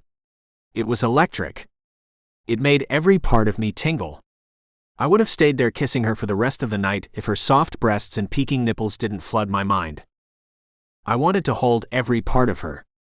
I wanted to know what it felt like to caress her body with my fingertips. So, ending our knee-wobbling kiss, I sat up and wrapped my large hands around her narrow frame. Gripping her sides, my thumbs were just inches apart. The feeling made me want to protect her.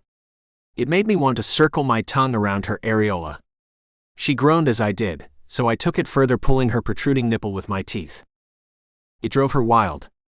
Teasing her, her chest rose. And switching to the other nipple, her body danced with pleasure. Easing my knees further down the side of her legs, I had to extend my chin to kiss the dip that fell beneath her rib cage. My hands were on either side of her hips. Tightening my grip, her jeans pressed against her flesh. Although I was slowly kissing down Quinn's stomach, my thoughts were entirely on my hands. They rounded her curves, slowly heading for her zipper. I had to touch her warm flesh. I needed to see her. So, moving my hands to her button, I unsnapped it, unzipped her, and pulled her jeans off. Hi, it's the author. Spicy things are going on in the story right now, but it's not allowed on the platform you're listening to it on. But as a reminder, if you're in the US or the UK and you've never had an Audible account, you can get this story with all the spicy bits included for free by clicking on the links in the description and signing up for a free trial on Audible. The Audible version of the books are narrated by some of the best narrators in the world, and sometimes me, the author. And hearing them read with the steamy stuff included is so satisfying. However, if you're not eligible for the free trial, you can get this audiobook with that premium narration by clicking on the join button and becoming a member of this YouTube channel. There are multiple tiers you can sign up for, and both will allow you to listen to the story with the steamy bits and without ads. But, so you know, it's the premium narration tier that includes the Audible version. And the great thing about getting the audiobook by becoming a member is that not only will it cost you less than buying this book on Audible, but you will get access to all of the premium narration versions, including those previously added and the new audiobooks added every month. And you can become a member no matter where in the world you live. So please, consider it. Otherwise, continue to enjoy the story.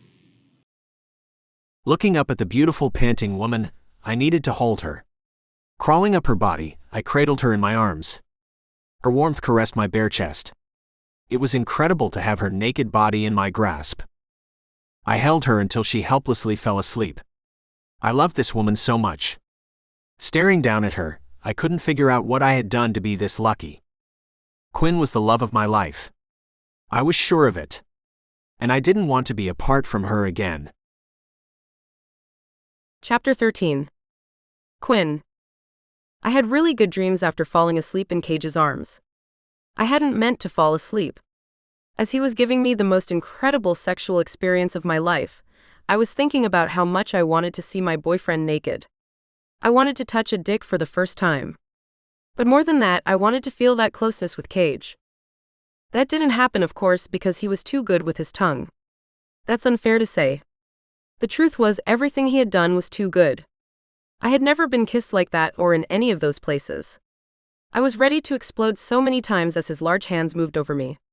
I considered it the achievement of my life that I hadn't shift as he did it and howled at the moon. I knew what I wanted next, though. I wanted to give him a fraction of the pleasure he had given me. I wanted him inside of me. I wanted the two of us to become one. I didn't care how. But if getting head could feel that good, the best thing I could do would probably be to give him a blowjob in return. The thought of it sent a warm feeling rushing through me. What would it be like to hold his most intimate part in my hands? I wanted to find out.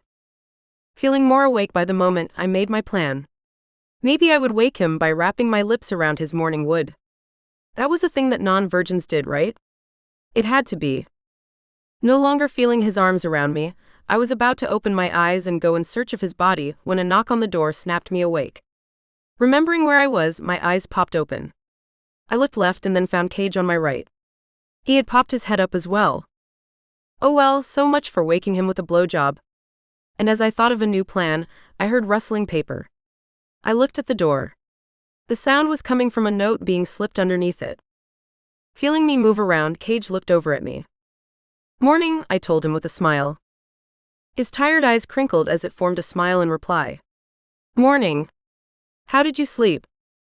"Like a rock. How about you?" I was a little restless. "It was because I didn't give you any relief, right? I fell asleep so hard. I was going to give you a blowjob to wake you up. I had this whole plan." Cage chuckled. "That's okay. We have plenty of time for that." "We have right now," I said with a devilish smile. "We do. But aren't you a little curious to find out what someone slipped under our door?" He wasn't wrong. The intrigue of it screamed from the back of my mind. Never before had I felt more alive than I did unraveling this mystery. Not only could it reveal something about what I was, but it might do the same for Cage. Doing it for him made it 10 times more engaging. If I could do this for him, it would be the best way to show how much I cared about him. So that meant, yes, I was far beyond a little curious about the note that was just slipped under our door. I guess, I told him, not wanting him to think that I didn't want to put my hands all over him. Me too. I would get it, but I'm a little limited, he said with a smile. Right. I keep forgetting that you broke your leg. So do I, he said with a chuckle. Doesn't it hurt? The funny thing is that it hurts less when I'm around you. Do you think you're doing any more damage to it by walking on it? That's a good question. But I think my body would tell me if I needed to ease up.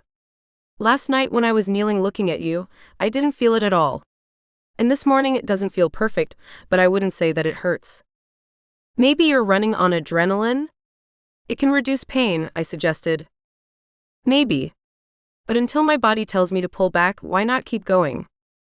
Because you know you should rest? I'll rest on Monday when we get back to school. Hopefully we'll be able to figure out something today, I told him. Hopefully. Which makes me wonder what's on the note. Right, I said, pulling off the covers and heading to the door. Goddamn, you're sexy, he said, staring at my naked body. I liked feeling his warm gaze wash over me. So when I turned, I bent over, giving him a good look at my sex. Are you trying to give me ideas? I stood up and faced him. I was hoping you had the ideas already. I can barely think of anything else. It was good to hear. Without thinking if I should return to bed and collect my prize for the show, I unfolded the note and read it. What does it say? It says that Titus is downstairs whenever we're ready for the tour. Titus? Dr. Sonia had suggested she get someone named Titus to give us a tour of the town. I guess he's here waiting for us. What time is it? We both looked around for a clock. When neither of us found one, I retrieved my phone from my jeans that lay crumpled at the foot of the bed. My phone's dead, Cage said, looking at his. I have a little juice left and it is 11:05 a.m., I said, shocked. Damn. I wonder how long he's been waiting? I don't know. But did we confirm with Dr. Sonia that we wanted the tour? Don't we want it, though? Didn't she say that he would be a good person to ask about my father? I think so. Then shouldn't we get down there? Probably, I conceded. Could you come here for a second, though? I walked to his side of the bed. A little closer. I got close enough for him to take my hand. He didn't. Closer, he said with a devilish smile. I got as close to his head as I could get. That was when he... Hi, it's the author again. Yep, there are more spicy things happening in the story. Just as a reminder, if you're in the US or UK and have never had an Audible account, you can get the version of the audiobook with all the spicy bits and the premium narration on Audible for free with a free trial by using the links in the description of this video. And if you're not eligible for the free trial because of where you live, you can get access to the same version of the audiobook by clicking on the join button and becoming a member of this YouTube channel. As a member, you will not only get access to this audiobook, but every audiobook previously uploaded, and the cost of membership is less than the price of this book on Audible. By the way, the spicy bits are so worth it. Enjoy the story. That's all, Cage said with a big smile on his face as he let me go. It took a moment for me to regain my bearings. I could have done that to you, I told him, seeing my wasted opportunity to get my hands on him. But I did it to you, he said with a smile. Staring at you all naked and hot, how was I not supposed to? Anyway, time for our tour, he said, rolling out of bed knowing he had won. I watched him, thinking about how unfair it was that he had gotten to pleasure me twice while I still hadn't gotten to touch him. I had to figure out how to get my hands on him. And as he found his shirt and got dressed, he covered the humongous outline stretched across the front of his sweatpants. Wow, I said, letting him know what I was thinking. See something you like? Yes, very much so, I said instinctually, putting my hand on my still swollen mound. Cage watched me hold myself. Don't make me come over there. Is that supposed to be a threat? Because I really wasn't good at this flirting thing. Never mind. We should go. Cage chuckled. Yeah, we should. After we both got dressed, we took turns in the bathroom and then headed down. A guy was sitting on the couch in the living room. He was tall with shaggy brown hair, a welcoming face, and a big beautiful smile. He looked like he could be 21 or 22. Whatever he was, he looked older than I was, and like he could have been in Cage's year. "Hi," he said, getting up and approaching us at the bottom of the stairs. His smile was beaming. "Dr. Sonia called me up yesterday saying you two were looking to get a tour of our fair town. She mentioned that you might be a good person to talk to," I told him, taking the lead. "I suppose you want to hear about the falls." "That and other things," I said, looking back at Cage. "Are you two ready to go, or do you need some time?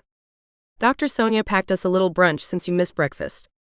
I imagine you two were a little busy this morning?" Titus said suggestively. "I'm just kidding. No need to guess what two good-looking people like yourselves were up to," he said with a knowing laugh.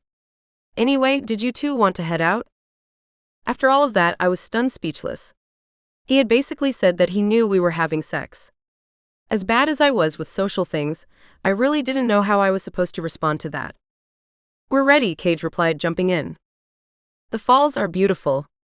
They are snow-tipped, if you pardon the expression. I assume they're what brought you here?" "No. We came because we were looking for someone. Or at least information on them." "Well, the population isn't that big. Who are you looking for?" "Maybe I've seen them. He has red hair, probably a stubbled beard. It would have been 2 or 3 weeks ago. His name was Joe Rucker."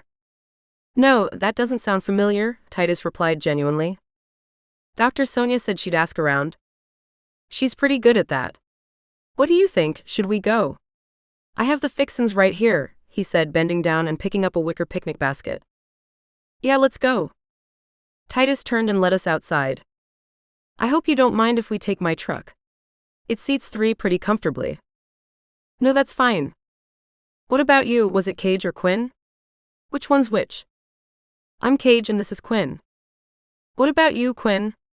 Do you mind sitting in the back seat? I would suggest that you sit up front with us. It's a bench seat after all.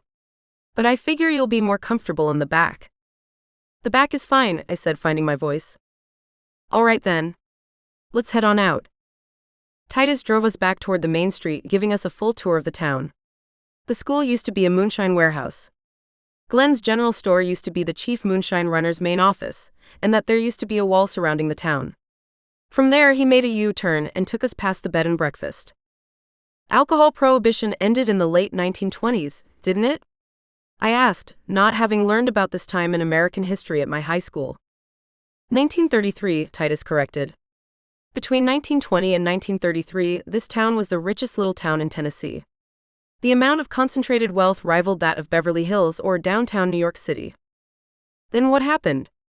Cage asked. "The same thing that happens to most ideas when their times have passed. People moved on and moved away. There were a few people who stayed. They kept the community going through the dry times. Not alcohol dry times. Those would probably be the wet times for that. But the people here did what they could. At one point, someone thought they could turn this place into a processing facility for Tennessee whiskey. But that didn't stick." "What changed?" "I don't know if anything has," Titus explained. "We've seen some growth in population thanks to people like Dr. Sonia. And every so often we get someone like yourselves who wander in to see the falls. But for the most part, we like to keep the community pretty tight. It's a safe place to live. The people who run the town do everything they can to keep it that way. So if you're here, you don't have to worry about anything sneaking up on you, if you know what I mean. Some of us might think we've cut ourselves off too much, but for the most part we're a tight-knit pack." Titus's eyes immediately bounced up to the rearview mirror, staring me in the eyes. It was like he was searching for a reaction. I hadn't missed him using the word pack. That was what a group of wolves were called. It wouldn't be the first time someone had made that reference after realizing who I was. Was that why he had said it? Or was he trying to tell us something that related to why my wolf's sense of smell was still MIA? When we were driving in, we noticed that the town wasn't on the map. "Is there a reason for that?" I asked, wondering how much more he would volunteer. "I'm told it has to do with our lack of incorporation or some such thing. No one in the town has been in a rush to get it included. Don't get me wrong. There are a lot of friendly people here, and they're very welcoming to the right types. But it's not always easy to tell who's the right time," he said, glancing back at me again. Cage, who had been staring out of the window lost in thought, spoke up. By any chance, have you ever heard of someone from the town who might have died giving birth? It would have been around the time you were born. My memories don't go that far back, Titus said with a quick smile. Of course. What about any babies going missing? You mean like kidnapped? Or baby napped, I guess it would be in this case. Yeah. Nah. I've never heard of anything like that around these parts. Does that have to do with who you're looking for? We don't know, I said, jumping in. It could be unrelated. We're just getting to know the town, I said, having a feeling that that would make him happy. We fell into silence until Titus said, I noticed your bum leg there. What's that, a sporting injury? You look like you've played some ball? Football injury? I used to play football back in high school. We have a pretty good football program here. We don't get much of an opportunity to travel for games. Funds in this town are always a little tight. But it has potential. Do you play at East Tennessee? I did. My season's over. Sorry to hear that. I've always thought about going there. Why don't you? I asked. Money. Time. Motivation. Take your pick. I was thinking I could study something that I could bring back here. That's a great idea, I said, appreciating his loyalty. It is, but then I get stuck on what that should be. That's what university is for, to help you figure out what you want to do. Yeah, you're right. I need to give it some more thought. Now that I have 2 friends who attend, it might be worth considering, Titus said with another welcoming smile. Starting about 20 minutes out of town, we began our tour of the frozen waterfalls. No one had oversold them. They were amazing looking. They all looked like they were frozen mid-stream, creating icicles that were as much as 20 feet long. My friends and I used to skinny dip out here when we were kids, Titus said as we stared at one of the falls from our parked truck. When it wasn't frozen over, of course.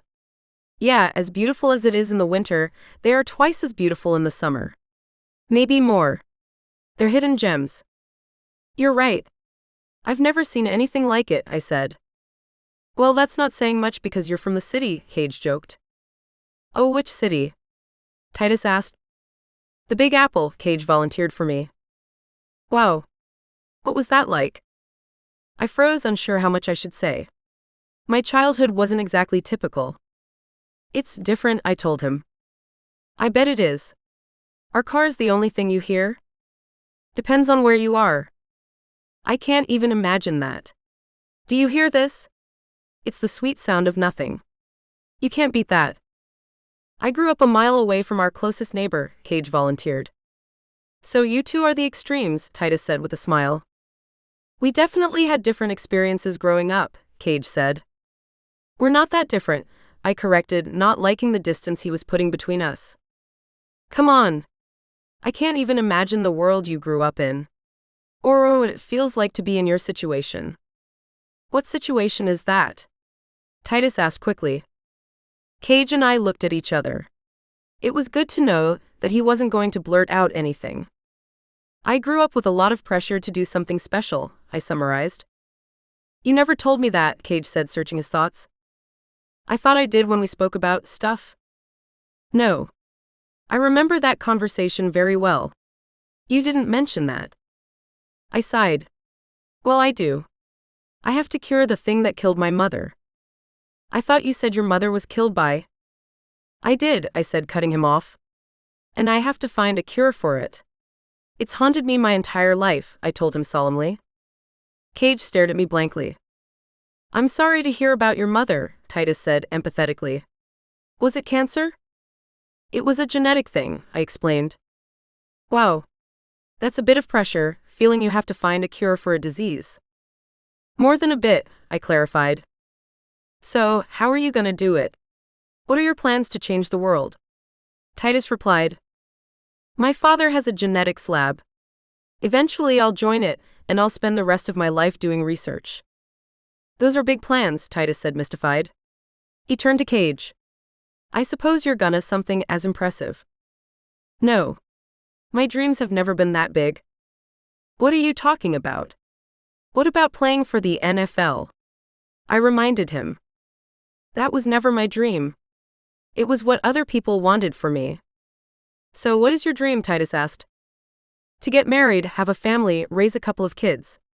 Maybe I could teach football somewhere, Cage said, looking at me. As nice as his dream sounded, I had to admit that it didn't fit with what I knew I had to do. My father had cursed me in the world with whatever I was. I needed to get rid of it. Seeing the dragon in Cage's kitchen did bring up a whole lot more questions. But it didn't change the fact that my wolf killed my mother. I could never forget that. When I didn't respond to Cage, Titus broke the tension by mentioning the food Dr. Sonia had packed for us. She had made us fried egg sandwiches with melted cheese and ham between toasted English muffins. The flavor was enhanced with a tart jam that was mixed with honey. They're good, Titus said, enjoying one of them. She doesn't cook often, but whenever she would bring something to a fair or school function, hers would always be the first I would check out. She's from the Caribbean, you know? Jamaica, I think. Her jerk chicken is to die for. She's from Jamaica? I'm from the Bahamas, I said, happy to hear that someone was from nearby. I thought you said you were from New York City? Titus asked. She spent her summers in the Bahamas, Cage explained. Titus just stared at me in the rearview mirror after that. I couldn't tell what he was thinking, but his look made me want to change the topic. Have we seen all of the falls? Not even close. I've only been taking you to the ones that didn't require much walking. You don't have to worry about me. I could walk a bit, Cage clarified. You sure? Titus asked doubtfully. I don't think I could do a 2-mile hike, but we could go further than we have. All right then. Let's get to it, Titus said, restarting his truck. Titus drove for another 20 minutes and then parked the truck by the side of the road. How far is the hike? I asked him. About a half a mile. Maybe a little less. Are you sure you're up for this? We don't have to, I said, checking in with Cage. I'm fine. Really? I didn't want to tell Cage he couldn't or shouldn't do it if he said he was fine. I had a hard time believing that someone who had an injury like his could hike a half-mile on it. That seemed crazy. But I had to trust Cage. No one knew how he felt except him. The hike to the river was a snowy wonderland. We got quite a bit of snow in New York, and Central Park was always nice in the winter. But I had never seen anything like this. The deeper we got into the woods, the more snow-covered the trees became. It was beautiful. I hadn't imagined that places like this existed in real life. The only sound I heard was the crunch of the snow under our feet. Past that, there was a light whirring as the breeze cut through the trees. It had to be one of the most relaxing experiences ever. I could feel my wolf thinking about running through the snow. I wasn't about to let her out to do it, but it energized me as we hiked. With Titus leading, I continuously looked back at Cage to see how he was doing. He seemed fine, just as he said he would be. I wasn't sure how. The only reason I would be able to do it was because I was a wolf shifter. It caused me to heal faster than other people did. Could Cage be a dragon shifter like his father? But if he was, wouldn't he know it by now? I shifted for the first time within a minute of being born. Were dragon shifters different? Or was Cage just a badass human with an incredibly strong will? This is it, Titus said, leading us into a clearing. I looked at the site ahead of us. 40 feet away was a frozen lake that was 100 feet across. At the far end was a 30-foot-high rock face. Stretching from the top to the bottom of it were icicles. It looked like a curtain made of ice. It was incredible. Wow, I said, unable to wrap my mind around the beauty of it. This is amazing, Cage said, as blown away by it as I was. Come on. Let me show you something, Titus said, ushering us forward. Titus approached the edge of the frozen lake with us in tow. Is this safe? I asked, never having walked on ice before. Sure is. This has been frozen for the season. What you have to look out for is gray ice. When it's blue, it's solid. When it's snow-covered like this, you have to be careful, but for the most part, you're fine. It reassured me that Titus knew so much about frozen lakes. It was probably something every kid growing up here knew. I looked back at Cage, seeing if he disagreed with Titus's assessment. When he didn't react, I took what Titus said as fact. I followed Titus's footsteps onto the ice, and within a few feet, he looked back and corrected me. You never want to walk in a line on ice. Spread out. It reduces risk, he said. I didn't see the logic in that, but I listened and stepped out of his cleared path. To me, Titus having walked on it was proof that the spot was strong enough to hold us. But he grew up here while I spent my winters on a tropical island. What did I know? The further we got across the lake, the more I realized that the ice curtain in front of us wasn't a wall.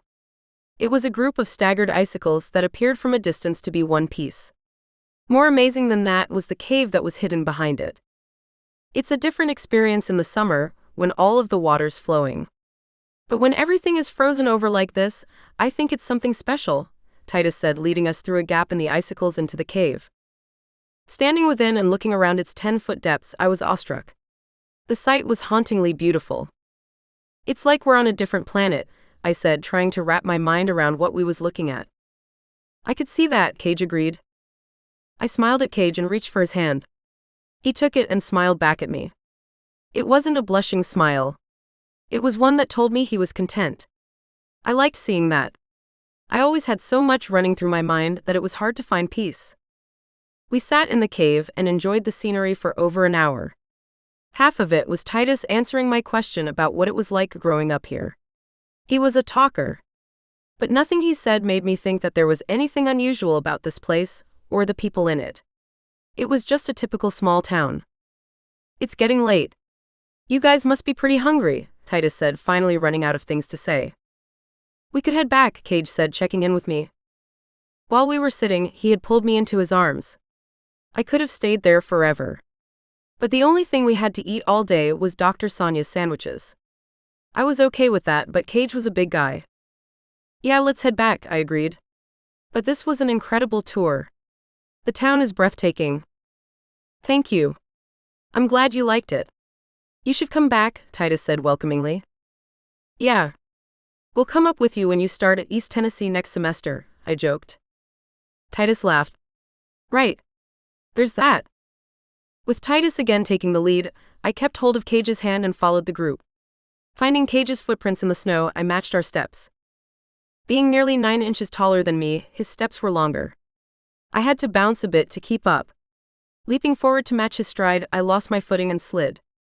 Slipping out of Cage's hand, the ice came at me fast. I hit the ground with a crack. In a second, my body froze in shock. The crack I heard was the ice breaking. I was surrounded by cold water and sinking like a rock. I couldn't breathe. The water was too cold. My face was going under. It was all happening too fast. Once I realized what was going on, I started to panic. As soon as I did, I shifted. My wolf was now tangled in my clothes. Trying to free itself, we started to roll. Losing which way was up, my wolf paddled its paws until its snout hit something hard. It was the ice sheet. It had swum past where I had fallen in. It was so cold. Its heart pounded uncontrollably. We were going to have to calm down. How could we, though? Everything in us screamed for us to take a breath. Forcing her and myself to slow down, we heard something. People were yelling. I couldn't understand what they were saying, but looking up, we could see their blurred images.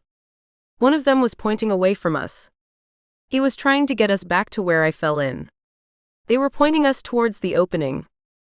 Turning around, my wolf forced its quickly freezing limbs towards the hole in the ice. The shadows above got larger. Something entered the water in front of us. It was someone's hand. It latched onto my wolf's paw and dragged us towards the opening. With her claws free to dig into the ice, it scratched itself out of the water and into the air. Clawing, she pulled us out. When she was lying on his belly next to Cage, she sprung to her feet. Quickly looking around, we locked our gaze on Titus, who was staring at us with a lot less surprise than he should have had. Cage, crawl back. Quinn, you have to walk very carefully away from the hole, Titus instructed, calling my wolf Quinn. After Cage reached back into the water and snagged my pants, which luckily still contained my phone and cards, we both did what we were told and were eventually on what felt like solid ice.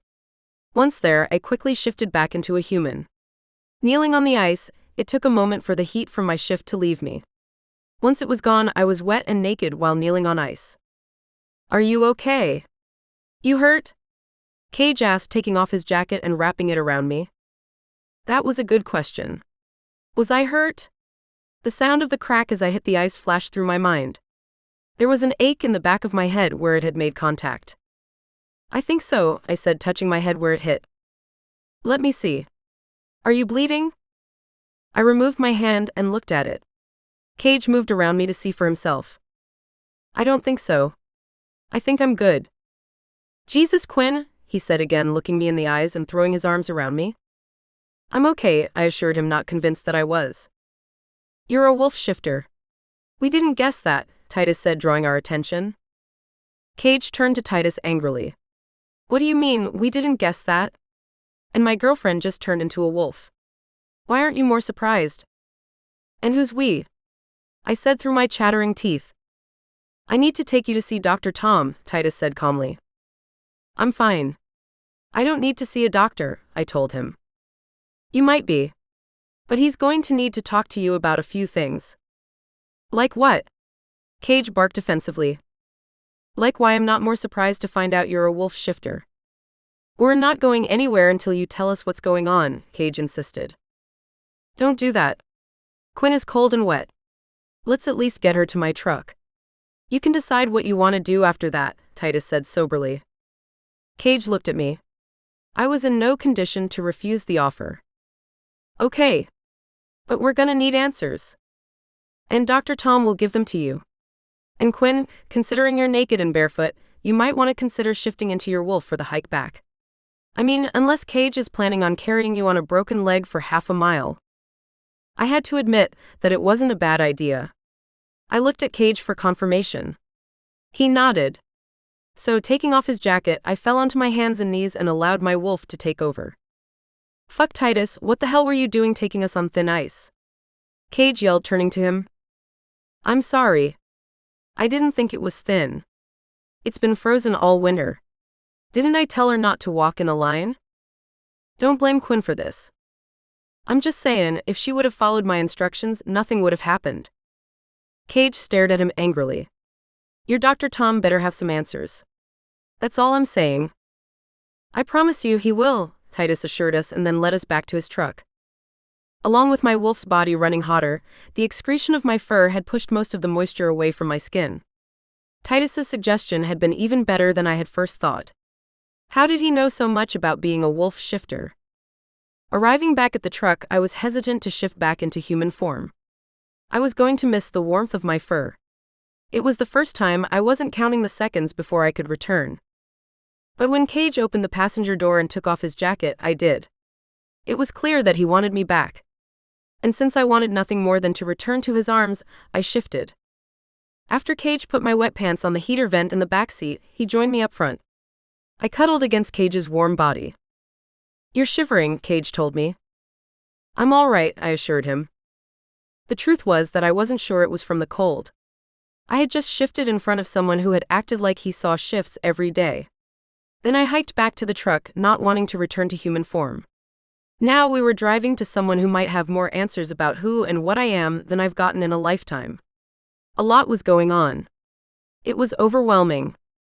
By the time we were making a right turn past Glenn's general store, I was for the most part feeling better.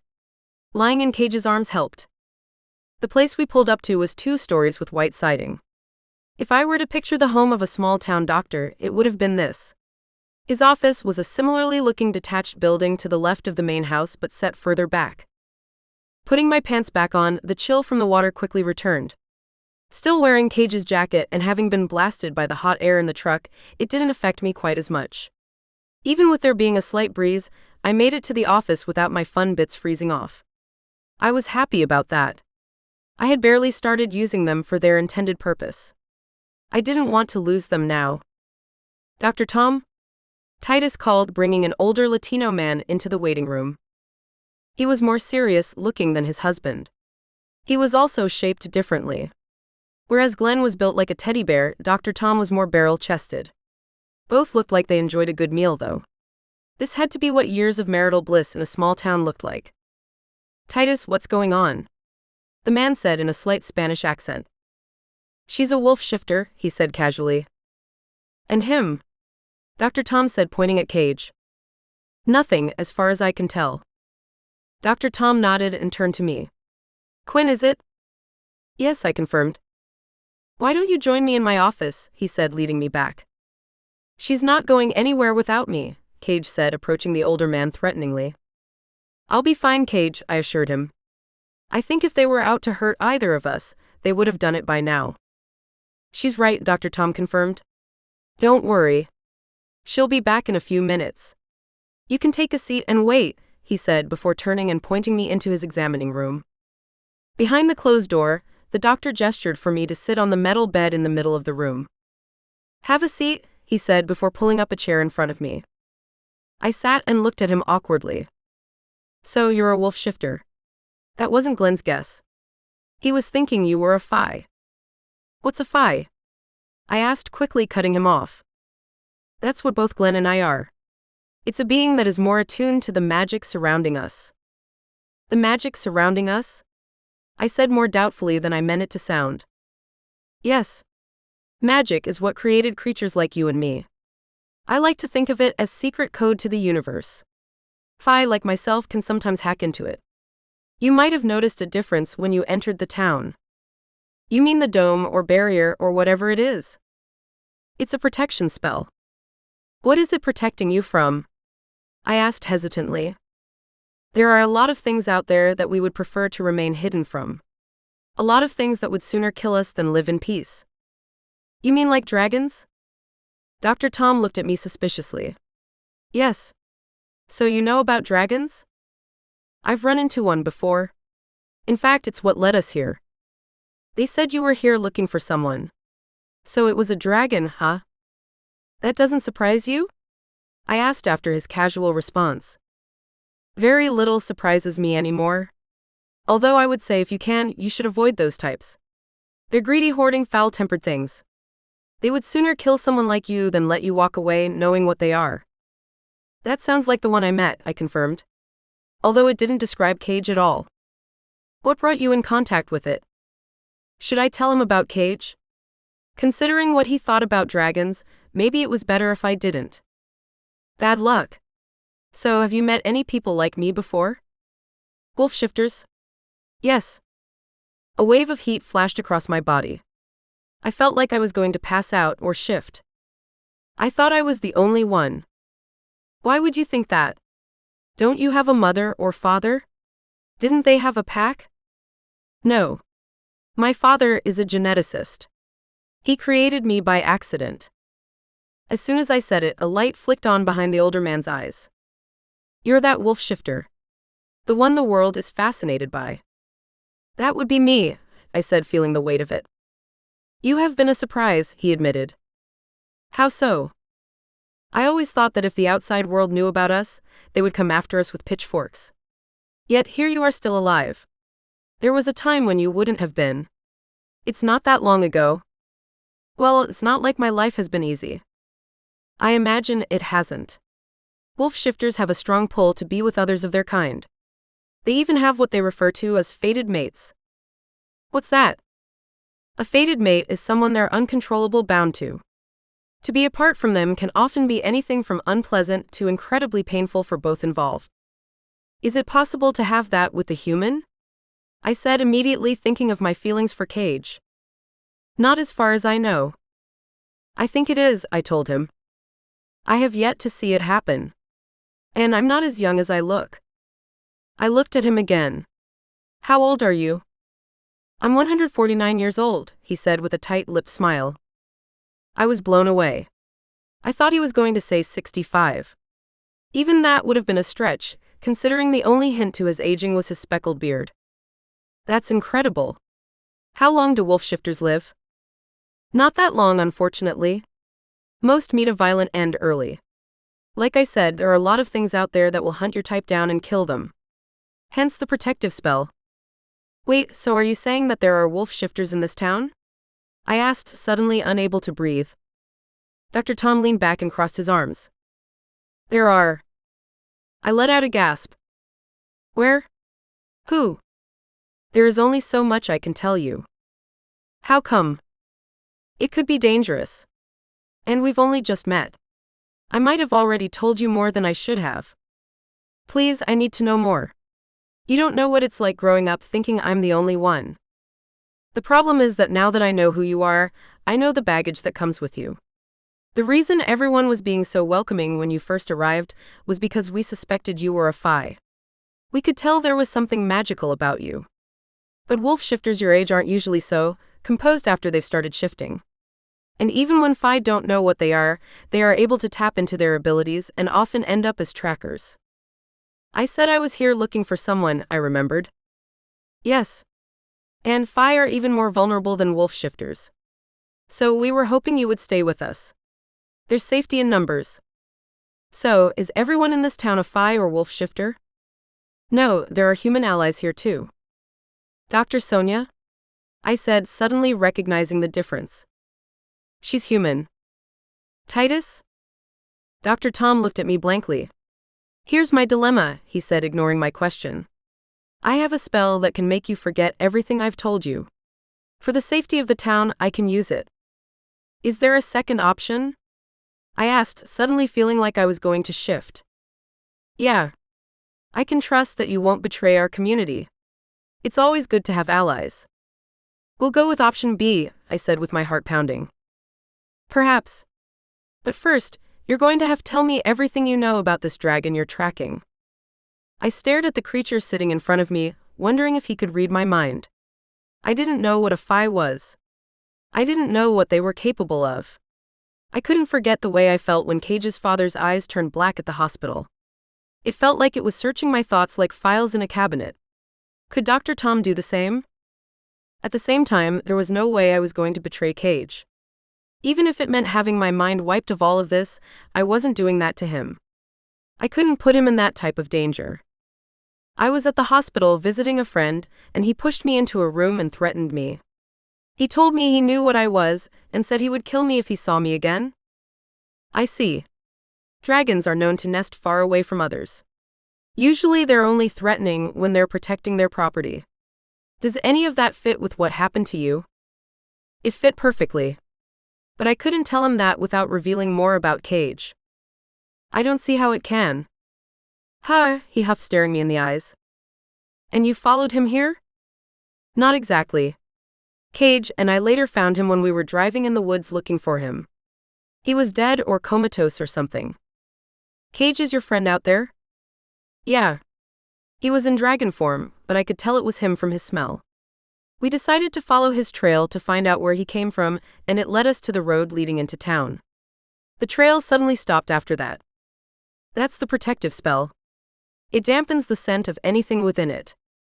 Is that why my wolf can barely smell anything since we got here? That would be why.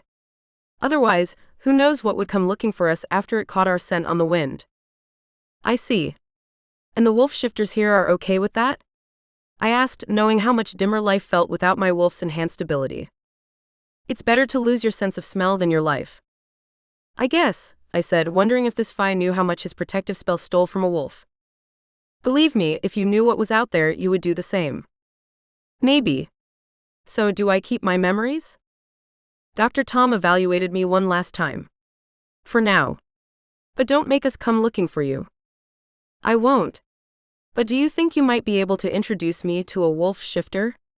I mean, I've never met another one like me. Dr. Tom stared, not saying a word. When he was done, he turned his attention to the files behind him. Have you had the chance to meet many people in town? We've met a few. But I'm guessing you already know who they are. Yes, well. There's no one whose confidence I can break. But there are a few interesting characters in town. Nero is someone you might find entertaining. He's a little rough around the edges, but he's a good kid. Nero? Yes. Now, if you don't mind, I have a lot of work to catch up on. I still had so many questions, but clearly he was done giving me answers. I wondered what I would have to ask before he changed his mind and erased my memories. Oh, of course. Thank you, I told him. Nero, right? The doctor gave me a tight-lipped smile. I'll take that as a yes. I left his office and joined the two guys. Is everything okay? Cage asked, concerned. Oh yeah. Everything's fine, I said, turning to Titus, wondering what he was. Should I drop you back at Dr. Sonia's? Titus asked vulnerably. Yeah. That's probably best, I told him to his disappointment. Will you be sticking around? Or? We'll probably be grabbing something to eat and then heading home, I told him, deciding it might be better to limit what I told him. Returning to Titus's truck, he drove us back to the bed and breakfast. "I'm sorry it ending like this," Titus said, genuinely saddened. Not being great with social stuff, I didn't know what he was referring to. So, ignoring it, I was about to get out of the truck when something hit me. "By the way, do you know someone by the name of Nero?" "Yeah, sure. What about him?" "Where would we find him if we were looking?" "I think he does a couple of shifts at the diner." "Wait, as a busboy?" "Yeah. Why?" I looked at Cage, who was looking at me as curiously as Titus was. "I was just wondering." "Listen, thanks for showing us around." "Of course. And maybe I'll see you at East Tennessee next semester," he said with a smile. "Maybe," I told him before ushering Cage out of the truck and inside. "Why were you asking about the busboy from last night?" he asked me as we crossed the living room. "How was your tour?" Dr. Sonia said, crossing from the kitchen. "Oh, what happened to your shoes?" "There was an incident at the lake," Cage said, offering a vague explanation so I wouldn't have to. "And you lost your shoes?" she asked me. Dr. Tom had told me that she was human. But wasn't she also one of the people Dr. Tom had been using to figure out what I was? Didn't that mean she knew that Phi and shifters existed? I shrugged, unsure what I should tell her. She looked at me knowingly. "I have something warm you can wear if you need it. Also, Callie and I are about to have dinner. Would you like to join us?" "Thank you, but we have plans," I said, interjecting. Cage looked at me confused. "Yes, unfortunately we have plans," Cage confirmed. "But I will borrow a pair of shoes until we can pick something up at the store." "I'll get them." "Thanks," I told her before pushing Cage toward the stairs. "I'll leave them in front of your door," she told us before we were gone. "Do we actually have plans?" "Because I have to tell you, I'm pretty hungry. I'm definitely gonna need to eat first." "We are. We're just gonna eat at the diner, after I pick up some new clothes." I told Cage everything Dr. Tom had said to me and what I thought it meant. Cage was as startled by it as I was. "So, this other world has always existed." He said he was like 150 years old. I can't believe it. And my dad is a dragon shifter. Did he say what we were supposed to do with his body? Like, is there a special ritual or something? And how are we supposed to tell if he's, dead? I'm sorry, I didn't get the chance to ask him any of that. He was throwing a lot of information at me. I was more concerned about hinting that you might be one too. If I am one, then he said I would be dangerous. Cage, I know you. You're not. What if I am? What if some people take longer to shift and then once they do, their personality changes? I shift. Does my personality change? But you've been a shifter your entire life. If I'm what my father was, then who knows what will happen to me? He was right. I knew less about dragon shifters than he did. At least he saw his father growing up. All I knew was what it was like having a wolf fighting to get out of me. Let's not worry about it. If it happens, then we'll deal with it then. But the way he described dragons perfectly fit your father and didn't fit you at all. It's possible that you're just human. Just? He said, taking issue with the way I said it. You know what I mean. And it doesn't matter what you are. You're the one I can't stop thinking about. You, whatever you might be, I said, offering him a smile. Relenting, he smiled back and gave me a kiss. So, you think that little bastard is a wolf shifter, huh? That's what Dr. Tom implied. Well, I'm sure he'll be in the mood to share his greatest secret with us after we got him docked a day's pay. We didn't do anything to him. He was the one who said something to us. And I'm sure he'll see it that way. Sarcasm? I confirmed. Yes, sarcasm. He's not gonna want to talk to us. And I'm not sure I'm gonna be able to keep my cool talking to him. There's something about that guy that rubs me the wrong way. Then I'll do the talking. I don't think he's gonna want to talk to you either. Let's hope he does, because I think he might have a lot of answers, and not just about what I am. He could know stuff about dragons and what you are. Cage didn't fight me after that. Taking a few more minutes to rest in our room, I collected the boots Dr. Sonia had placed in front of our door and headed to Glenn's. Tom told me about what happened at the lake. I thought I would be seeing you here, he said with a smile. Here, I found a few things in your size, Glenn said, handing them to me. He told you I'm not a Phi, right? I asked, wondering why he's still being so nice to me. Glenn's eyes bounced towards Cage. Don't worry, he knows.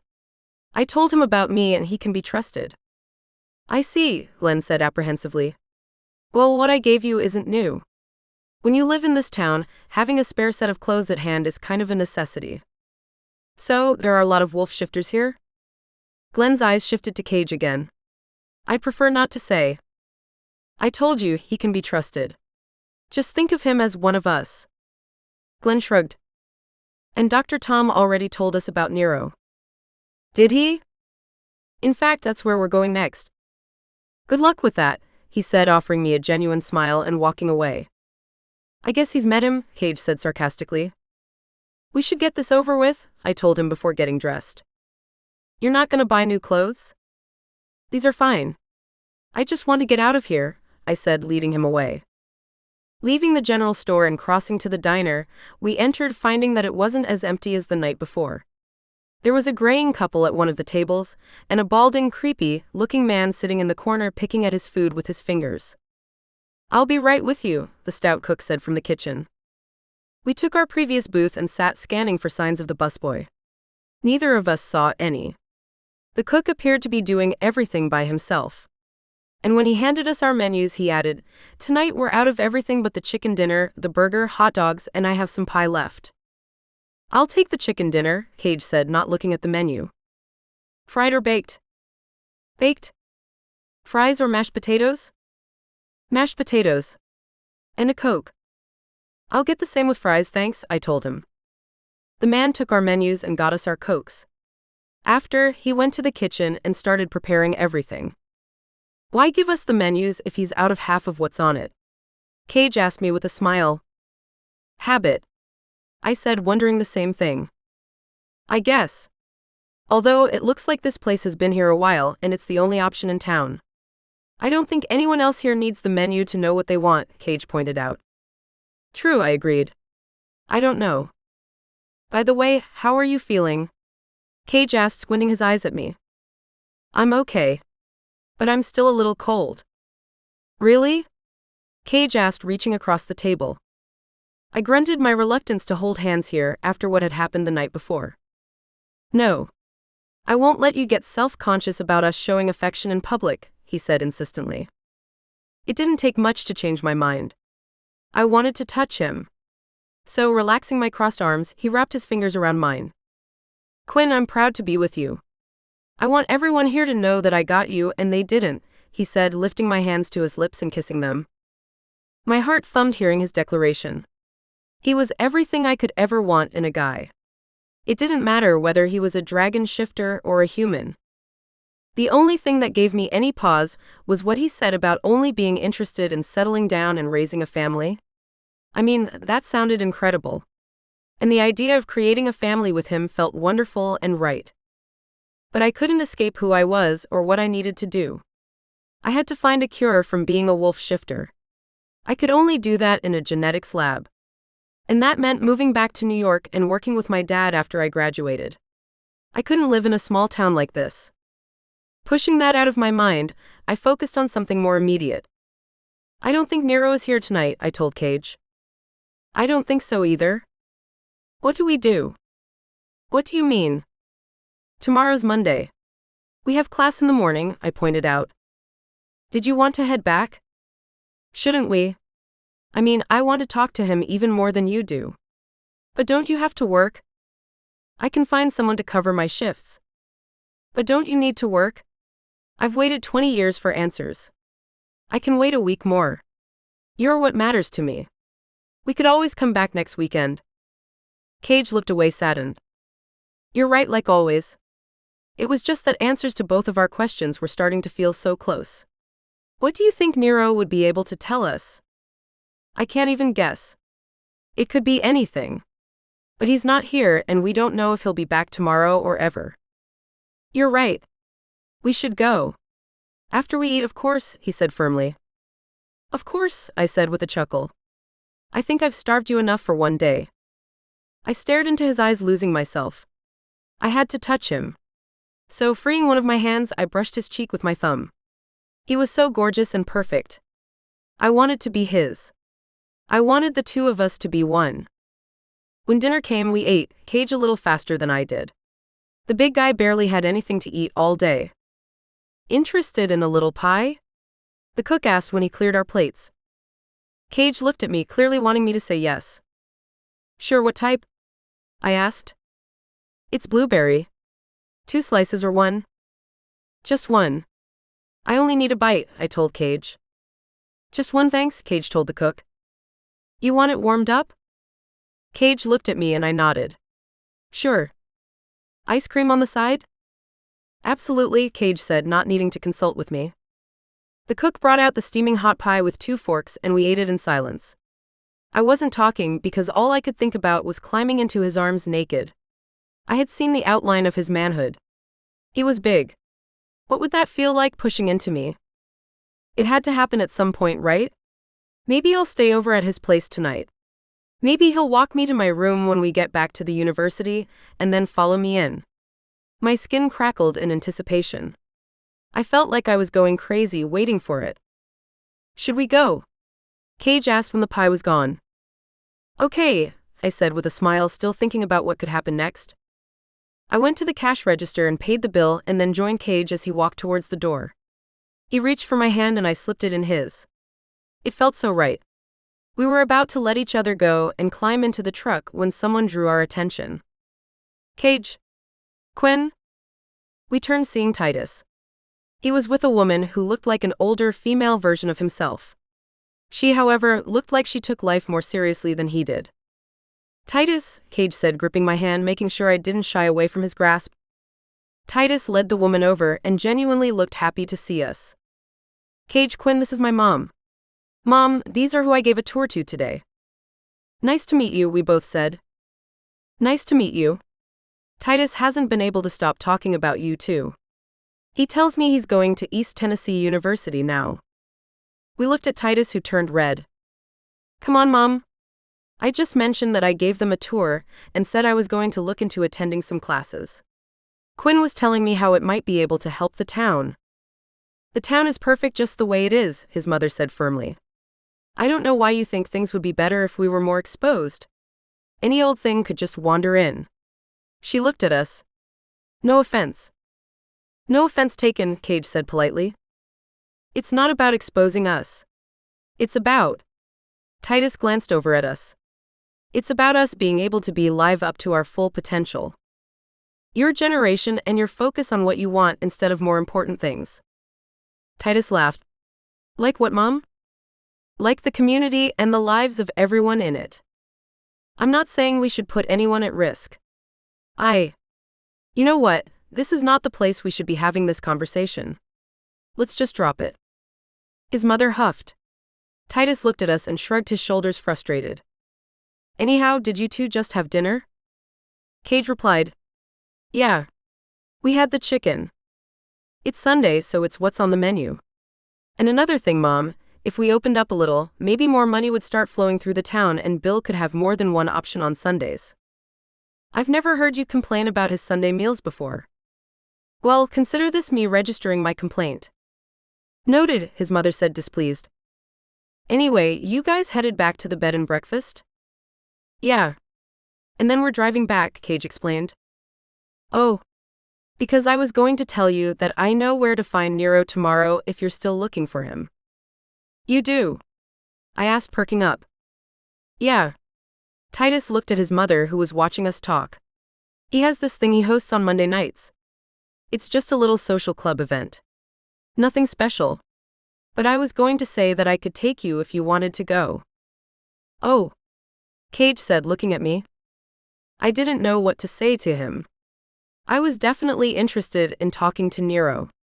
But we both had classes and, more importantly, Cage had to work. Can we text you about it?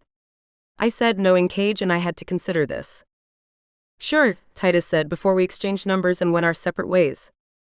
In the warmth of the truck, we watched Titus go inside and settle at a table with his mother. His mom smiled for the first time when the cook came to the table. They were both smiling. There was clearly something more going on between the two. So, what do you think? Do we stick around and try to talk to Nero at his social club event tomorrow?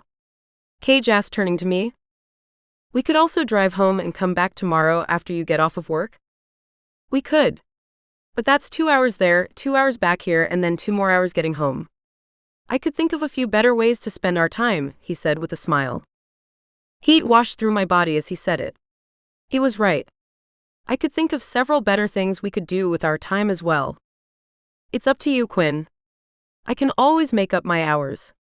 And if you wanted to stay another night, I might be able to make it worth your while, he said, sending tingles whipping through my body. Oh yeah? How? Cage slipped his hand behind my neck and pulled my lips to his. I was weak in his grasp. The heat of his lips melted any resistance I had about staying. With his undulating on mine, I parted my lips and invited in his tongue. As our tongues danced, my head swooned. His kiss was a warm breeze on a cool day. Everything felt so good. And when he released me from my trance, I was willing to do anything to start it up again. I think that would be worth staying over for, I told him, doing my best not to climb on top of him right there. Cage smiled. Good. I'm glad you think so, he said with a sparkle in his eyes. I couldn't not touch him as we drove back to the bed and breakfast. I slipped my hand onto his thigh, rubbing his muscles. Everything about him was so big. It didn't take me long to move my hand up his leg to his crotch. His member was the first thing I touched. I couldn't avoid it. The thing was huge. His sweatpants didn't hide anything. I couldn't wait any longer. I had to see it. I needed to hold him in my hands. So as he drove, I leaned over into his lap, gripped the band of his pants and tugged them down. Cage helped me by allowing his pants and underwear to slide to his thigh. His member was so big that it got caught as his pants went down. His thick shaft was the first thing I saw. But having to slide my hand onto it and help it along, I got a full look at it as it sprung out inches from my lips. Hi, it's the author. Yeah, there are more spicy bits. There are a lot of them in this story. And if you want to get the version of the audiobook narrated by sexy narrators, you can get it on Audible for free by using a link in the description or by becoming a member of this YouTube channel. I hope you consider it.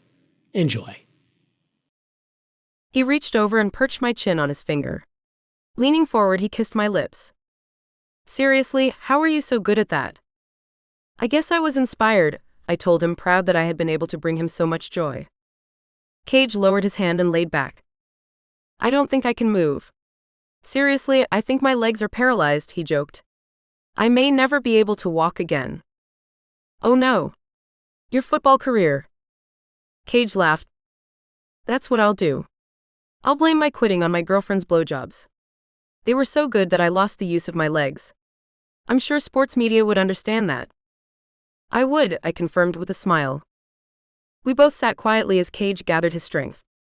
We were less than 20 seconds from the B&B coming into view. Finishing the final drive there, we parked out front and slowly made our way inside.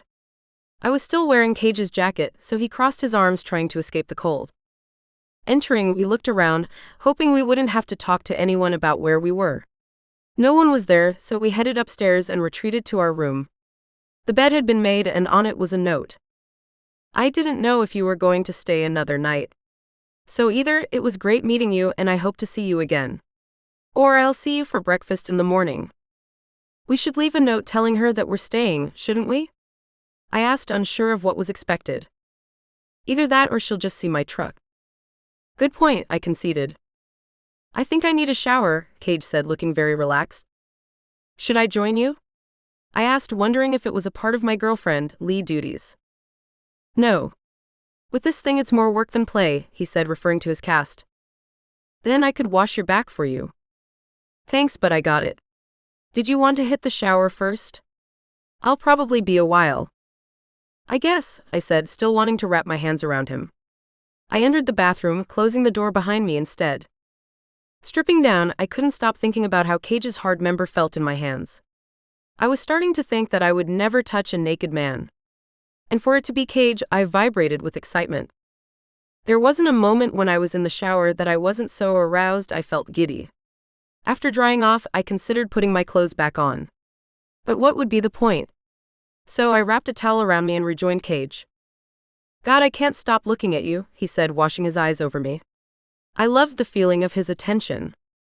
I'll be back, he said, replacing me behind the bathroom door.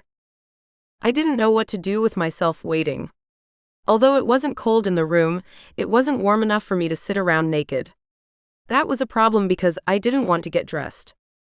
On top of that, I didn't know how long Cage would take. The best option had to be to get comfortable under the covers. So I turned off all of the lights except for the one on the nightstand and slipped under the sheets. The minutes felt like hours waiting for him to come out. I was sure I was about to snap in two from tension when, to my relief, I heard the shower turn off and he returned to the bedroom. He approached the bed like a man out of the shadows. The way the towel rode his hip highlighted his tapered waist and naked torso. He looked like a superhero. I could see every ripple of his bulging muscles. But there was only one bulge I cared about. That one didn't disappoint. His hard member stretched across the front of him, eventually being buried in the ripples from the towel's tuck. I couldn't wait to see it again. I didn't have to wait long because when he approached the bed, he dropped his covering. The man was magnificent. Joining me under the sheets, I pressed my forearms against my chest and slid to him face first.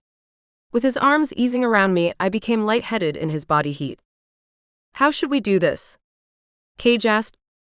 "However you'd like," I said, shaking. "You're cold," he said, pulling me tighter.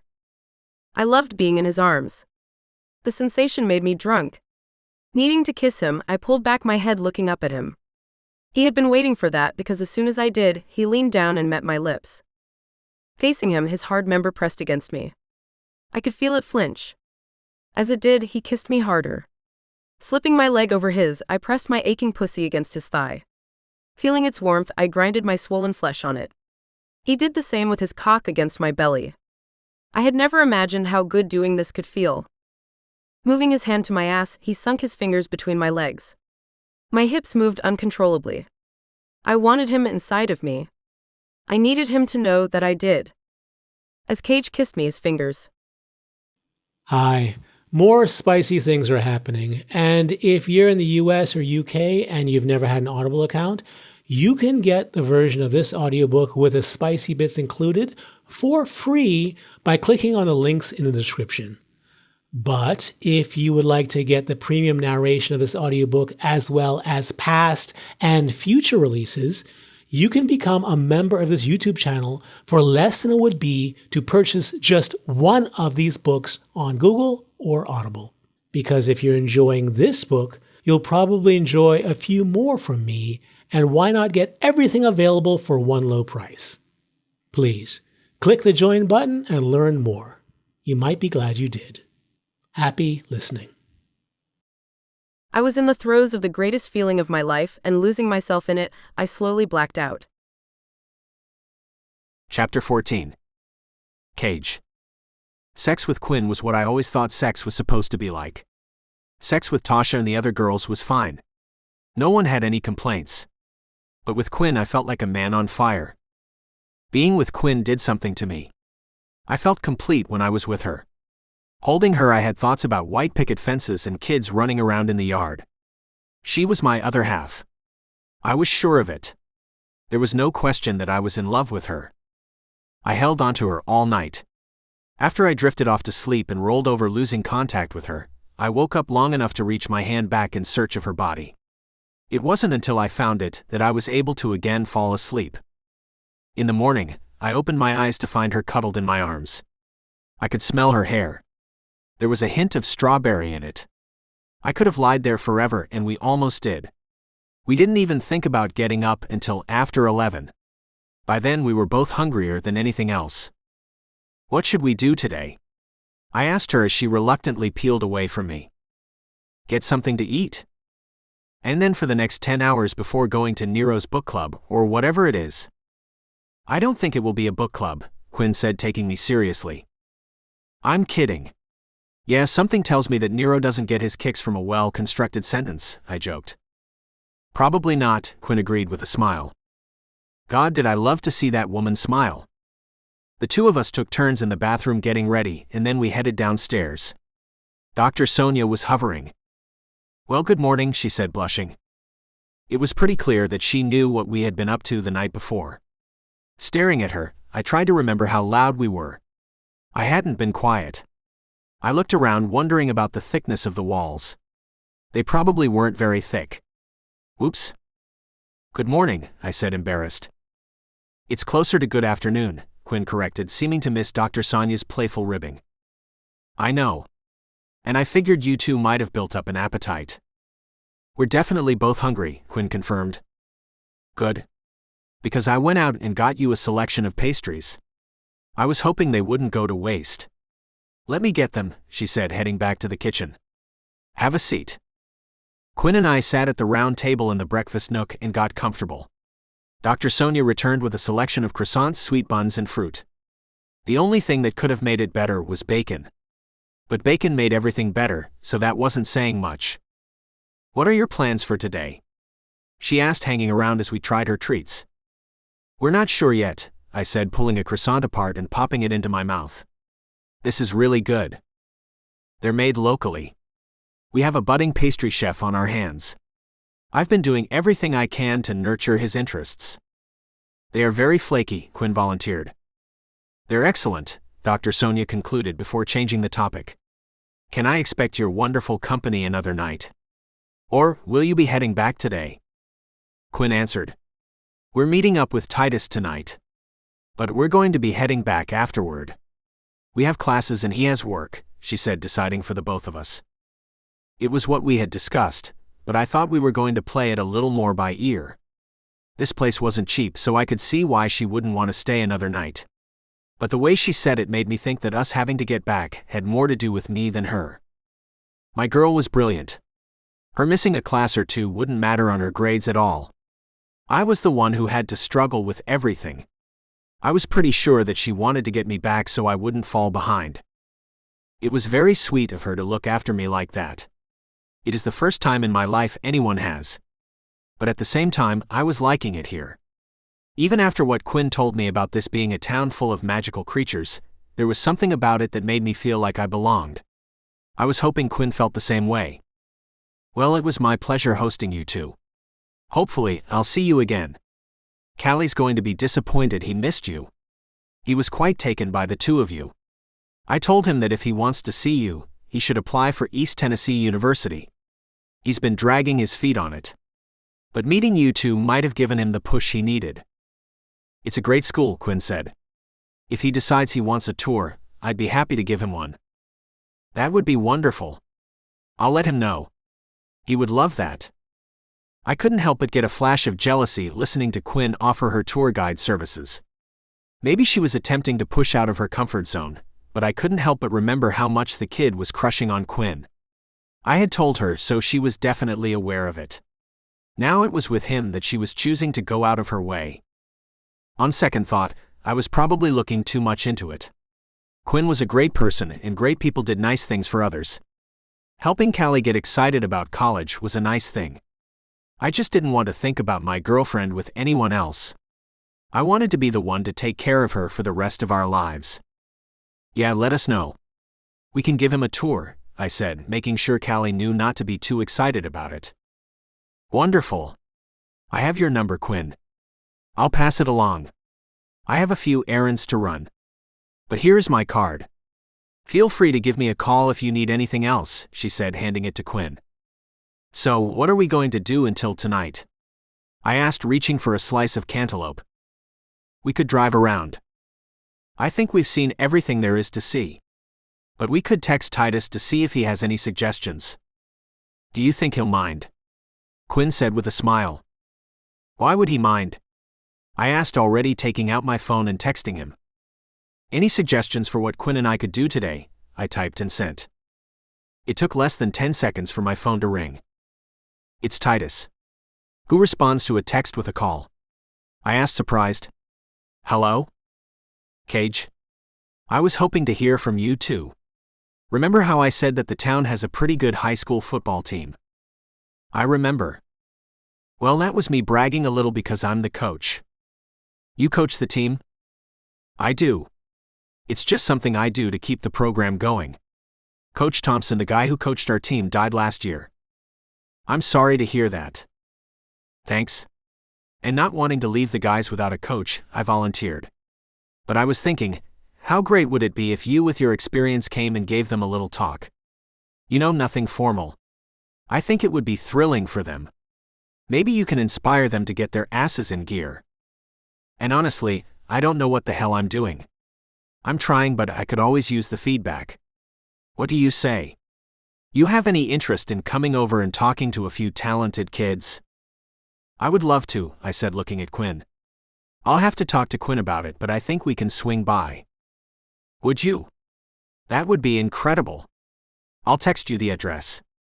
And if you get here around 2, I'll give you a tour of the school. It has a rich history. I'll talk to Quinn. Great. I'll see you soon, Titus said, ending the call. What did he say? Quinn asked, having not taken her eyes off of me. He wants me to come by and talk to his high school football team. You agreed? It's not like we have anything else to do, I told her. Quinn didn't disagree. Over the next few hours we lounged around, made out a little, and took back the crutches Glenn had lent me. Were they useful? Glenn asked. Definitely, I said, having barely used them at all. How did your meeting with Nero go? He wasn't at the diner. But Titus is taking us to see him tonight, Quinn replied while I attempted to make myself invisible. Is there anything we should know before we do? The first time we ran into him, it didn't go well. That doesn't surprise me. He's always been a little prickly. I've known him from when he was a kid, and he hasn't changed much since then. Is it because he's a wolf shifter? Are all wolf shifters angry? Glenn stared at Quinn with his mouth open, trying to decide what to say. He had clearly been reluctant last night, but staring into Quinn's vulnerable eyes, he softened. Are you asking me if there is something about shifting that makes you angry? Kind of. No. There is nothing about shifting that turns you into something you wouldn't have become otherwise. Again, I'm very hesitant to say much, but I've met some wonderfully kind people who shift.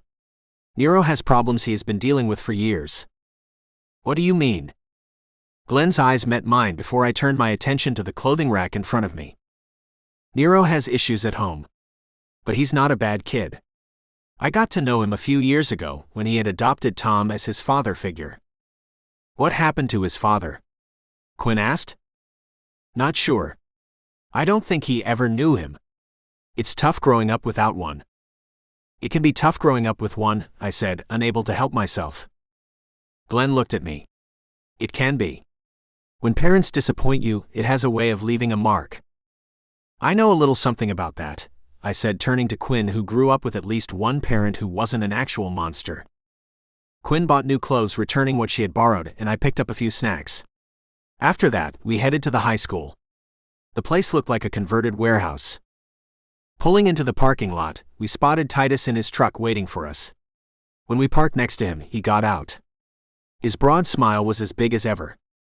He certainly had a way of making people feel welcome. Titus's tour began in the school's main building. It was where they used to store their moonshine after bottling it. In the 50s, the town got a few more kids, and they converted it into a school. The building's square footage has been growing ever since.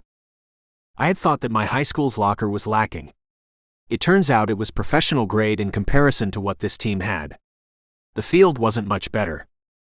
It's not much, but it's about the grit of the players and not the quality of the field.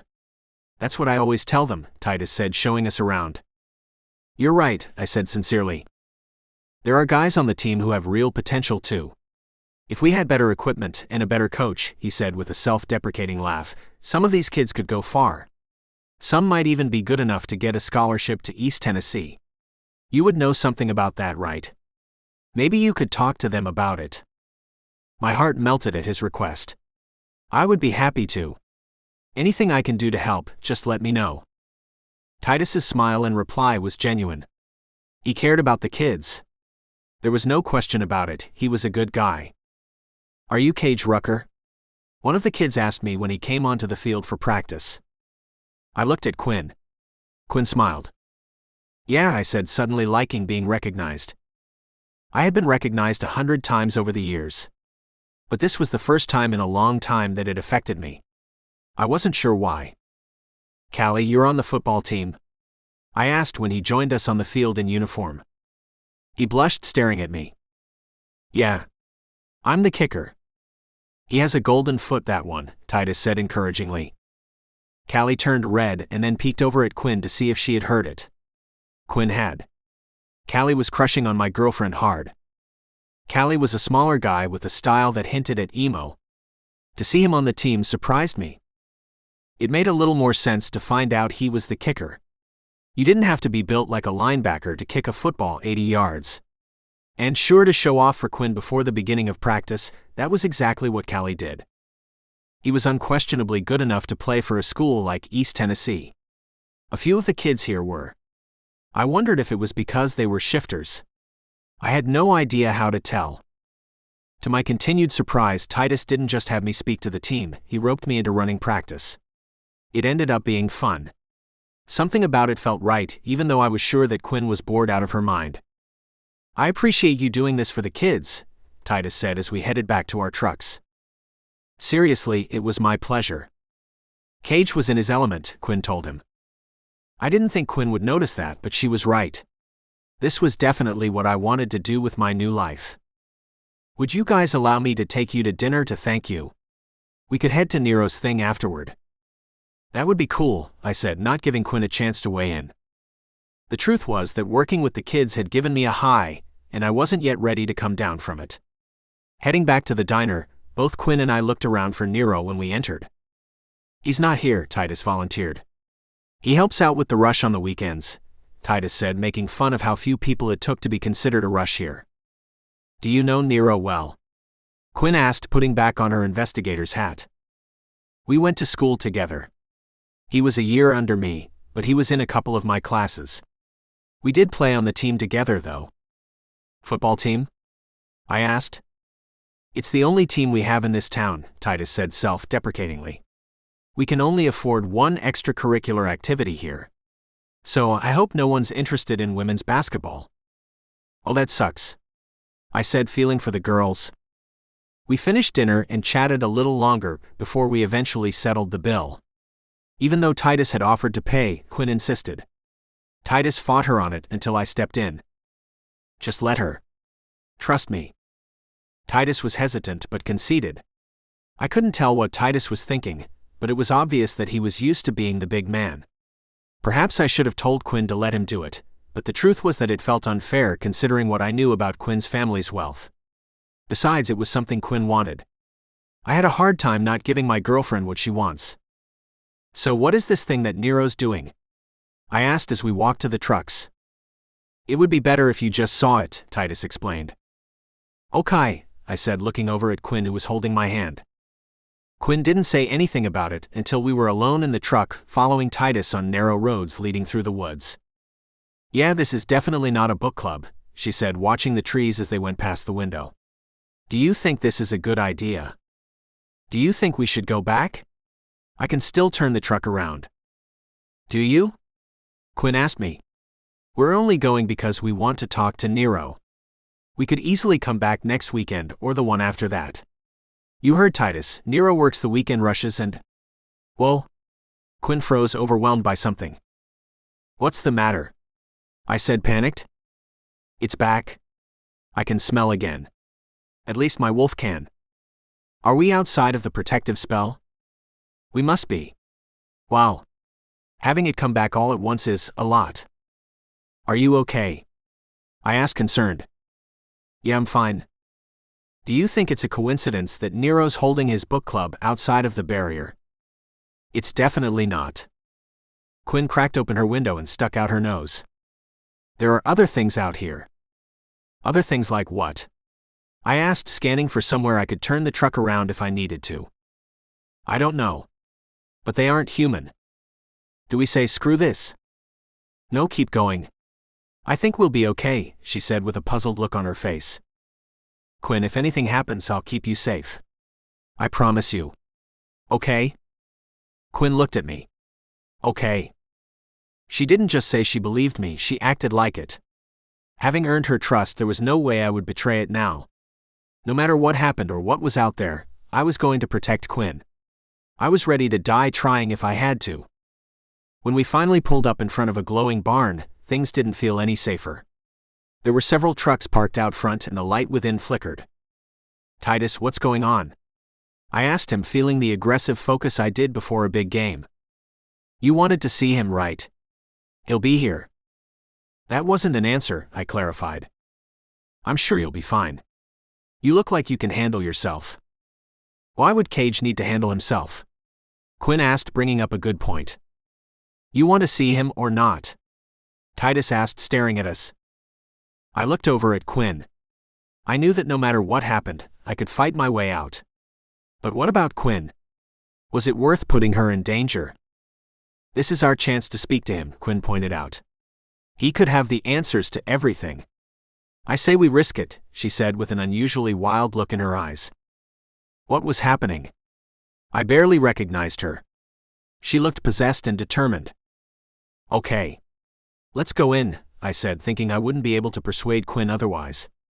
This better not turn bad, I said, threatening to tear Titus apart if it did. I didn't know what to expect, but as soon as we stepped through the barn's doors, everything made sense. There were about 20 people there. All of them were facing a circle drawn on the ground where two wolves were tearing each other to shreds. It was dogfighting, but with wolves. There was a thicker, more vicious one that was bleeding from its ear, but his wild eyes said that there was no way he was going to lose.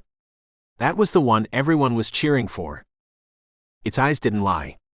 Its quick movements allowed it to get its teeth around the other one's throat. In moments it was shaking the other one like a rag doll. It probably would have killed it if someone hadn't stepped in and pointed at it as the winner. As soon as that happened, the thicker one let the other go and turned to us. Its narrowing eyes seemed to recognize me. My heart pounded. Heat washed over me, making my skin burn. I couldn't move or breathe. What was happening to me?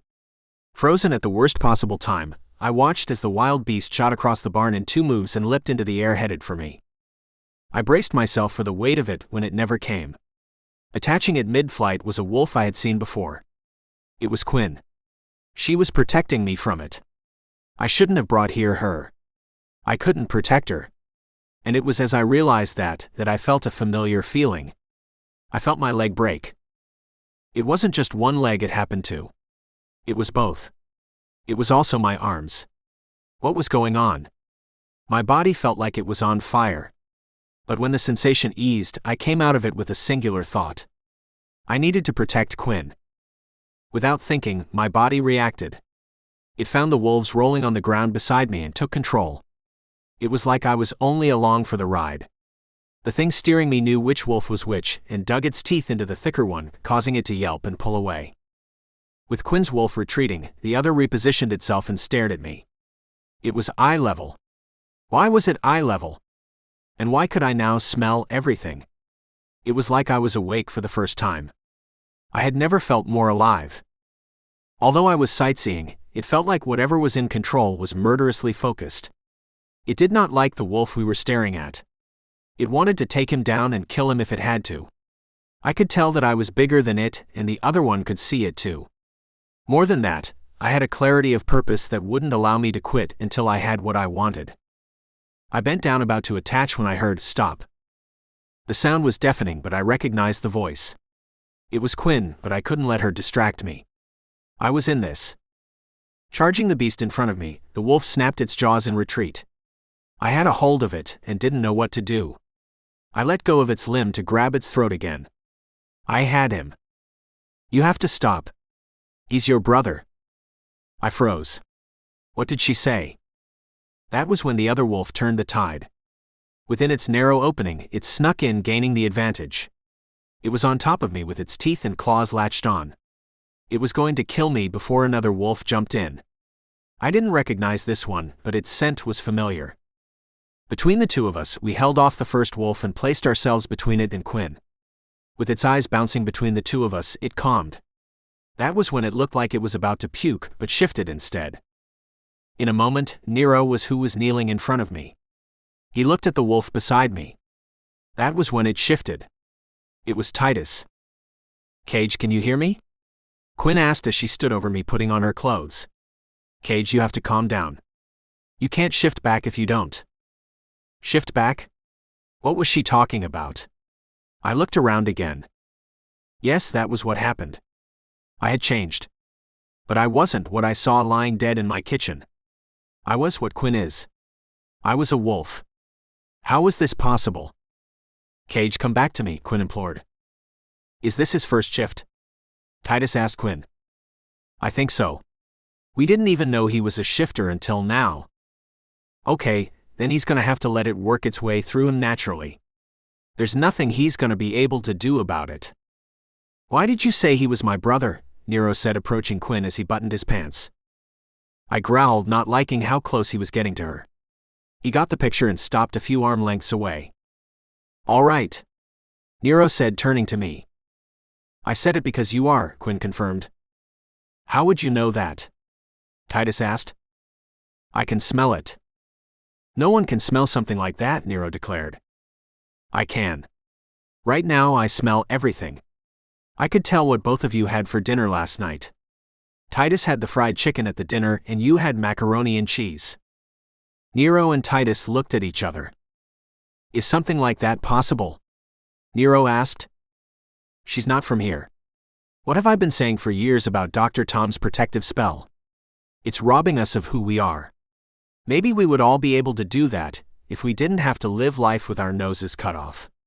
I'm telling you, it needs to come down. Nero ignored Titus's rant and turned to Quinn. Look, I don't know you. I don't know him. And I don't know what you're trying to pull. But if you think you're gonna mess with my head or something.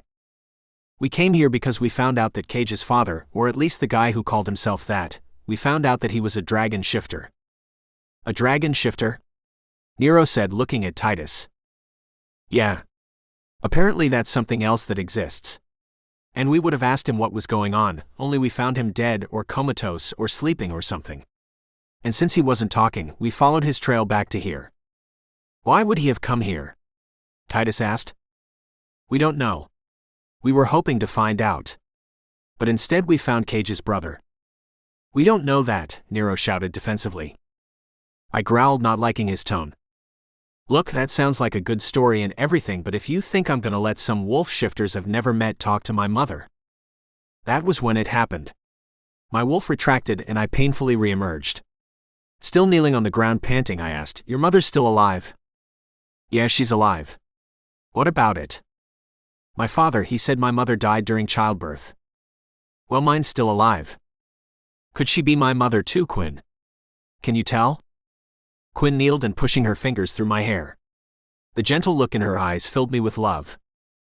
I wish I could tell you that. I could barely sense you two are related. Quinn helped me to my feet. When she did, I noticed something was different. I looked around and found my cast a few feet away. On top of that, my once broken leg felt perfect. I turned to Nero, whose eyes bounced between Quinn and me. I stared back, slowing getting dressed.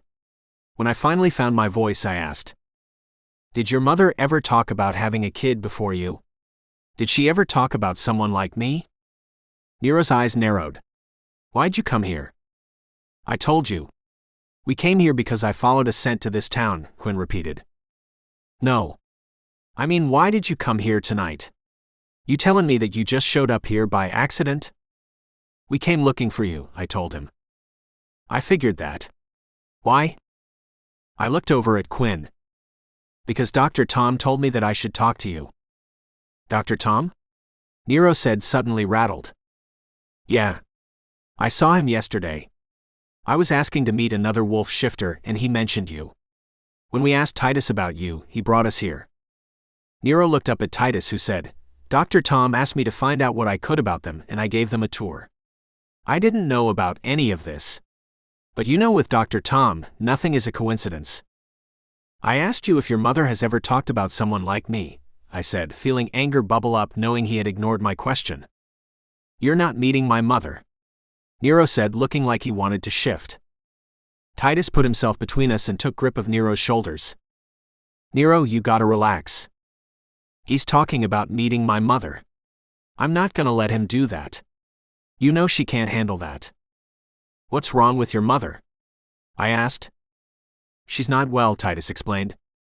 Your mother's sick? I said, feeling the empty feeling of a rug being pulled from under me. No. I'm not saying a goddamn thing more. Prove to me this shit is real. Prove to me you're who you say you are. You want to see our IDs? I asked. I don't want to see your fucking IDs. I want you to prove to me that anything you said is real. How are we supposed to do that? I asked him, hoping he would be reasonable. I know how, Quinn said, grabbing our attention. You do? How? I asked. We could test your DNA. The genetic test would be able to tell us for sure if the two of you are related, even if it's just distant cousins. Nero looked at Quinn suspiciously. No. I'm not doing this. You people are making this up. It's all bullshit. Titus turned to Nero. What if it isn't? I've spent the last 2 days with them, and they're decent people. What if he is your brother? I know that if I had a brother, I would want to know. What if they're telling the truth, Nero? Imagine that. And with his wolf strength. Nero turned to Titus. This is a lot, you know. It's a lot. I know, but what if? How would you feel if you do have a brother and you pushed him away? Titus said, putting his hand on Nero's shoulder. Nero softened as his thoughts swirled. He looked tortured before looking resigned. Listen, I didn't mean to be an asshole when we met. It's just that when I saw you two sitting there looking so happy, I thought, what about me? You know? Why does everyone but me get to be happy? I didn't mean anything against you. I looked over at Quinn for her reaction. I wasn't sure I was willing to forgive him. That's okay, Quinn said, being the good person that she is. Yeah. You're forgiven, I confirmed. But you better keep that anger of yours in check. You hear me? I said, meaning it to be a threat, though I wasn't in a threatening mood. I will. The person you met, that wasn't me. Ask Titus. Titus shrugged, not taking a side. Whatever. I'm working on it. And you two seem like okay people. But I can't let you tell my mom any of this. Not until there's proof. She couldn't take it if you're wrong or lying or something. She's not like that, you know. So you'll do the test? Quinn asked. I'll do your test. I stared at the disheveled, shirtless guy in front of us. He was no longer the wild wolf or the angry guy from the diner. He was vulnerable and scared. Was this who he always was? Was this guy my brother? I couldn't believe that after feeling alone for so long, I could have a real family. What was it called with wolves? A pack? Jesus, I was wolf shifter. What did that even mean? All of this was insane. How do we do this, Quinn? I asked, pulling myself together. Do we have to spit in a tube or something? I mean, we could do that if you wanted to do one of those ancestry tests. You mean like in the commercials? Nero asked. Yes. But they take weeks. If we got blood samples, I might be able to get the results in a couple of days. How? I asked Quinn. My father owns a genetics lab. Right? Then let's do that, I told her. Yeah. Days sounds better than weeks, Nero confirmed. Okay. The only question is, how do we get your blood samples here? Dr. Tom, Nero suggested. Do you think he'll do it? Quinn asked. Dr. Tom and I are cool. If I asked him, he might, Nero said. When? Quinn asked. Because we're heading back to school tonight. Quinn, I think we can stay over one more night if it means getting blood samples. Nero interrupted. No. He might do it tonight. Really? Then give him a call, I told him. Nah. If I called him, he would tell me to come by in the morning. I have a better idea, Nero said, retrieving his stuff.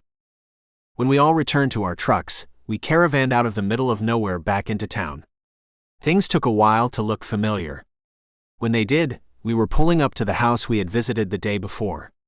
In the back was Dr. Tom's office. In the front was a beautiful 2-story home that glowed. Someone's still awake, I told Quinn. Do you think this is a good idea? Which part? All of it. Any of it. Honestly, my mind is a swirling mess right now. I can't decide. Quinn slowed down and looked at me with caring eyes. How are you feeling, by the way? This must be a lot to wrap your head around. You know, as weird as it sounds, me getting mad and turning into a wolf? It feels like I always knew. I mean, I didn't. But meeting you. Finding out you were one. Finding out I'm one. It feels all kinds of right. Now the fact that Nero could be my brother and that my mother could be alive. I didn't see that coming. That part's a lot. Do you want to keep going with this? We don't have to do the test if you don't want to, she said, reaching across the truck and putting her hand on mine. I want to. I really want to. What if I have a family, Quinn? What would that even mean? I don't know. But there is only one way to find out, she said, squeezing my hand. I could have kept staring into her eyes forever if Dr. Tom and Glenn didn't exit onto the porch wearing robes. Nero, Titus, is that you? Dr. Tom asked as we approached. What's going on? They didn't reply. When Dr. Tom saw us, they didn't have to. I see you found Nero, he said to Quinn stoically. I did. But not before Cage shifted into a wolf and the two of them tried to kill each other, Quinn told him. Huh. And what are you doing here? We need a blood test to see if they're brothers, Quinn explained. I see, he said casually. Come back in the morning. Did you know that I could have a brother? Nero asked Dr. Tom. He didn't answer. You did, Nero said, shocked. After all of those things I told you were going on, you couldn't tell me that my mom might not be crazy. For the first time, Dr. Tom's stone face cracked. Regret washed over him. No matter what else I am, I'm also a doctor. There are things I can't disclose to anyone no matter. That's bullshit. Nero injected. I was a kid crying to you about all the crap that was going on, and not once did you even suggest that this could be a possibility. That's not true. I hinted. I told you that sometimes things aren't what they seem. And that was supposed to mean something to a 10-year-old? That was just a bunch of adult garbage to me. How was I supposed to know that you were telling me that I had a brother, and that my mother wasn't nuts? No. You're a fucking asshole. Dr. Tom regained his composure. Fine. I'm a fucking asshole. If that's all, you can all have a good night. Wait, I said, stopping him from going. Look, I don't know you. And I definitely don't understand how any of this stuff works. But I do understand family. For 22 years I've been without one. At least one that cared about me. And if you take 20 minutes of your time, you might be able to cure me of that. Whatever else you are, you're saying you're a doctor, right? Then help me. Dr. Tom's eyes bounced between the four of us, yet he didn't budge. Just do it, Tom, Glenn said, moved. There are things going on, Glenn. Glenn put his hand on his husband's shoulder and spoke to him kindly. Just do it. The doctor melted, looking into his love's sympathetic eyes. Fine. Follow me to my office. But I don't know where I can get a genetic test done. I can arrange it. My father has a genetics lab and? Right? Because you're Harlequin Toro, and your father has a genetics lab studying wolf shifters. Dr. Tom stopped and whipped around to stare at Quinn. Your father's studying shifters, isn't he? That's why you're here. That's why you want Nero's blood? What? No. No. We want a blood sample to find out if Cage and Nero are brothers. Why would you think that? Because you're Harlequin Toro and I can't be trusted. Tears immediately filled Quinn's eyes. So the human world doesn't trust me because I'm a wolf shifter freak. And now you won't trust me because my father is human? Really? Quinn turned to me with pain in her eyes. Really? I hadn't understood. But I was starting to get what it was like being her. She had grown up with everyone looking at her suspiciously. And hadn't her wolf killed her mother? Wouldn't that make her suspicious of herself? No wonder she had said that she was looking for a cure for shifting. I couldn't imagine living a life like hers. Look, it's my job to keep this community safe, Dr. Tom told her. I can't give you their blood if there's even a chance that you'll use it to harm them. I'm not. I just want to help them, she insisted. I trust her, Dr. Tom, I told him, feeling it deep inside. You can too. She's never done anything to betray my trust. She's only ever been good and moral. She's only ever helped people. If there were ever anyone you could trust, it would be her. I don't know why you didn't tell Nero that he might have had a brother. I'm sure you had your reasons. But this is your chance to make up for it. And you can't do that without Quinn's help. You can trust her. We all can. Dr. Tom stared at me, and then looked at everyone standing around him before settling on Nero. Do you want this, Nero? I need to know if he's my brother. You owe me that. Dr. Tom's eyes dipped before he quickly gathered himself. Let me get you what you need, he told Quinn. Drawing a small vial of blood from Nero and me, the doctor labeled them and handed them to Quinn. This should be more than enough. Don't make me regret this, he said composed. Thank you, Quinn replied. Yes, thank you, I said before looking over at Nero. Nero looked away, still pissed at the bearded Latino man. Standing in front of our trucks, Quinn turned to Nero. We'll let you know as soon as we find out anything. Okay. Can I get your number? I asked him, as nervous as I would be on a first date. Yeah. What's your number? I'll text you it. I told Nero, and a few seconds later my phone buzzed. I got it, I told him. Cool. So I guess we're heading back, I told them. Okay, Nero said, hesitant to say goodbye. Instead of walking away, Nero threw his arms around me, pulling me close. I thought he was hugging me. He was instead pulling my ear to his mouth. He whispered, seriously, I'm really sorry about being an asshole to you. It's not me. All right? All right, I assured him. It's not me, he repeated. That's cool, Nero. A fresh start. Nero pulled away and smiled. Yeah. A fresh start. I saw it. He was as covered in dimples as I was. If Dr. Tom hadn't practically confirmed it, I would now have no doubt. I was looking at my brother. Quinn, it was good to meet you, Nero said, offering her his hand. Good to meet you too, Quinn said politely before both of us got into my truck and pulled away. Most of our 2-hour drive back to school was in silence. The last 3 days had been a lot. Not only had things happened between Quinn and me, but I had found out that I was a wolf shifter and that I might have a family. On top of that was what Quinn said she wanted to do with the rest of her life. She wanted to move to New York to cure herself of her wolf. I understood why she wanted it, but neither of those things was something I wanted a part of. With my leg healed, I could pick back up where I left off and play for the NFL. But I had given that up for a reason. All I ever wanted was a small life surrounded by people I love. Was that the wolf in me? This was all new, so I had no idea. But whatever the cause, that had always been my dream, even if I didn't realize it until now. And that didn't include moving to the big city to help my girlfriend get rid of the thing that made us perfect for each other. What we wanted for our lives was starting to feel very different. But I didn't want to lose her. There had to be some way to convince her that she didn't need to get rid of her wolf to have a good life. I considered all of this as I drove her to her dorm. When we arrived, we sat in the truck with the engine running. This weekend was, Quinn said, trailing off. It was something, I completed. Quinn laughed. Yes? Now that I'm back, I'm probably going to have to make up a few shifts at work. But I want to see you. I want to see you too, she said with a smile. After all, you are my boyfriend. Yeah, I am.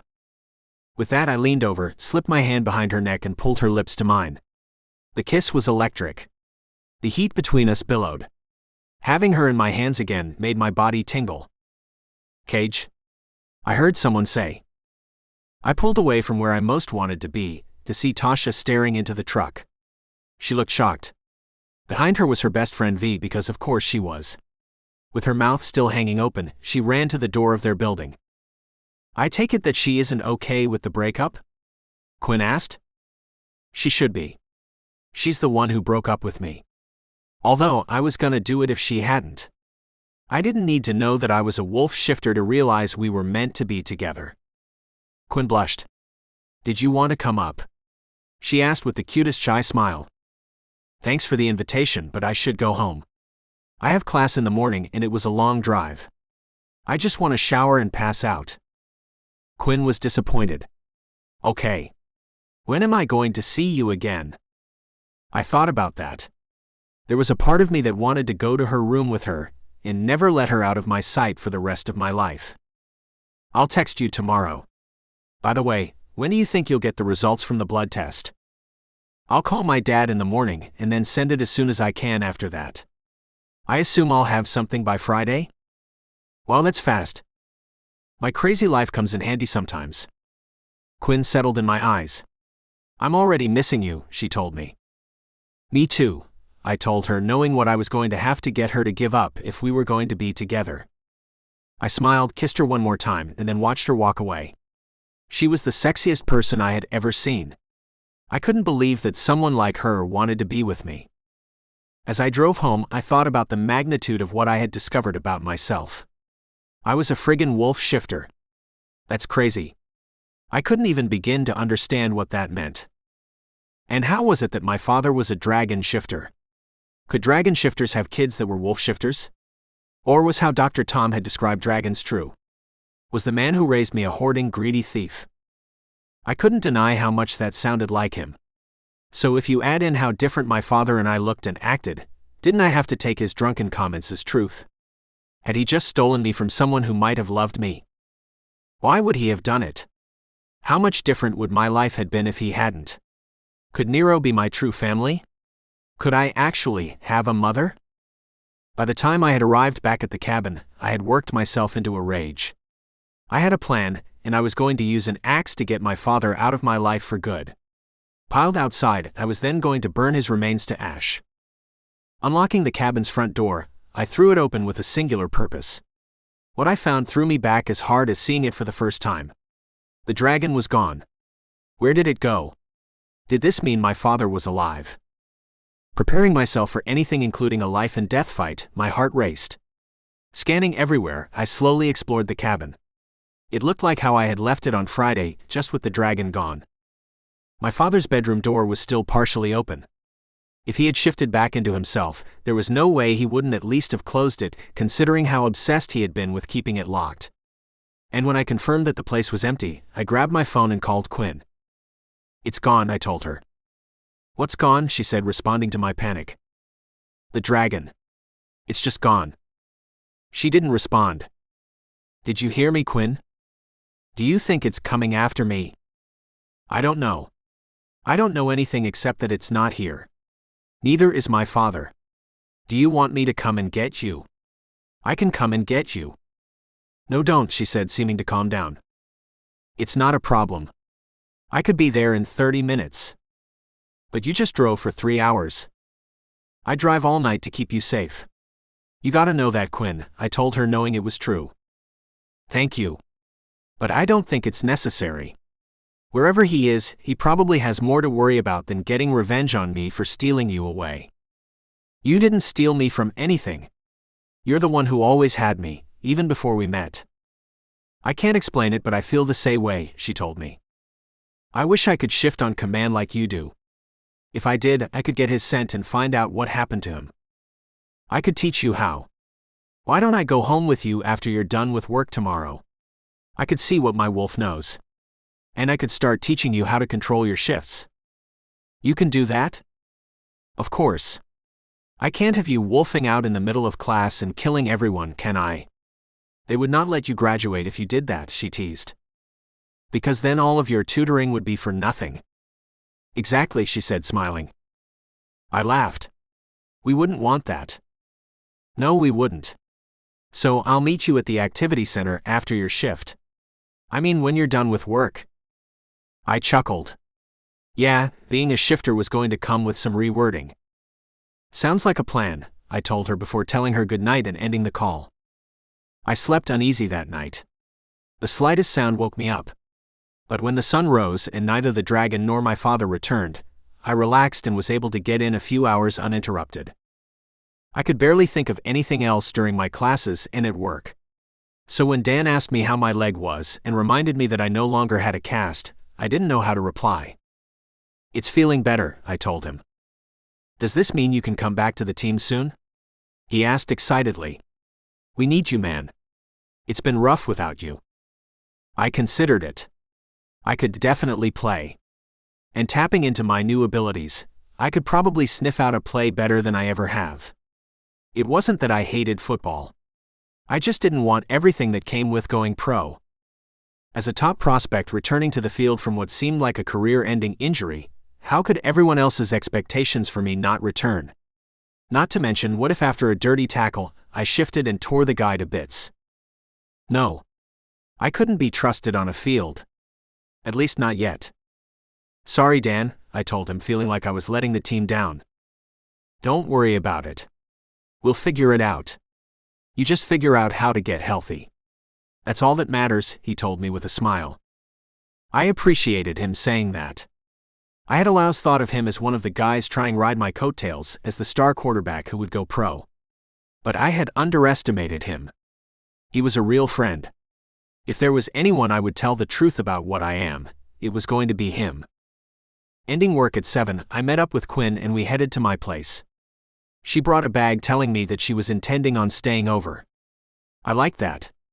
I had missed sleeping with her in my arms. When we arrived back at the cabin, she shifted and got right to work. Her wolf sniffed every inch of the space before she reemerged naked and looking as sexy as hell. You're right. He's gone. There's not a trace of his scent anywhere. It's like he vanished into thin air. Is that something that dead dragons do? I asked, confused. Your guess is as good as mine, she admitted. You know who might know? Dr. Tom? Yeah, I was thinking about that. But I'm not his favorite person. Maybe Nero or Titus knows something about it. By the way, did you send your dad the blood samples? I overnighted it. It won't be long now. With Quinn still walking around naked, I grabbed my phone and shot Nero a text. She sent it off. Not long now. Cool, he texted back immediately. When do you think you will know? Quinn guessed Friday. By the way, know anything about dragon shifters? No. Why? I debated telling him. Something told me to wait until after we confirmed that he was my brother. Just trying to figure everything out, I wrote instead. I didn't hear back from him after that. I wasn't sure why. So, do you want to learn how to do this? She asked, standing in front of me looking incredible. Yeah. Then get naked. I looked at her suspiciously. Was she just looking for us to have sex again? If she was, I was up for it. And by that I meant that I was starting to get hard. Maybe I'll start like this. Suit yourself. But you're going to have to tap into your inner wolf to let it happen. What does that mean? It means you have to let yourself go and let your instincts and raw emotions take over. Watch, she told me before closing her eyes and gritting through her breaking bones to become her wolf. After staring at me for a moment, she shifted back. Doesn't that hurt? I asked her, remembering the agony I felt. You get used to it. And like I said, it's like childbirth. You get a rush of endorphins to help you forget the pain when it's done, she said with a smile. I don't remember that part of it. All I remember was hearing things snap. Yeah. There's that too, she conceded. Just like how she had tutored me in Intro to Childhood Education, she tutored me in shifting. It turned out that her overnight bag included charts and a lesson planner. I would never have guessed that turning into a wolf could be so clinical, but Quinn had made it that. I wasn't able to shift that night, and we spent hours trying. Nor could I do it the following night. But on Wednesday I did, even though I couldn't control it. It just kinda slipped out. One minute she was telling me to think of something my father had done that had pissed me off. I thought about him threatening Quinn. Seconds later, I was floating behind my wolf's eyes. It took all night to return to my human self, but when I did... Hi, it's the author again. Yep, spicy things are going on. And don't forget that if you'd like to get a version of the book with the spiciness still in it, you can get it from Audible, and you can get it for free by clicking on the link in the description and signing up for a free trial for a new account. You can cancel the membership at any point, and the book will be yours forever. However, if you choose to keep your account and use all the other features they have, or check out a few of my other books with the monthly credits you get, and keep it for 61 days, it actually will benefit me a great deal and help support me to post more audiobooks on my YouTube channel and on my podcast. So please consider it. Otherwise, enjoy the story. I couldn't get enough of her. I hadn't realized how good she smelled until that night. Her scent could only be described as jasmine mixed with black licorice. Who would have thought the two would smell so good together, but goddamn did it do things to me. The following night, we continued working until I was able to shift back within the same hour. And when we both decided that I could control things to a reasonable degree, she took her training to the next level. I haven't shifted this much since I was 14, she admitted. I had been trying to avoid it for so long. Feels good, doesn't it? I asked her, hoping she would see her wolf as a good thing. It has its perks, she said reluctantly. So, do you think you're ready for this? And what happens if I take off? Then you ride it out. And when you shift back, you walk home. I don't think that will happen though. You've caught on a lot faster than I did. Well, you didn't have such a good teacher. I didn't have any teacher. All I could do was figure things out as I went. I mean, my father did his best, and I'm grateful to have had him. But it's not like having someone who's gone through it. I'm lucky to have you, I said, feeling a connection with her that almost brought me to tears. Okay. So if you want to shift first, I'll open the door and then I'll join you. And don't worry.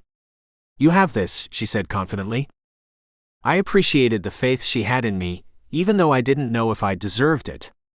I was still inconsistent with my shifts.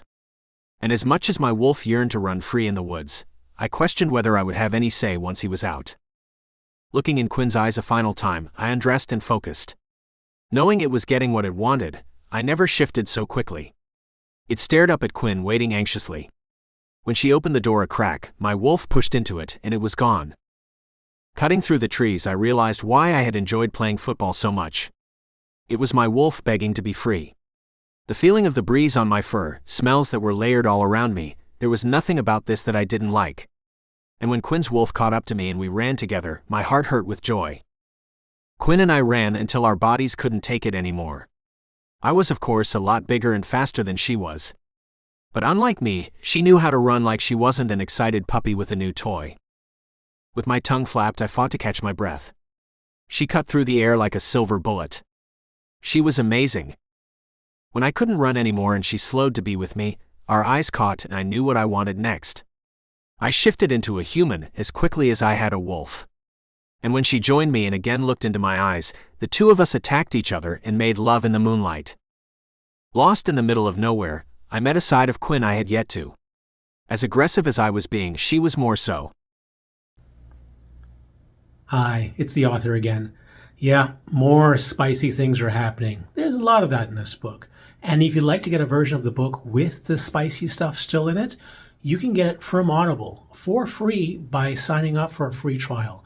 You don't have to keep your membership past the free trial, but if you choose to and keep it for 61 days, Audible will pay me a great referral bonus that helps me to keep posting videos and my audiobooks up on YouTube and my podcast.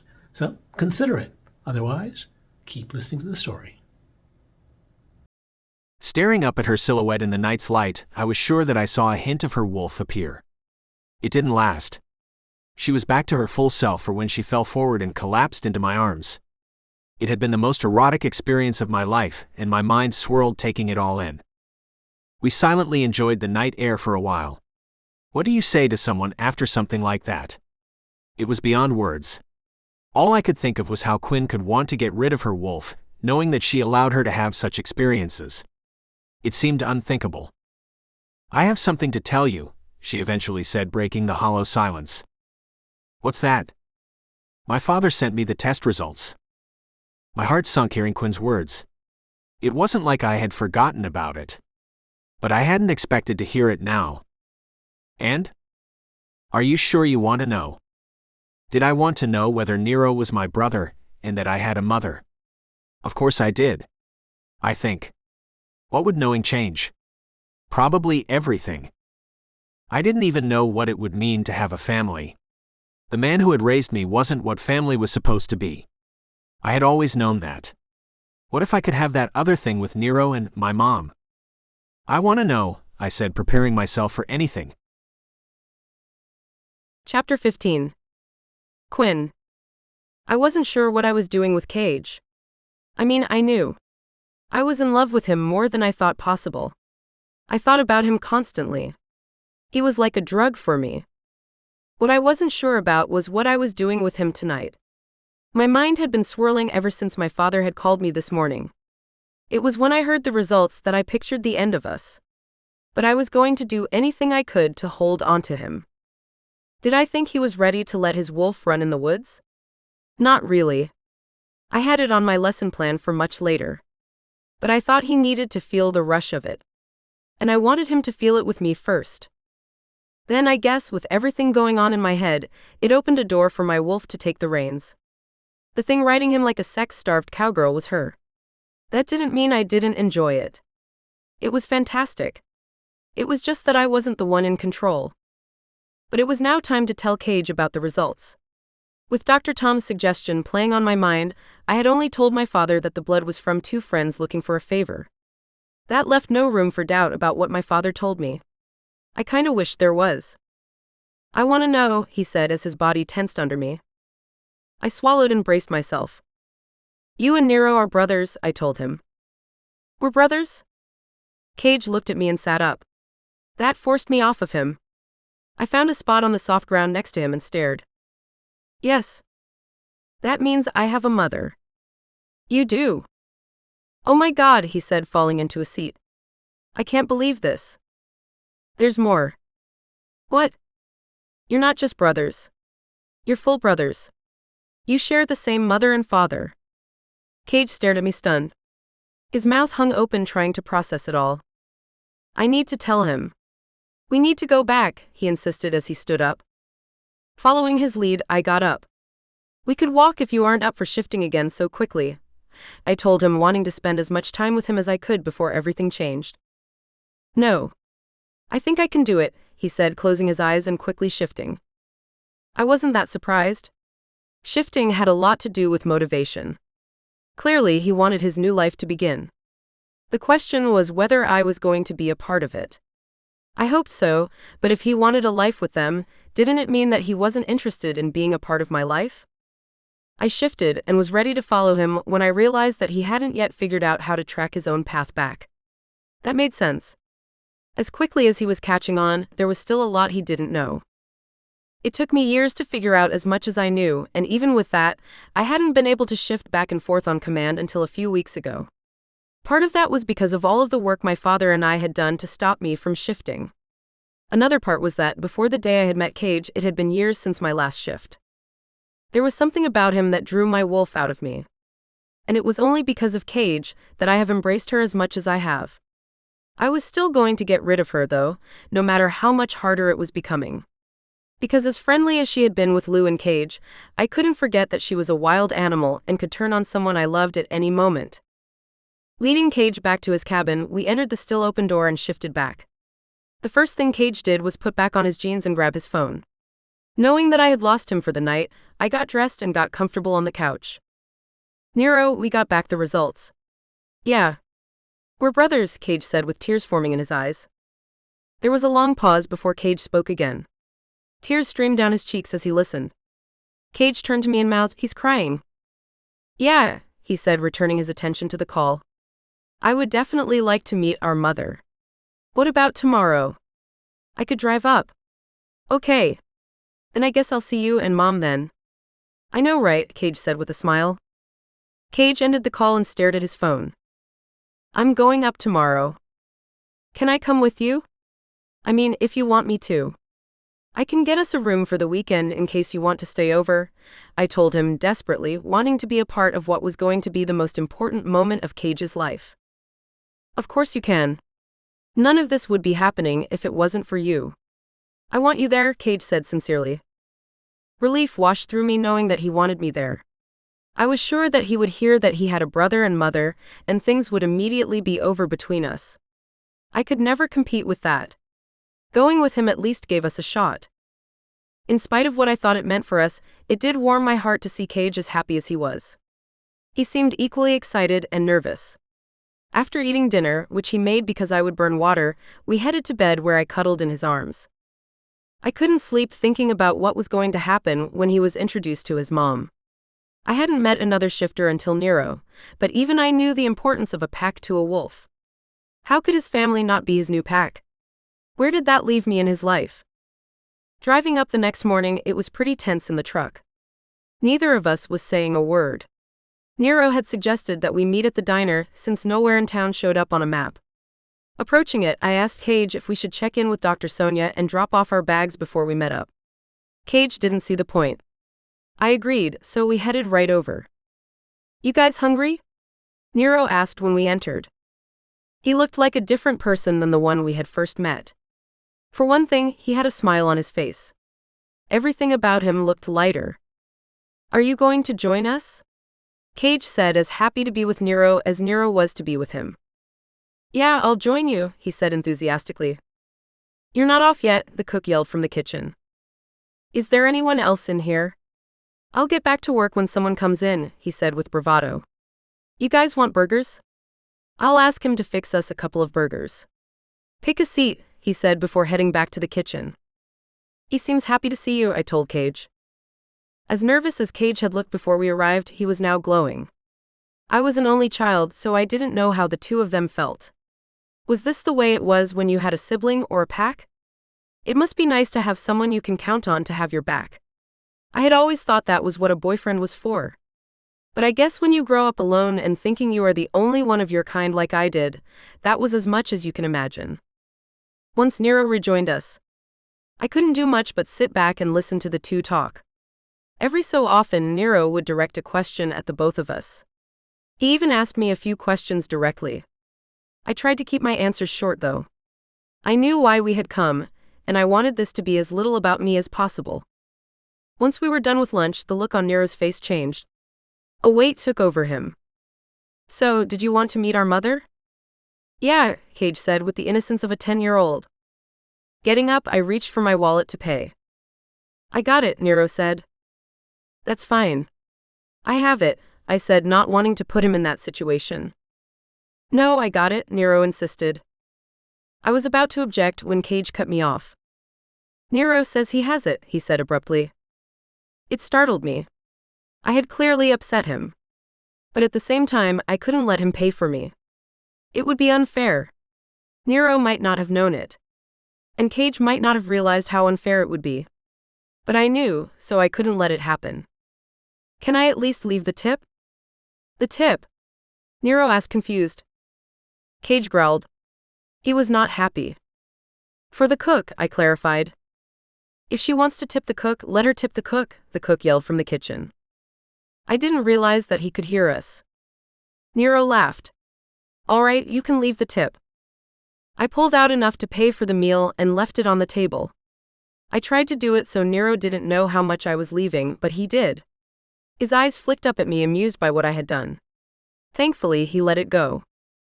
"Do you want to leave your truck here and ride with me, or follow?" Nero asked. Cage looked at me. "Whatever you want to do," I told him, not wanting to upset him anymore. "We'll follow you," Cage said, getting into his truck.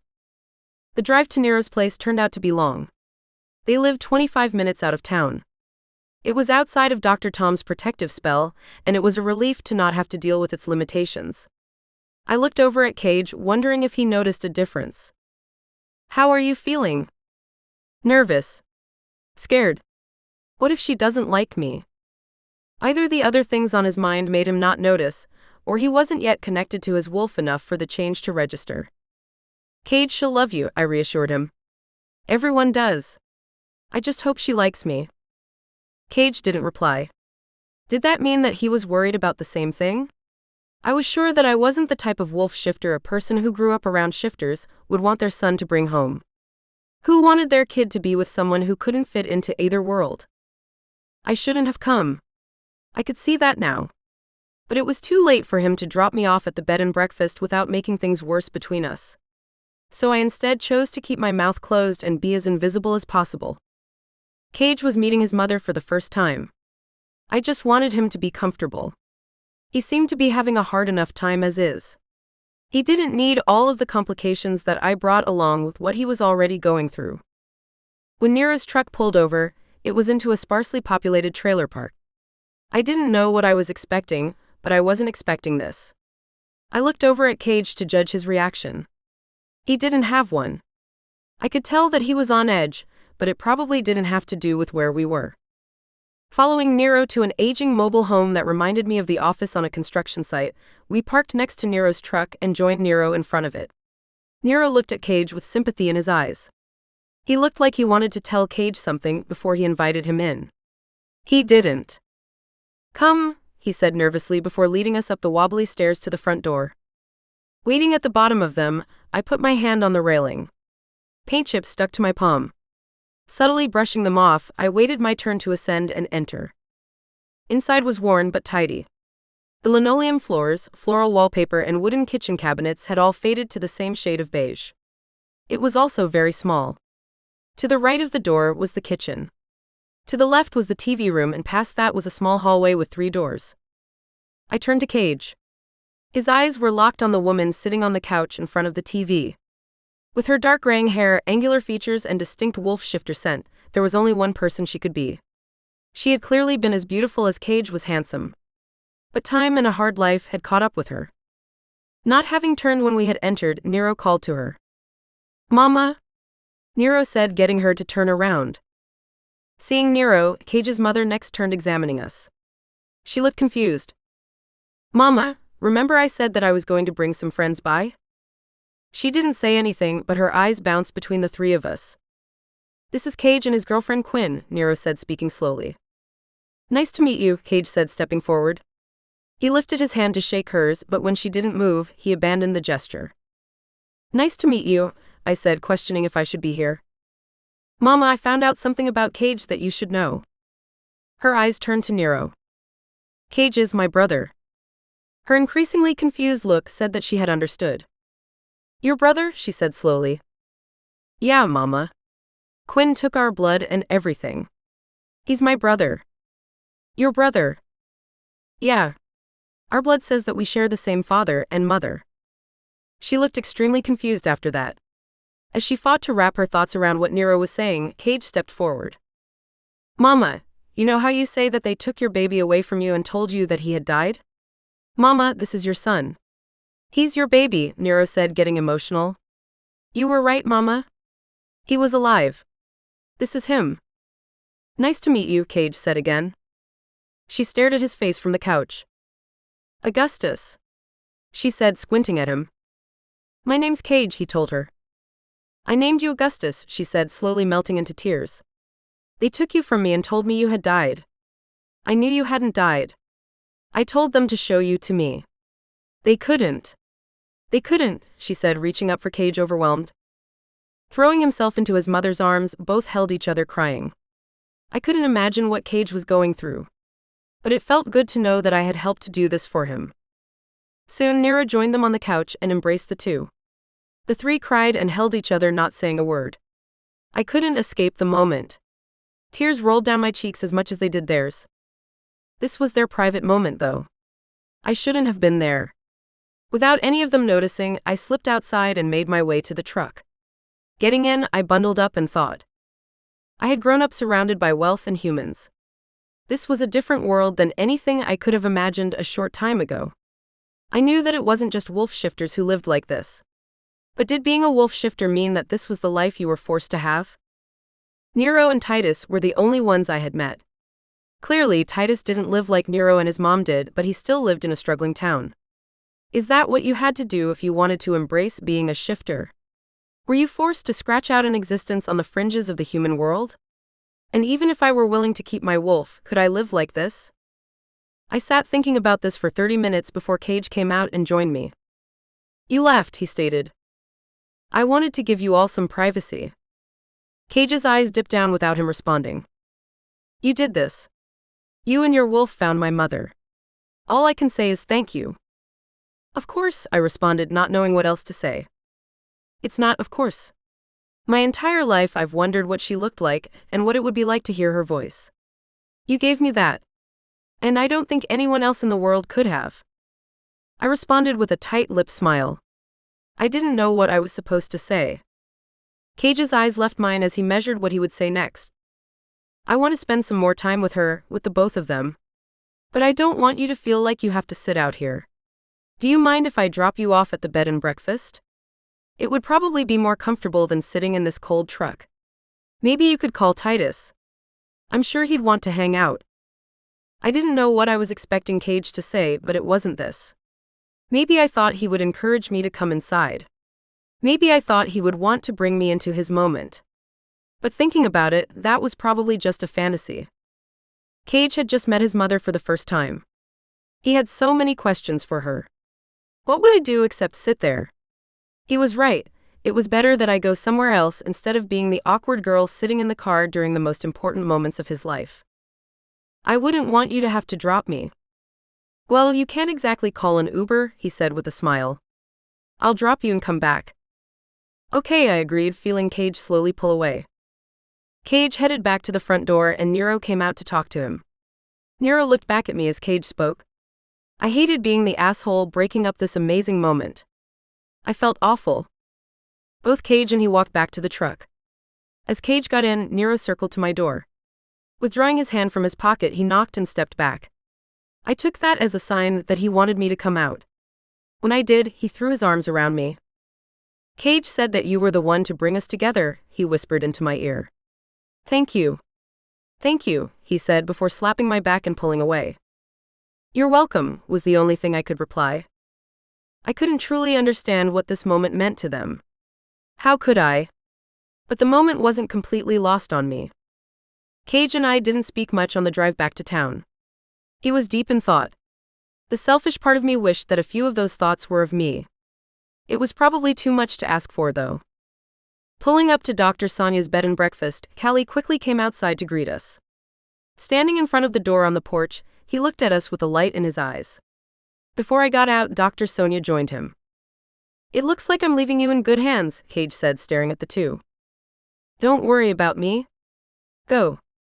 Spend time with your family. You deserve this. I'll be fine, I told him. I love you, Cage said, leaning over and kissing me. I love you too, I told him before grabbing my bag and leaving the truck. Walking to the veranda, Cage didn't wait for me to get there before driving away. I turned to watch him go. I got the sense that he didn't look back. I couldn't know that for sure, but it certainly felt like it. Welcome back, Dr. Sonia said enthusiastically. It's good to see you, she said, putting her arm around me and leading me in. Will Cage be coming back? I don't know, I told her honestly. We found his mother. She looked at me confused. I thought you came to the town looking for a red-headed man? We did. But we found Cage's mother instead, I said with as much enthusiasm as I could manage. That's incredible. Had she been missing? In a way. He had never met her. That's amazing. It is. It's quite wonderful. Well, we'll have to do something to celebrate, she concluded, making me feel as if I were a part of her family. I dropped my bag in my room and lied in bed thinking about everything again. Once it started making me feel worse than I already felt, I decided to head downstairs. Did you have dinner plans? Would you like to join us? Dr. Sonia said from the kitchen. I don't think I have plans. I haven't spoken to Cage though. Then how about you join us, and if you have to run off, you do? She suggested with a smile. Sounds great. Thank you, I told her before joining Callie in the living room watching TV. I could feel Callie's uneasiness as I sat there with him. Always having been the shy one, I knew how he felt. How long have you been playing football? I asked him, causing his cheeks to turn bright red. Cage might have been right. He did seem to have a crush on me. Since freshman year, he eventually squeaked. That's cool. Are you thinking about attending East Tennessee? I was thinking about it. It's a good school. I think you'd like it there. If you ever want a tour, let me know. Callie didn't respond, but he did turn beet red at my suggestion. I was going to have to be careful with what I said to him. The last thing I wanted to do was hurt him or lead him on.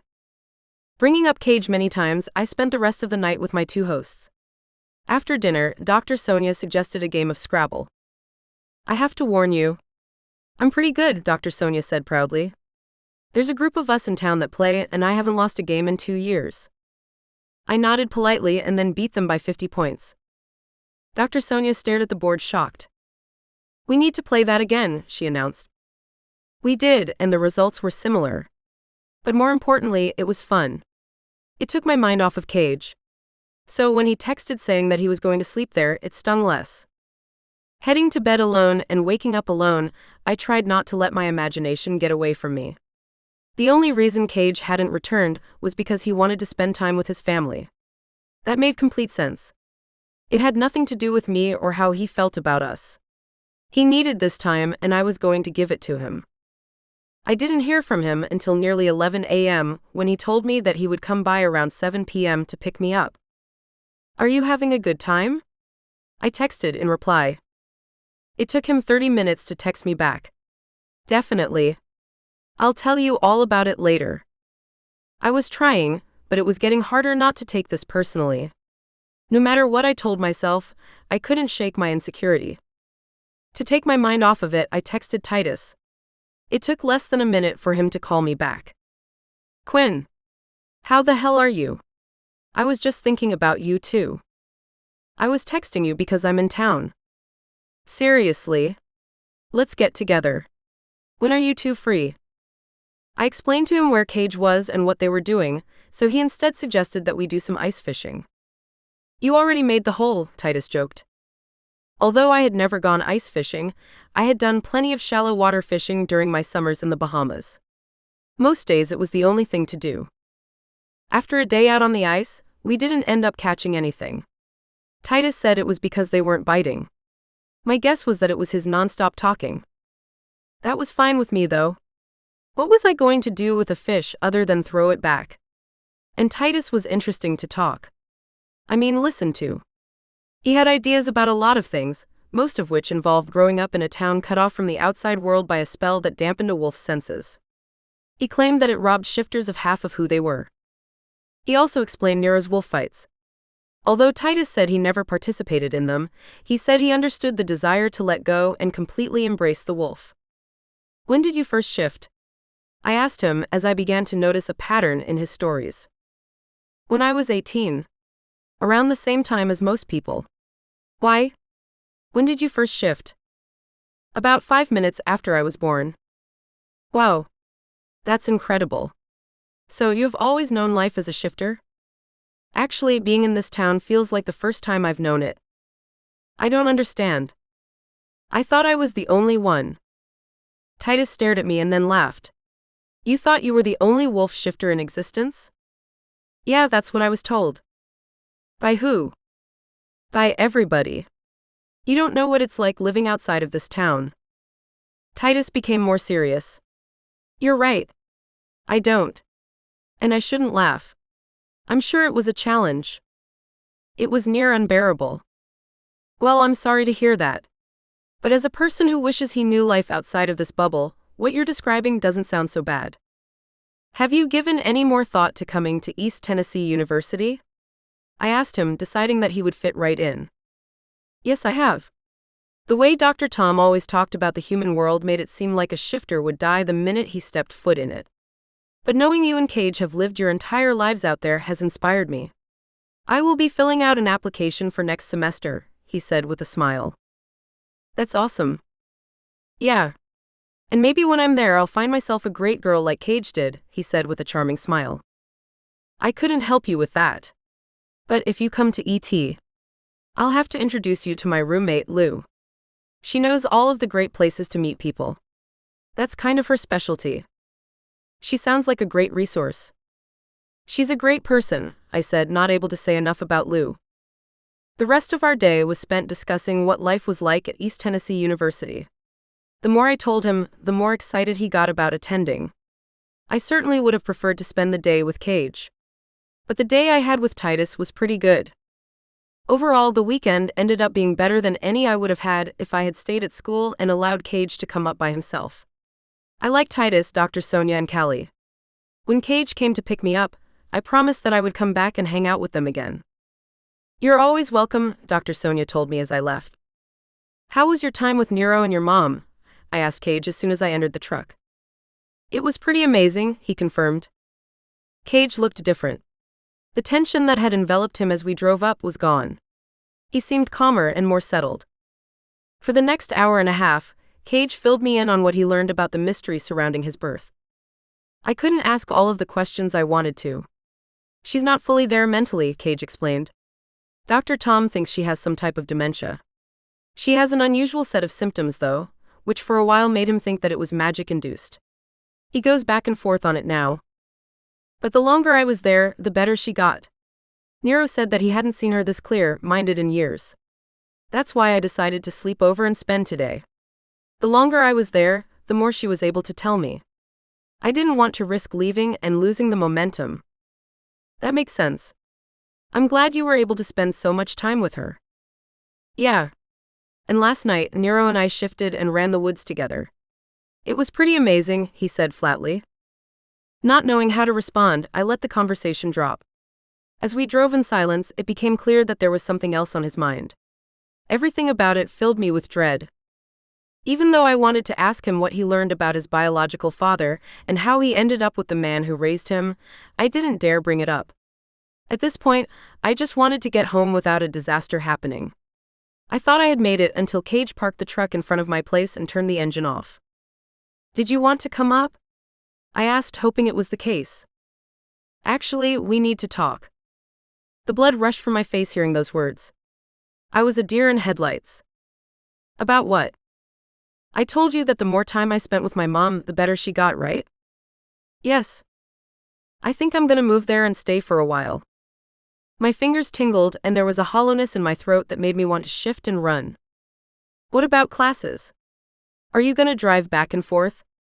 That's a long drive." "I think I'm going to drop out of school for now." "But you're so close. This is your last semester?" "My mother needs me. Nero needs me. He's been taking care of her alone all this time. It's been hard for him. He said that she isn't always as in control as she was this weekend. He needs help and they're my family and my pack." My next question caused heat to flash across my face. "What about us? Will you be coming back to see me?" Every second Cage didn't answer sucked the life out of me. I thought that was painful until he spoke. "I'm not sure if we should be together." "What?" I said, starting to sweat. "But you said you loved me." "I do. You don't have to question that." "I do." "Then what?" "You are an incredible woman, the most amazing I've ever met. But we want different things." "What do you mean, I want you? Don't you want me?" "I do. I absolutely do. And if you tell me that you can accept your wolf and be a part of our pack, then I will commit to you forever. Tell me that you won't spend the rest of your life trying to cure yourself of the thing that makes us perfect for each other, and I'm yours." I looked at him silently. My heart was breaking. That's what I thought. As long as you can't accept yourself, you won't be able to accept me or my family. And let's say you do discover how to kill your wolf. And let's say that it gets out and the rest of the world finds out about us. What would happen then? I would never let anything happen to you, Cage. Don't you trust me? How do I trust someone who doesn't trust herself? There was nothing I could say to that. All I could do was stare at him because he was right. My father had opened Pandora's box by telling the world about me. And I couldn't guarantee that anything I did in my father's lab wouldn't get out. I could do my best to bury any discoveries I made, but if I use it, its formula will always exist within my genetics. He shouldn't trust me. Dr. Tom shouldn't trust me. No one should, least of all myself. I had proven that the moment my mother's life left her body. And all I would ever do to Cage and his pack is put them at risk. My soul burned realizing it. "Cage, I love you," I told him, no longer able to hold back my tears. "I love you too, Quinn. I do. Tell me you can live your life with me as a shifter. Please. Please, Quinn, just tell me that," he pleaded. The tears flowed down my cheeks knowing the answer. "Cage, you can't imagine what I've gone through. And with my pack, you can't imagine the responsibility I now have," he said, his eyes filling with tears. "Is this it?" I asked him, desperate for him to say that it wasn't. "I guess so," he said, shattering my heart. I knew I should have said something after that. Anything. But I couldn't. The pain I felt disconnected me from my body. I floated somewhere over the two of us looking down. I was sad for the girl crying her eyes out in the passenger seat of Cage's truck. But I couldn't feel her. It would have been too much. I was grateful when she opened her door and stepped into the cold. Anything was better than watching her suffer. Now she just needed to make it inside into her apartment before her legs gave out from under her and she collapsed. Wishing her forward step by step, she ascended the stairs. When she took out her key and attempted to put it into the lock, was when I couldn't hold it back anymore. Suddenly drowning in pain, the world around me spun. Luckily, I didn't have to open the door. A friendly face opened it, and now it was looking back at me. "Are you okay?" Lou asked. "Quinn, are you all right?" I wanted to say I wasn't. I wanted to tell her that Cage and I had broken up, and that we weren't getting back together. I couldn't. All I could do was step to her and fall into Lou's arms. He hurt me, was what I said. I don't know what to do, I explained before spending the rest of the night suffocating on my tears. What I went through as the weeks passed approached unbearable. It was clear I wasn't made for this. Lou went through guys like popcorn. None of them even left butter on her fingers. Yet I dated one guy, and breaking up with him left me catatonic. Maybe I was just weaker than everyone else, but there was no question about it, I wasn't made for love. Lou did her best to get me out of bed and at least attend classes, but I couldn't do that either. Part of me knew that no matter the subject, I could probably cram it a few days before the exam and pass. The other part was that I didn't see the point in school anymore. What was the point of anything? Why should I leave bed except to eat and go to the bathroom? With all of my smarts, I couldn't figure that out. So instead I lied there, I cried, and I allowed my thoughts to endlessly spiral around Cage. One second I loved him. The next second I hated him. But every moment I cursed my wolf for destroying everything I loved. Quinn, you have to get out of bed, Lou said insistently. If not for you, for me. There is a smell coming from here that's making the guys I bring home think I'm using the room to store dead bodies. Sorry, I said, not wanting to be the burden I was. Lou sighed and then crawled into my bed, wrapping her arms around me. Come on, Buttercup, you gotta snap out of this. There are other guys out there. Believe me. I hadn't told her about Cage being a shifter. It wasn't my secret to share. So, Lou still just thought that he was a hot guy the first was crushing on, and not that he could have been my soulmate if I hadn't been cursed by being who I was. You just need to go outside. Come on, Buttercup, how do I get you to leave this room? Lou asked me with gentle caring. I don't know, I told her honestly. Maybe that was too much to ask for. How do I get you to leave this bed? I didn't respond. Lou suddenly popped up and looked around. Okay, that's it. I was trying to be nice, but you've given me no choice. Where is it? What? Your phone. Don't call Cage. You think I want to call Cage, that stinking rat bastard? Oh no. He needs to burn in hell for what he did to you. He was doing it for his. If you tell me he had to do it for his sick mom, I swear to God I'm gonna lose it. You don't get to defend him until you're capable of standing long enough to take a shower. Do you hear me? I said, do you hear me? Yes. Good. Now where's your phone? In the drawer. Lou looked at the nightstand and found a charger cord preventing it from closing. I didn't feel like explaining how it got that way, and she didn't ask. Instead, she took it out, grabbed my finger, unlocked it, and searched the contacts. Who are you calling? I asked, realizing that I had a few numbers I wouldn't want her to call. Hello, Mr. Toro? Hi, you don't know me, but this is Quinn's roommate. It's nice to meet you too. My head popped up. You called my dad? Low blow. He wasn't even on my radar of people I didn't want to face. I turned over and buried my head in my pillow. Listen. I'm calling because I'm having a bit of a situation with Quinn. You called my dad? I groaned. Yes. I can't get her out of bed, Lou said to my father. Why is it? It's because some guy broke her heart. What? No. I exclaimed, reaching for the phone. Lou jumped out of the way.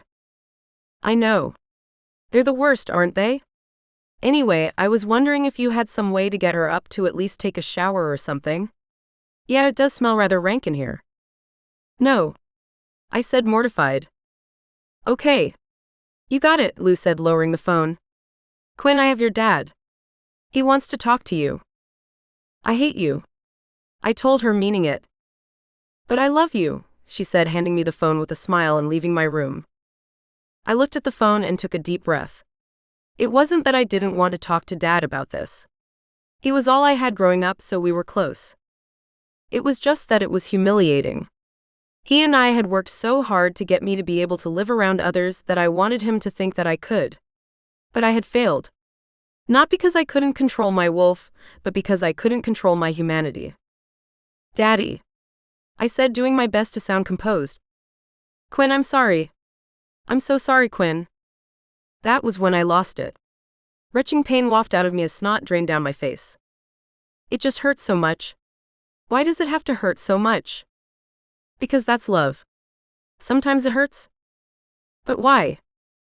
My father went quiet on the other end. Okay, that's it. Get out of bed, get dressed. I'll be there in 4 hours. What? Your roommate caught me on the jet flying back to New York. I'm making a detour to see you. We're gonna go get some dinner and we are going to talk this out. What are you talking about? I mean it. Get out of bed. Get dressed. I'm gonna be there in 4 hours. We're gonna have a father-daughter talk about guys. I thought I would escape it given your circumstances. But as beautiful as you are, I was a fool to believe that. This conversation is long overdue. As much as I didn't want to, after the call, I dragged myself out of bed and into the shower. Hallelujah, Lou yelled from the living room. I hate you, I mumbled with the shower droplets drowning me out. I didn't hate her. Lou was the best friend I'd ever had. I might have starved if it wasn't for her because there was no way I was walking to the front door to get my food deliveries. She also cared about me in a way that I had hoped that Cage would. Lou deserved more from her college experience than having to take care of me. Returning to my bedroom clean, I smelled what Lou had talked about. My room smelt like a tomb. I cracked a window and then sat on the edge of my bed in my towel for a long time. It had taken a lot of energy to take a shower. I needed to rest. When I received the text from Dad saying he had landed, I forced myself to get dressed. She emerges, Lou said when I entered the living room. I gave her a resentful glare. That didn't stop her from running over and throwing her arms around me. And you smell good. I had my doubts about calling your dad on you, but look at my buttercup now. I wasn't resisting her hug. It felt really good, actually. But when the intercom buzzed, she let me go so I could reply. Hello. Quinn, it's Dad. Coming down. You're not going to invite him up? Lou asked. Why would I? So I could meet him, she said with a devilish look in her eyes. I didn't know what she was thinking, and I didn't want to find out. But when I left the room, she did too. What are you doing? Just making sure you get downstairs all right, she said, giving me the same smirk. Whatever, I said, not having the energy to fight her. Lou followed me downstairs with a smile on her face. Dad, I said, looking at my father just past the door. Lou gasped. That's when I remembered that along with his money and genius, most people also thought that he was hot. Ew. And who's this? Dad asked. This is my roommate, Lou. Nice to meet you, Lou, Dad said with one of his charming smiles. Lou giggled, and then pulled herself together and offered Dad her hand. Nice to meet you too, Mr. Toro. Thank you for looking after my daughter. She needs some looking after. Dad. Of course. Anything for my buttercup. I mean Quinn. And thanks for giving me a call. It looks like I came just in time. I looked at him confused and then looked down at myself. I thought I had done a good job of pulling myself together. Shall we go? Again, it was good to meet you, Lou. The next time I'm in town, we'll all have to go out to dinner. I look forward to it, Mr. Toro, Lou said, blushing. Yeah, I was sure she was. Walking away, Dad put his arm around me. It felt good to feel him there. Though he might have done it so that he could fix my hair. What are you doing? Did you look in the mirror before you came outside? Not everyone cares about appearances as much as you do, Dad. The truth was that I had forgotten to. And although I had managed to get dressed, it had completely slipped my mind to brush my hair. Baby steps. As he always did, Dad took me to the best restaurant he could find. Considering we were in East Tennessee, it wasn't like the ones in New York and Los Angeles, but it was nice. For some reason, I could barely taste the food, but that probably had more to do with Cage than the chef. So tell me what's going on, Quinn. Who's this guy who broke my little girl's heart?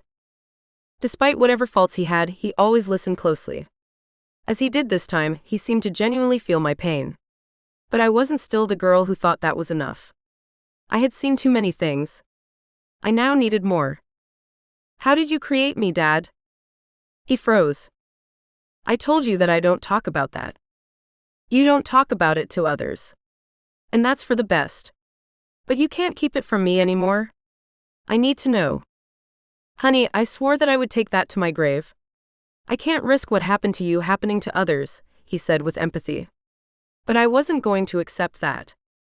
When did you know there were others like me? What? When did you know? Was it when I was a kid? Was I still a baby? Others like you how? You know how, Dad, I insisted, not giving an inch. Quinn, I'm telling you that I don't. I stared into my father's eyes. He really didn't seem to know. Did that mean that I could still trust him? What if what Dr. Tom said was true? What if he has been experimenting on shifters this whole time? Honey, did you find others like yourself? He asked hesitantly. I didn't know what to say. Never had I doubted that I could trust my father. He had always been the only one I thought I could believe in. So what had changed? Why was my faith in him so easily shaken by Dr. Tom's words? Tell me how Mom died, I said when it popped into my head. Your mom. He leaned away, going on the defensive.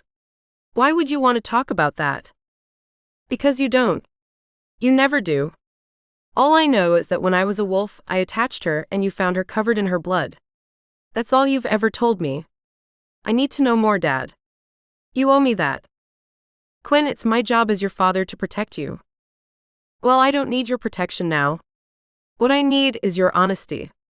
I've hated and resented my wolf my entire life, fearing that at any moment it could attach someone I love. It's been destroying me slowly. How could I trust anyone if I can't even trust myself, Dad? I need to know whether or not I can trust myself. My father stared at me until his gaze fell to his plate. He sighed painfully. You're right. Maybe you don't need me to protect you anymore. Maybe you're old enough to handle the truth. It was my turn to freeze. I was just hoping to get a fuller sense of what happened. I hadn't considered that there was a lie he had covered up. Heat washed across my face considering what it could be. Yeah, Dad. I can handle it. He looked up into my eyes with sadness. Your mother didn't accept what you are as easily as I did. In fact, she couldn't accept it at all. She would barely ever hold you. When she did, she would look at you with something dark in her eyes. As time went on, she'd become increasingly cruel towards you. When you shifted into a wolf, she would sometimes shave you. She said that she did it hoping that your fur wouldn't grow back. It always did the next time you shifted, and that angered her even more. She would clip your ears back with clothespins, threatening to cut them off. She would threaten to cut off your tail. In fact, I think she did once. She never told me about it, but there was a time when that particular threat stopped. I wondered why, and then saw the terror in your wolf's eyes the next time you two were in the same room together. Oh my God, Dad, I said, not able to believe what I was hearing. Your mother terrorized you, Quinn. And then one day I think she went too far. I don't know what she was planning or what she did. But after finding the nanny I had hired to make sure that you two were never alone together, without you, I raced around the house looking for you. I found you two in the attic. You were crying your eyes out 5 feet from your diaper and she was dead. I didn't know what to do, but clearly I had to report your death. That was when I made the decision to tell the world about you. I thought that if you hadn't been a secret, your mother wouldn't have tried whatever she had attempted to do. And I needed a cause of death. If I thought I could take the blame, I would have. But me being locked away would mean that you would grow up alone. So I told everyone. And when you grew older and started asking about your mother, I had to decide if I was going to let my little girl grow up thinking that the person who was supposed to love her most hated her. Or if I would just blame it on the thing that we were already trying to get rid of. So you blamed it on my wolf? I asked in a daze. He shook his head. I've thought about that decision every day since. I still haven't come up with what I could have done differently. I wanted my little girl to grow feeling loved. I wanted that for you. And I got it at the expense of loving myself, I realized. What could I have done differently? You're old enough and now you know. If you had a say in the matter, what would you have wanted me to do? Did I make a mistake? My father asked with tears in his eyes. I thought about it. What he had told me had rattled me to my core. My mind swirled. I don't know, Dad. I don't know, I said with wet streaks lining my cheeks. I'm sorry this happened to you, baby. I wish I could have been a better father. I tried. I tried so hard. I know you did, Dad. You did everything you knew how to do, I said, reaching for his hands. I was right. I could trust him. Maybe how he had handled it was a mistake. Maybe it wasn't. It was going to take me a lot longer than a night to figure it out. But I knew that what he did, thinking it was in my best interest. What more could I ask from him than that? I'm not the only one, Dad, I told him, unable to look him in the eyes. What? There are others like me. How? I never told anyone about the genetic codes I switched to make you. Not even your mother. Wolf shifters have been around for a long time. And they aren't the only thing out there. There are dragon shifters, Dad. I've seen one. And there are fae. Do you mean fairies?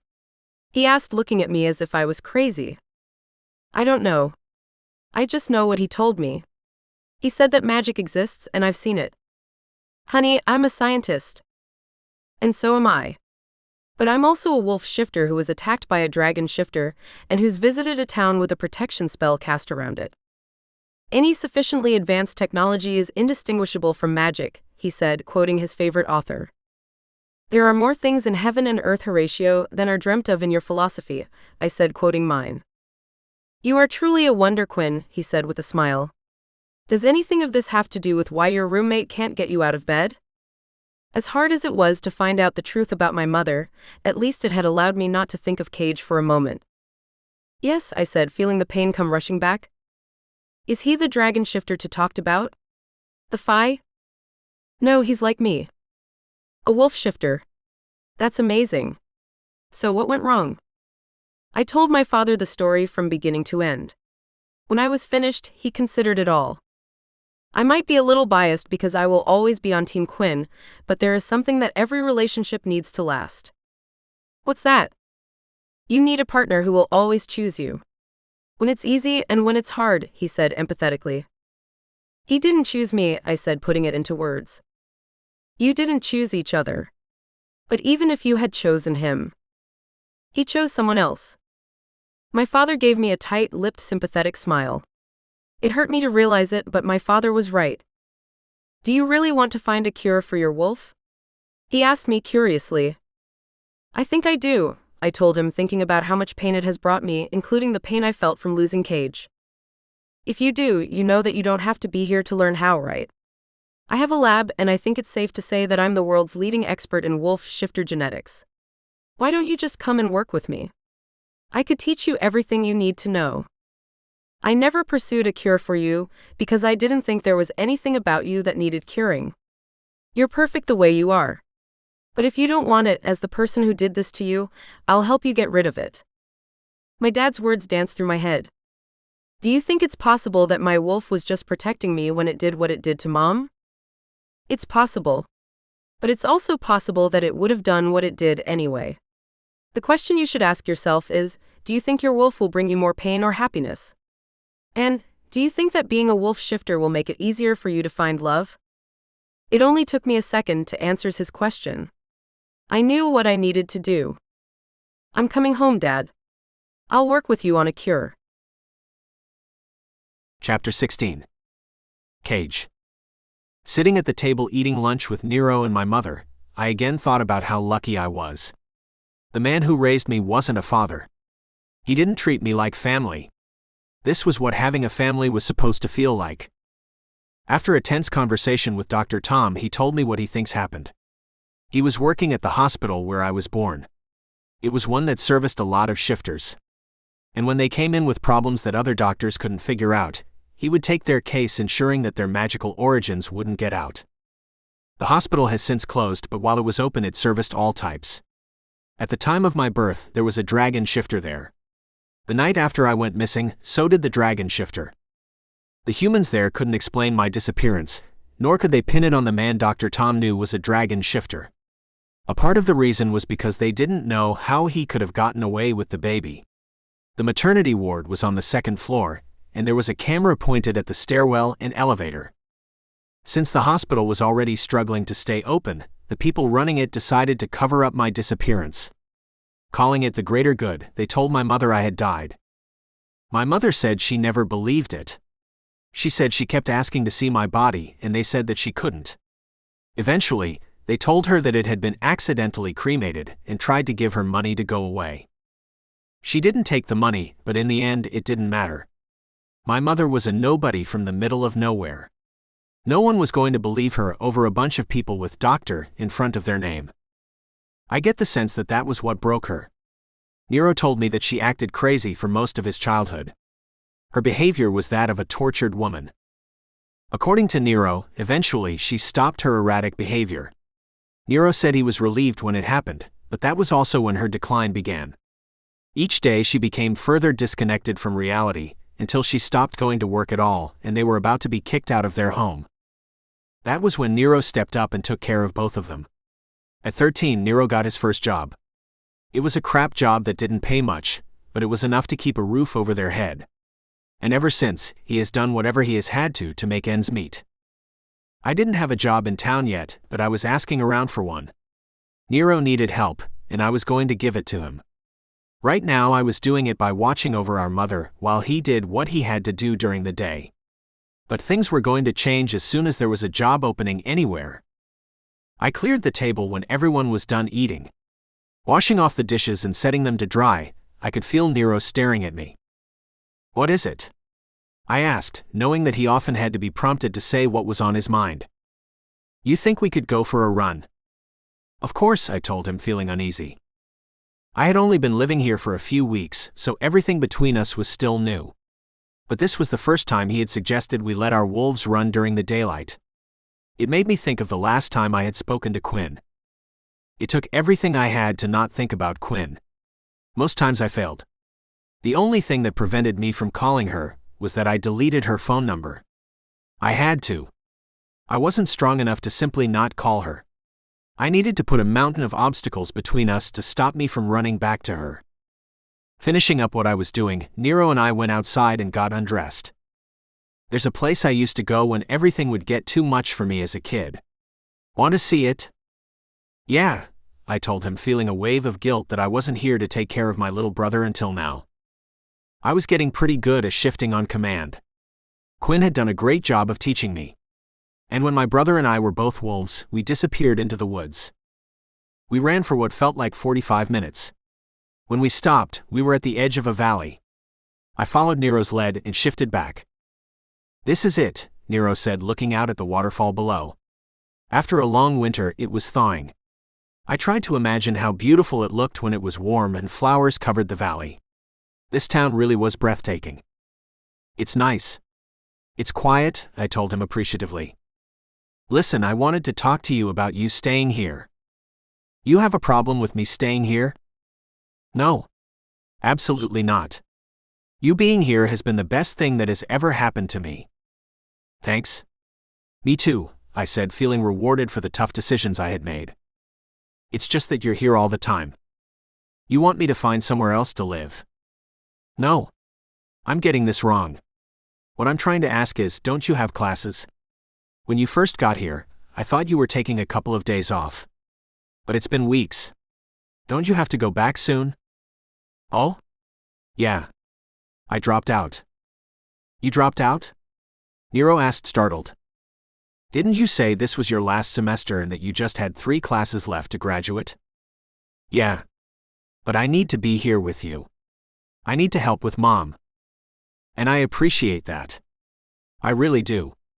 Nero stared at me, measuring what he would say next. "It's just that I thought that school was important. I mean, I never used to think that. But after I met you and Quinn, He trailed off. I wasn't sure what was going on. Nothing Nero had told me about himself had led me to believe that he had valued school. So where was this coming from? I wouldn't want to push him in any way, but it was clear that if he went to college it would change his life. Nero wasn't the dumb thug I thought he was when we had first met. He was thoughtful, vulnerable, and pretty ingenious. If he was exposed to the outside world, there was no telling who he would become. "School is important," I told him, taking the opening. "But you only had 3 classes left and you dropped out. If it's so important and you were so close, why did you leave?" "I left for you and Mom." "Huh. Okay. And I appreciate that. It's just that I thought it was really important." "It is really important. It's just that you two are more important." Nero didn't respond to that. I obviously didn't clear things up for him. And honestly, I could see why. It was a matter of priorities and responsibilities. But at the same time, I didn't realize that I might be setting an example for my younger brother. I was new at this. Why hasn't Quinn come to visit? What? I asked, caught off guard. As his question echoed in my mind, I felt a tightening clench around my heart and waves of pain shot through me. I said, "Why hasn't Quinn come to visit?" "Oh? It's because?" As I began to say it, I realized that I hadn't said it aloud before. It took everything in me not to fall to my knees at the thought. "We broke up." "What?" Nero asked, shocked. "I liked her." "I did too," I admitted, feeling it for the first time. "What happened?" "I have responsibilities now." "Wait? You broke up with her because of us?" "I mean, I didn't want to say it." "No," he said, turning to me angrily. "Just no." "What are you talking about, no?" "I liked her. She was really good for you, Cage." "It was clear that she was your fated mate," he said, distressed. "What's a fated mate?" "You gotta know what a fated mate is," Nero said dismissively. "Nero, just tell me what it is," I said, feeling my wolf growl. "It's the person a wolf shifter is meant to be with. It's a magic thing. There's one person for all of us. When you're with them, it sometimes feels like you can't breathe. When you're apart, it could feel like hell." "I was sure that Quinn was yours. Was I wrong? Is she not your fated mate?" I said, caught off guard. "Yeah. From the first moment I met her, I had the sense that there was something powerful pulling us together. I needed her." Nero was right. It sometimes felt like I couldn't breathe.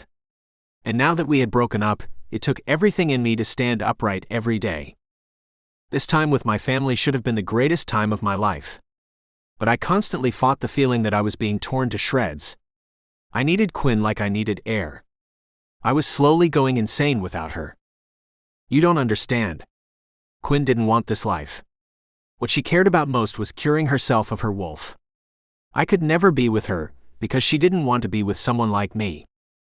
You said she grew up thinking she was the only wolf shifter and that I was the first one she had ever met. Yeah.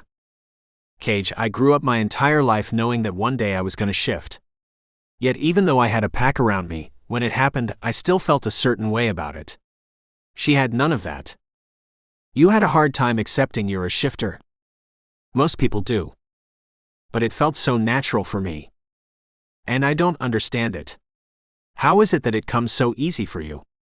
That first fight we had, there was no way you should have been able to get the upper hand on me like that. No one should be able to. I fought a lot of wolves. No one can. Yet I did. You did. You're special somehow, Cage. And if someone takes a little longer to get to where you are, you gotta give them the time. But she chose getting rid of her wolf over being with me. Then you convince her. You fight for her. That's what I would want someone to do for me, especially my fated mate. And you can't use your pack as an excuse to ruin your life. My mind spun thinking about everything Nero had told me. It was too much. I needed the spinning to stop. "I thought I was supposed to be the wiser older brother," I said, hoping being lighthearted would relieve some of Nero's pressure. "Then act like it, bro. Fight for Quinn. Go after the woman you love." I couldn't deny it. Everything he said was right. There was something I couldn't control drawing me to Quinn. And I shouldn't have given up on her. What was I thinking, giving up on Quinn without a fight? What have I done? What do I do? Go after her. Nero insisted, jolting me into action. I knew Nero was right. Without a word, I shifted into my wolf and sprinted back to the trailer. As I did, my thoughts swirled. I didn't have her phone number. I had deleted it. I needed to find someone who had it. I needed to get to my truck. Feeling like I was back on the football field, my strides were long and strong. Jumping over streams and across ravines, I arrived back in a fraction of the time it had taken to get out there. Shifting back and getting dressed, I raced inside in search of my keys. "Why are you in such a rush?" my mother asked, drawing my attention. "Mama, I love you, but I made a huge mistake I need to correct." "Did you finally come to your senses about your girlfriend?" I looked back at her, shocked. "How did you know?" I'm your mother. A mother knows these things, she said with a smile. Now go get her. I smiled, unable to love her more. Hurrying to my truck, I put my foot on the gas, racing to town. My first thought was to go to Dr. Sonia's. I knew she had her number. But the closer I got, the more I realized that that couldn't be the plan. It had been too long. A phone call wouldn't do. I had to see her. I had jerked her around too much already. She had to see that I was serious. She didn't deserve what I did to her. And I didn't deserve her. But deserve her or not, I was going to let her know that I didn't want to live without her. She needed to know that I was going to do whatever I had to do to keep her, whether she was a shifter or not. My lead foot got me back to campus in the half the time it usually took. As I approached her place, my heart pounded with fear. What if what I had to say wasn't enough? What would I do then? Whatever I have to do, I am gonna do it. Quinn is my girl. She's the love of my life, and no matter the consequences, I'm gonna fight until my last breath to be with her. Not finding a parking spot, I pulled my truck onto the sidewalk, making my own. I didn't care. What I had to tell her couldn't wait another minute. So racing out of my truck with the engine running and the door open, I approached the front door of her building and lunged for the intercom. The timing of it all couldn't have been worse, or maybe better. Because as I stood there waiting for the intercom to light up and reply, a face appeared on the other side of the glass in the door. It was Tasha. Of all people, why did it have to be her? Please open the door. I know things didn't end well between us, but I have to go see Quinn. Please. I was half expecting Tasha to turn around and walk off pissed. Instead, she popped open the door. As I stared at her, she smiled. I wasn't sure why until I saw who was standing behind her. It was her best friend V. V was smiling too, and I didn't make the connection until I looked down and saw that they were holding hands. Go get her, Tasha told me, not needing to say any more.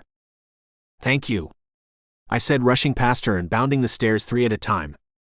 Arriving in front of Quinn's door, I was exhausted and crackling with excitement. I didn't know how I had managed to stay away from her for so long. I knocked on the door, trying to calm myself. As soon as I did, it flung open. A very pissed face stared back at me from within. Lou, where is she? Gone. What? Where? When? I asked, pushing past her and seeing that half of the living room furniture was missing. You hurt her. She decided to leave school because of you. What? No. When did she go? An hour ago. An hour ago. I exclaimed, stunned that I had just missed her. Her father came and packed her up. They're probably flying away right now. I guess you're too late. No. This can't be happening. What do you care? You just want her so you can have someone you can hurt again. I looked at Lou, devastated that she would think that. But she was right. I had done Quinn wrong. She was probably better off without me. But maybe better off wasn't always better. Lou, I know you hate me. And you have every right to. I didn't treat Quinn how she deserved to be treated. But she's the most special person in the world to me. And even if I have to spend the rest of my life making it up to her, I will. I love that girl. I love her more than I thought possible. So if there's anything you can tell me, anything that will allow me to tell her how much of a fool I've been, I will owe you forever. Please, Lou. Please. Lou's gaze was ice cold, until in an instant when her tension melted and tears pooled in her eyes. Why can't a guy ever say those things about me? Lou said, overwhelmed. Okay, let's go. Where are we going? To the airport. They might not have left as long ago as I said. But they're taking a private jet, so if we don't get there soon, they'll be gone. Lou didn't have to say any more. Hurrying back to my truck, we climbed in and raced to the airport. It wasn't the one my team flew out from when we traveled for games, it was the one for private planes. I had never been there and knew nothing about it. Pulling up, I found an open spot next to the entrance of the building. Sprinting out, I entered the terminal and looked around. The place was much smaller than I ever imagined it. I could see everyone in the open space in one sweep. Taking a second scan to be sure Quinn wasn't here. There, Lou said, pointing to a door marked exit. She didn't have to say any more. Running to it, someone yelled, "Hey." Exiting the terminal, I stepped onto the tarmac. Still, there was no Quinn.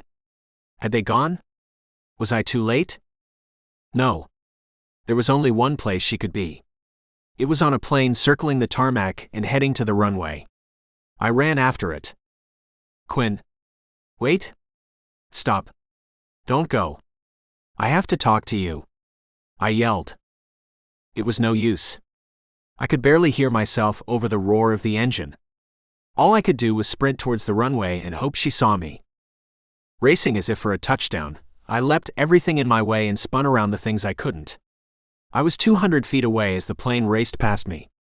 I couldn't stop it. But as it crossed in front of me, I saw a familiar face in one of the windows. It was Quinn. Our eyes met. It wasn't enough, though. Nothing I had done had been enough.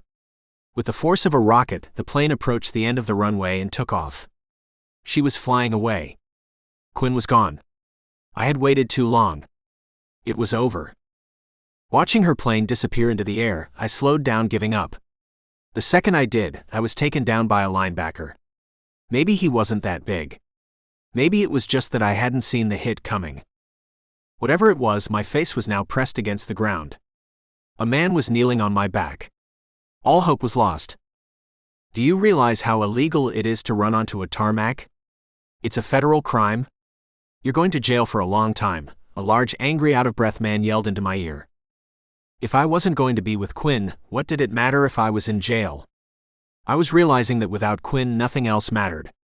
I wasn't fully alive without her. Now she was gone and it had all been my fault. I no longer cared what happened to me because I had let the best thing in my life slip away. From here on out, I deserved everything I got.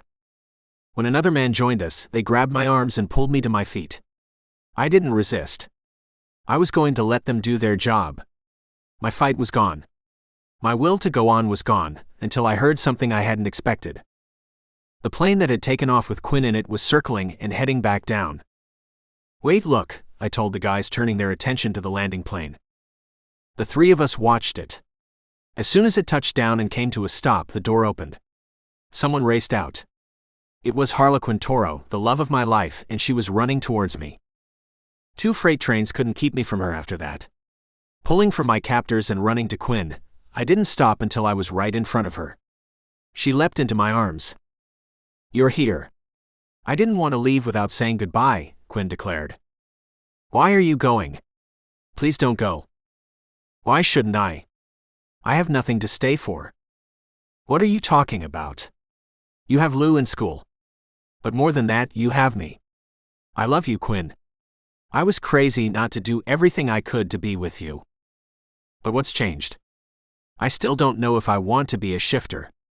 You still have your responsibilities with your mom and your pack. We can't deny that. No, we can't. But I'm willing to do whatever I have to have you in my life. I'll go wherever you need me to go and do whatever you need me to do.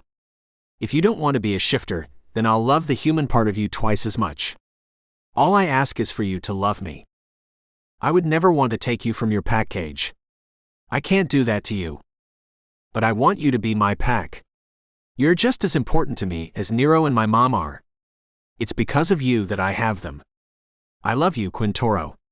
I want to love you for the rest of my life. Please be with me, I said with a smile. I don't know, Cage. I want to. I want to more than anything in the world, but... Quinn, what are you doing? A voice said from behind her. We turned to see the most James Bond-looking guy the first had ever seen in my life. But the resemblance was unmistakable. He was Quinn's father. The man's telling you he's choosing you.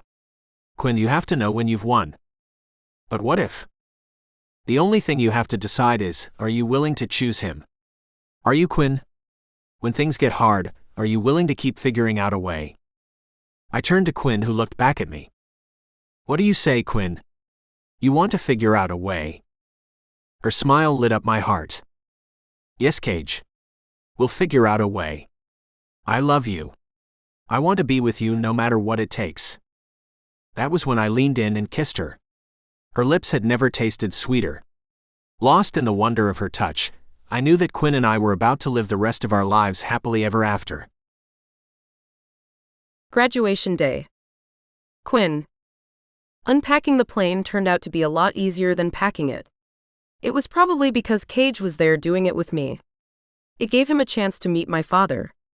Cage was the first other shifter he had met. He liked Cage immediately, as I knew he would.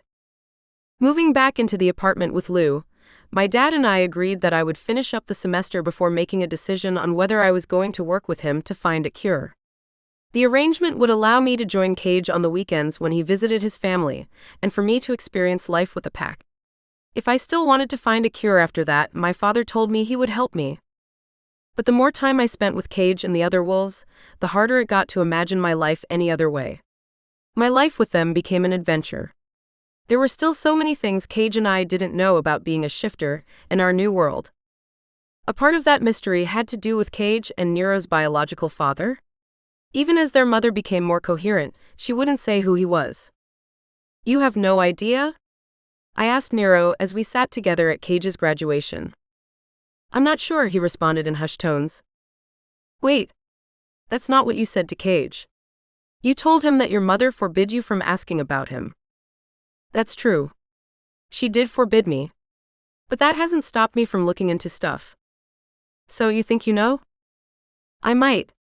And since you were able to find us in a town that wasn't even on the map, I was thinking maybe you could help. I don't know how much time I'm gonna have while taking classes next semester, but..." "Wait, are you going to be taking classes here next year?" I asked, shocked. Nero looked at me and blushed. I was thinking that with Cage helping out and my mom doing so much better, I might give it a shot. I might even try out for the football team. I was pretty good in high school. "Pretty good?" Titus said, leaning over from the seat next to Nero. "This guy set the record for most yards run in a season. This one is lightning on the field." Nero blushed. "I might have run a few yards," Nero said humbly. "Trust me, Quinn, the school won't know what hit them," Titus said with his usual salesmanship. "Hey Quinn, do you know who that is?" Nero said, staring at someone standing under the oak trees past the chairs. I turned to look. It was a girl with shaggy dark hair, thin frame, and round glasses. She was cute. "No. I've never seen her before." "Why do you ask?" "It's just that I thought I saw her look at me." "Oh." I turned back to the girl. As I did, she looked at us. I couldn't tell who she was looking at. But as the three of us stared at her, she smiled. I looked back at Nero. Nero couldn't take his eyes off of her. "Cage Augustus Rucker," a man said over the PA system. I turned to see Cage step onto the stage to collect his diploma. "Oh, he's getting it," I said, tearing Nero's attention from the girl. Once the scroll of paper was in Cage's hand, everyone in our little group, which included Lou and Cage's mother, stood up and cheered. The love of my life was graduating from university. I loved him more than I had ever loved anyone, and I couldn't be happier for him. The next chapter of our lives was about to begin. Would it include Nero and the girl he still couldn't take his eyes off of? Would it include finding out who their father is and solving the mystery behind Cage's birth? I didn't know. But whatever it included, I was all in. So was Cage. And as long as we had each other, I knew that anything would be possible. The end. I hope you enjoyed that story. And here's something else you might enjoy. Would you like to talk to one of the characters from this story? You know, the sexy one? Well, I've created an AI chatbot for my sexiest characters, and you can now chat with them, or flirt, or have him treat you like he did that character in the story. And you can do it by following the link in the description to either my author website, which is alexandersbooks.com, or my website, bookishboyfriend.com. You should give it a try. It's pretty fun. Also, as a reminder, if you would like to listen to another of my audiobooks, this time with the spicy bits included, you can find the books on Google or the version of the book with a premium narration on Audible. And if you're in the US or UK and have never had an Audible account, you can use my links in the description to sign up for a free trial and get the books for free. Free is always the best option, but if you're not eligible for the free trial because of where you live or because you already have an Audible account, then by far the best option is to become a member of this YouTube channel. Here's why. Not only is the price of membership cheaper than buying one of my books on Google or Audible, but you will get access to all of the audiobooks previously added to the membership program, as well as the new ones I'll be releasing every month. I've written in a lot of genres: male-male contemporary, male-female contemporary, male-female wolf shifter, male-male wolf shifter, male-male-female, which is reverse harem menage, and a lot of extreme spice, if you know what I mean. There's so much steamy stuff, and that doesn't include the 12 new books I release every year. As a member, you'll eventually get access to all of it, and you'll get it at a price cheaper than you can get anywhere else, while directly supporting me, the author, instead of giving most of what you pay to Amazon. So consider clicking on the join button on any page on my YouTube channel to learn more about it. And whether or not you choose to become a member, consider chatting with one of my sexy characters at bookishboyfriend.com. Because if you liked this book, you'll probably like chatting with one of my characters as well. Enjoy.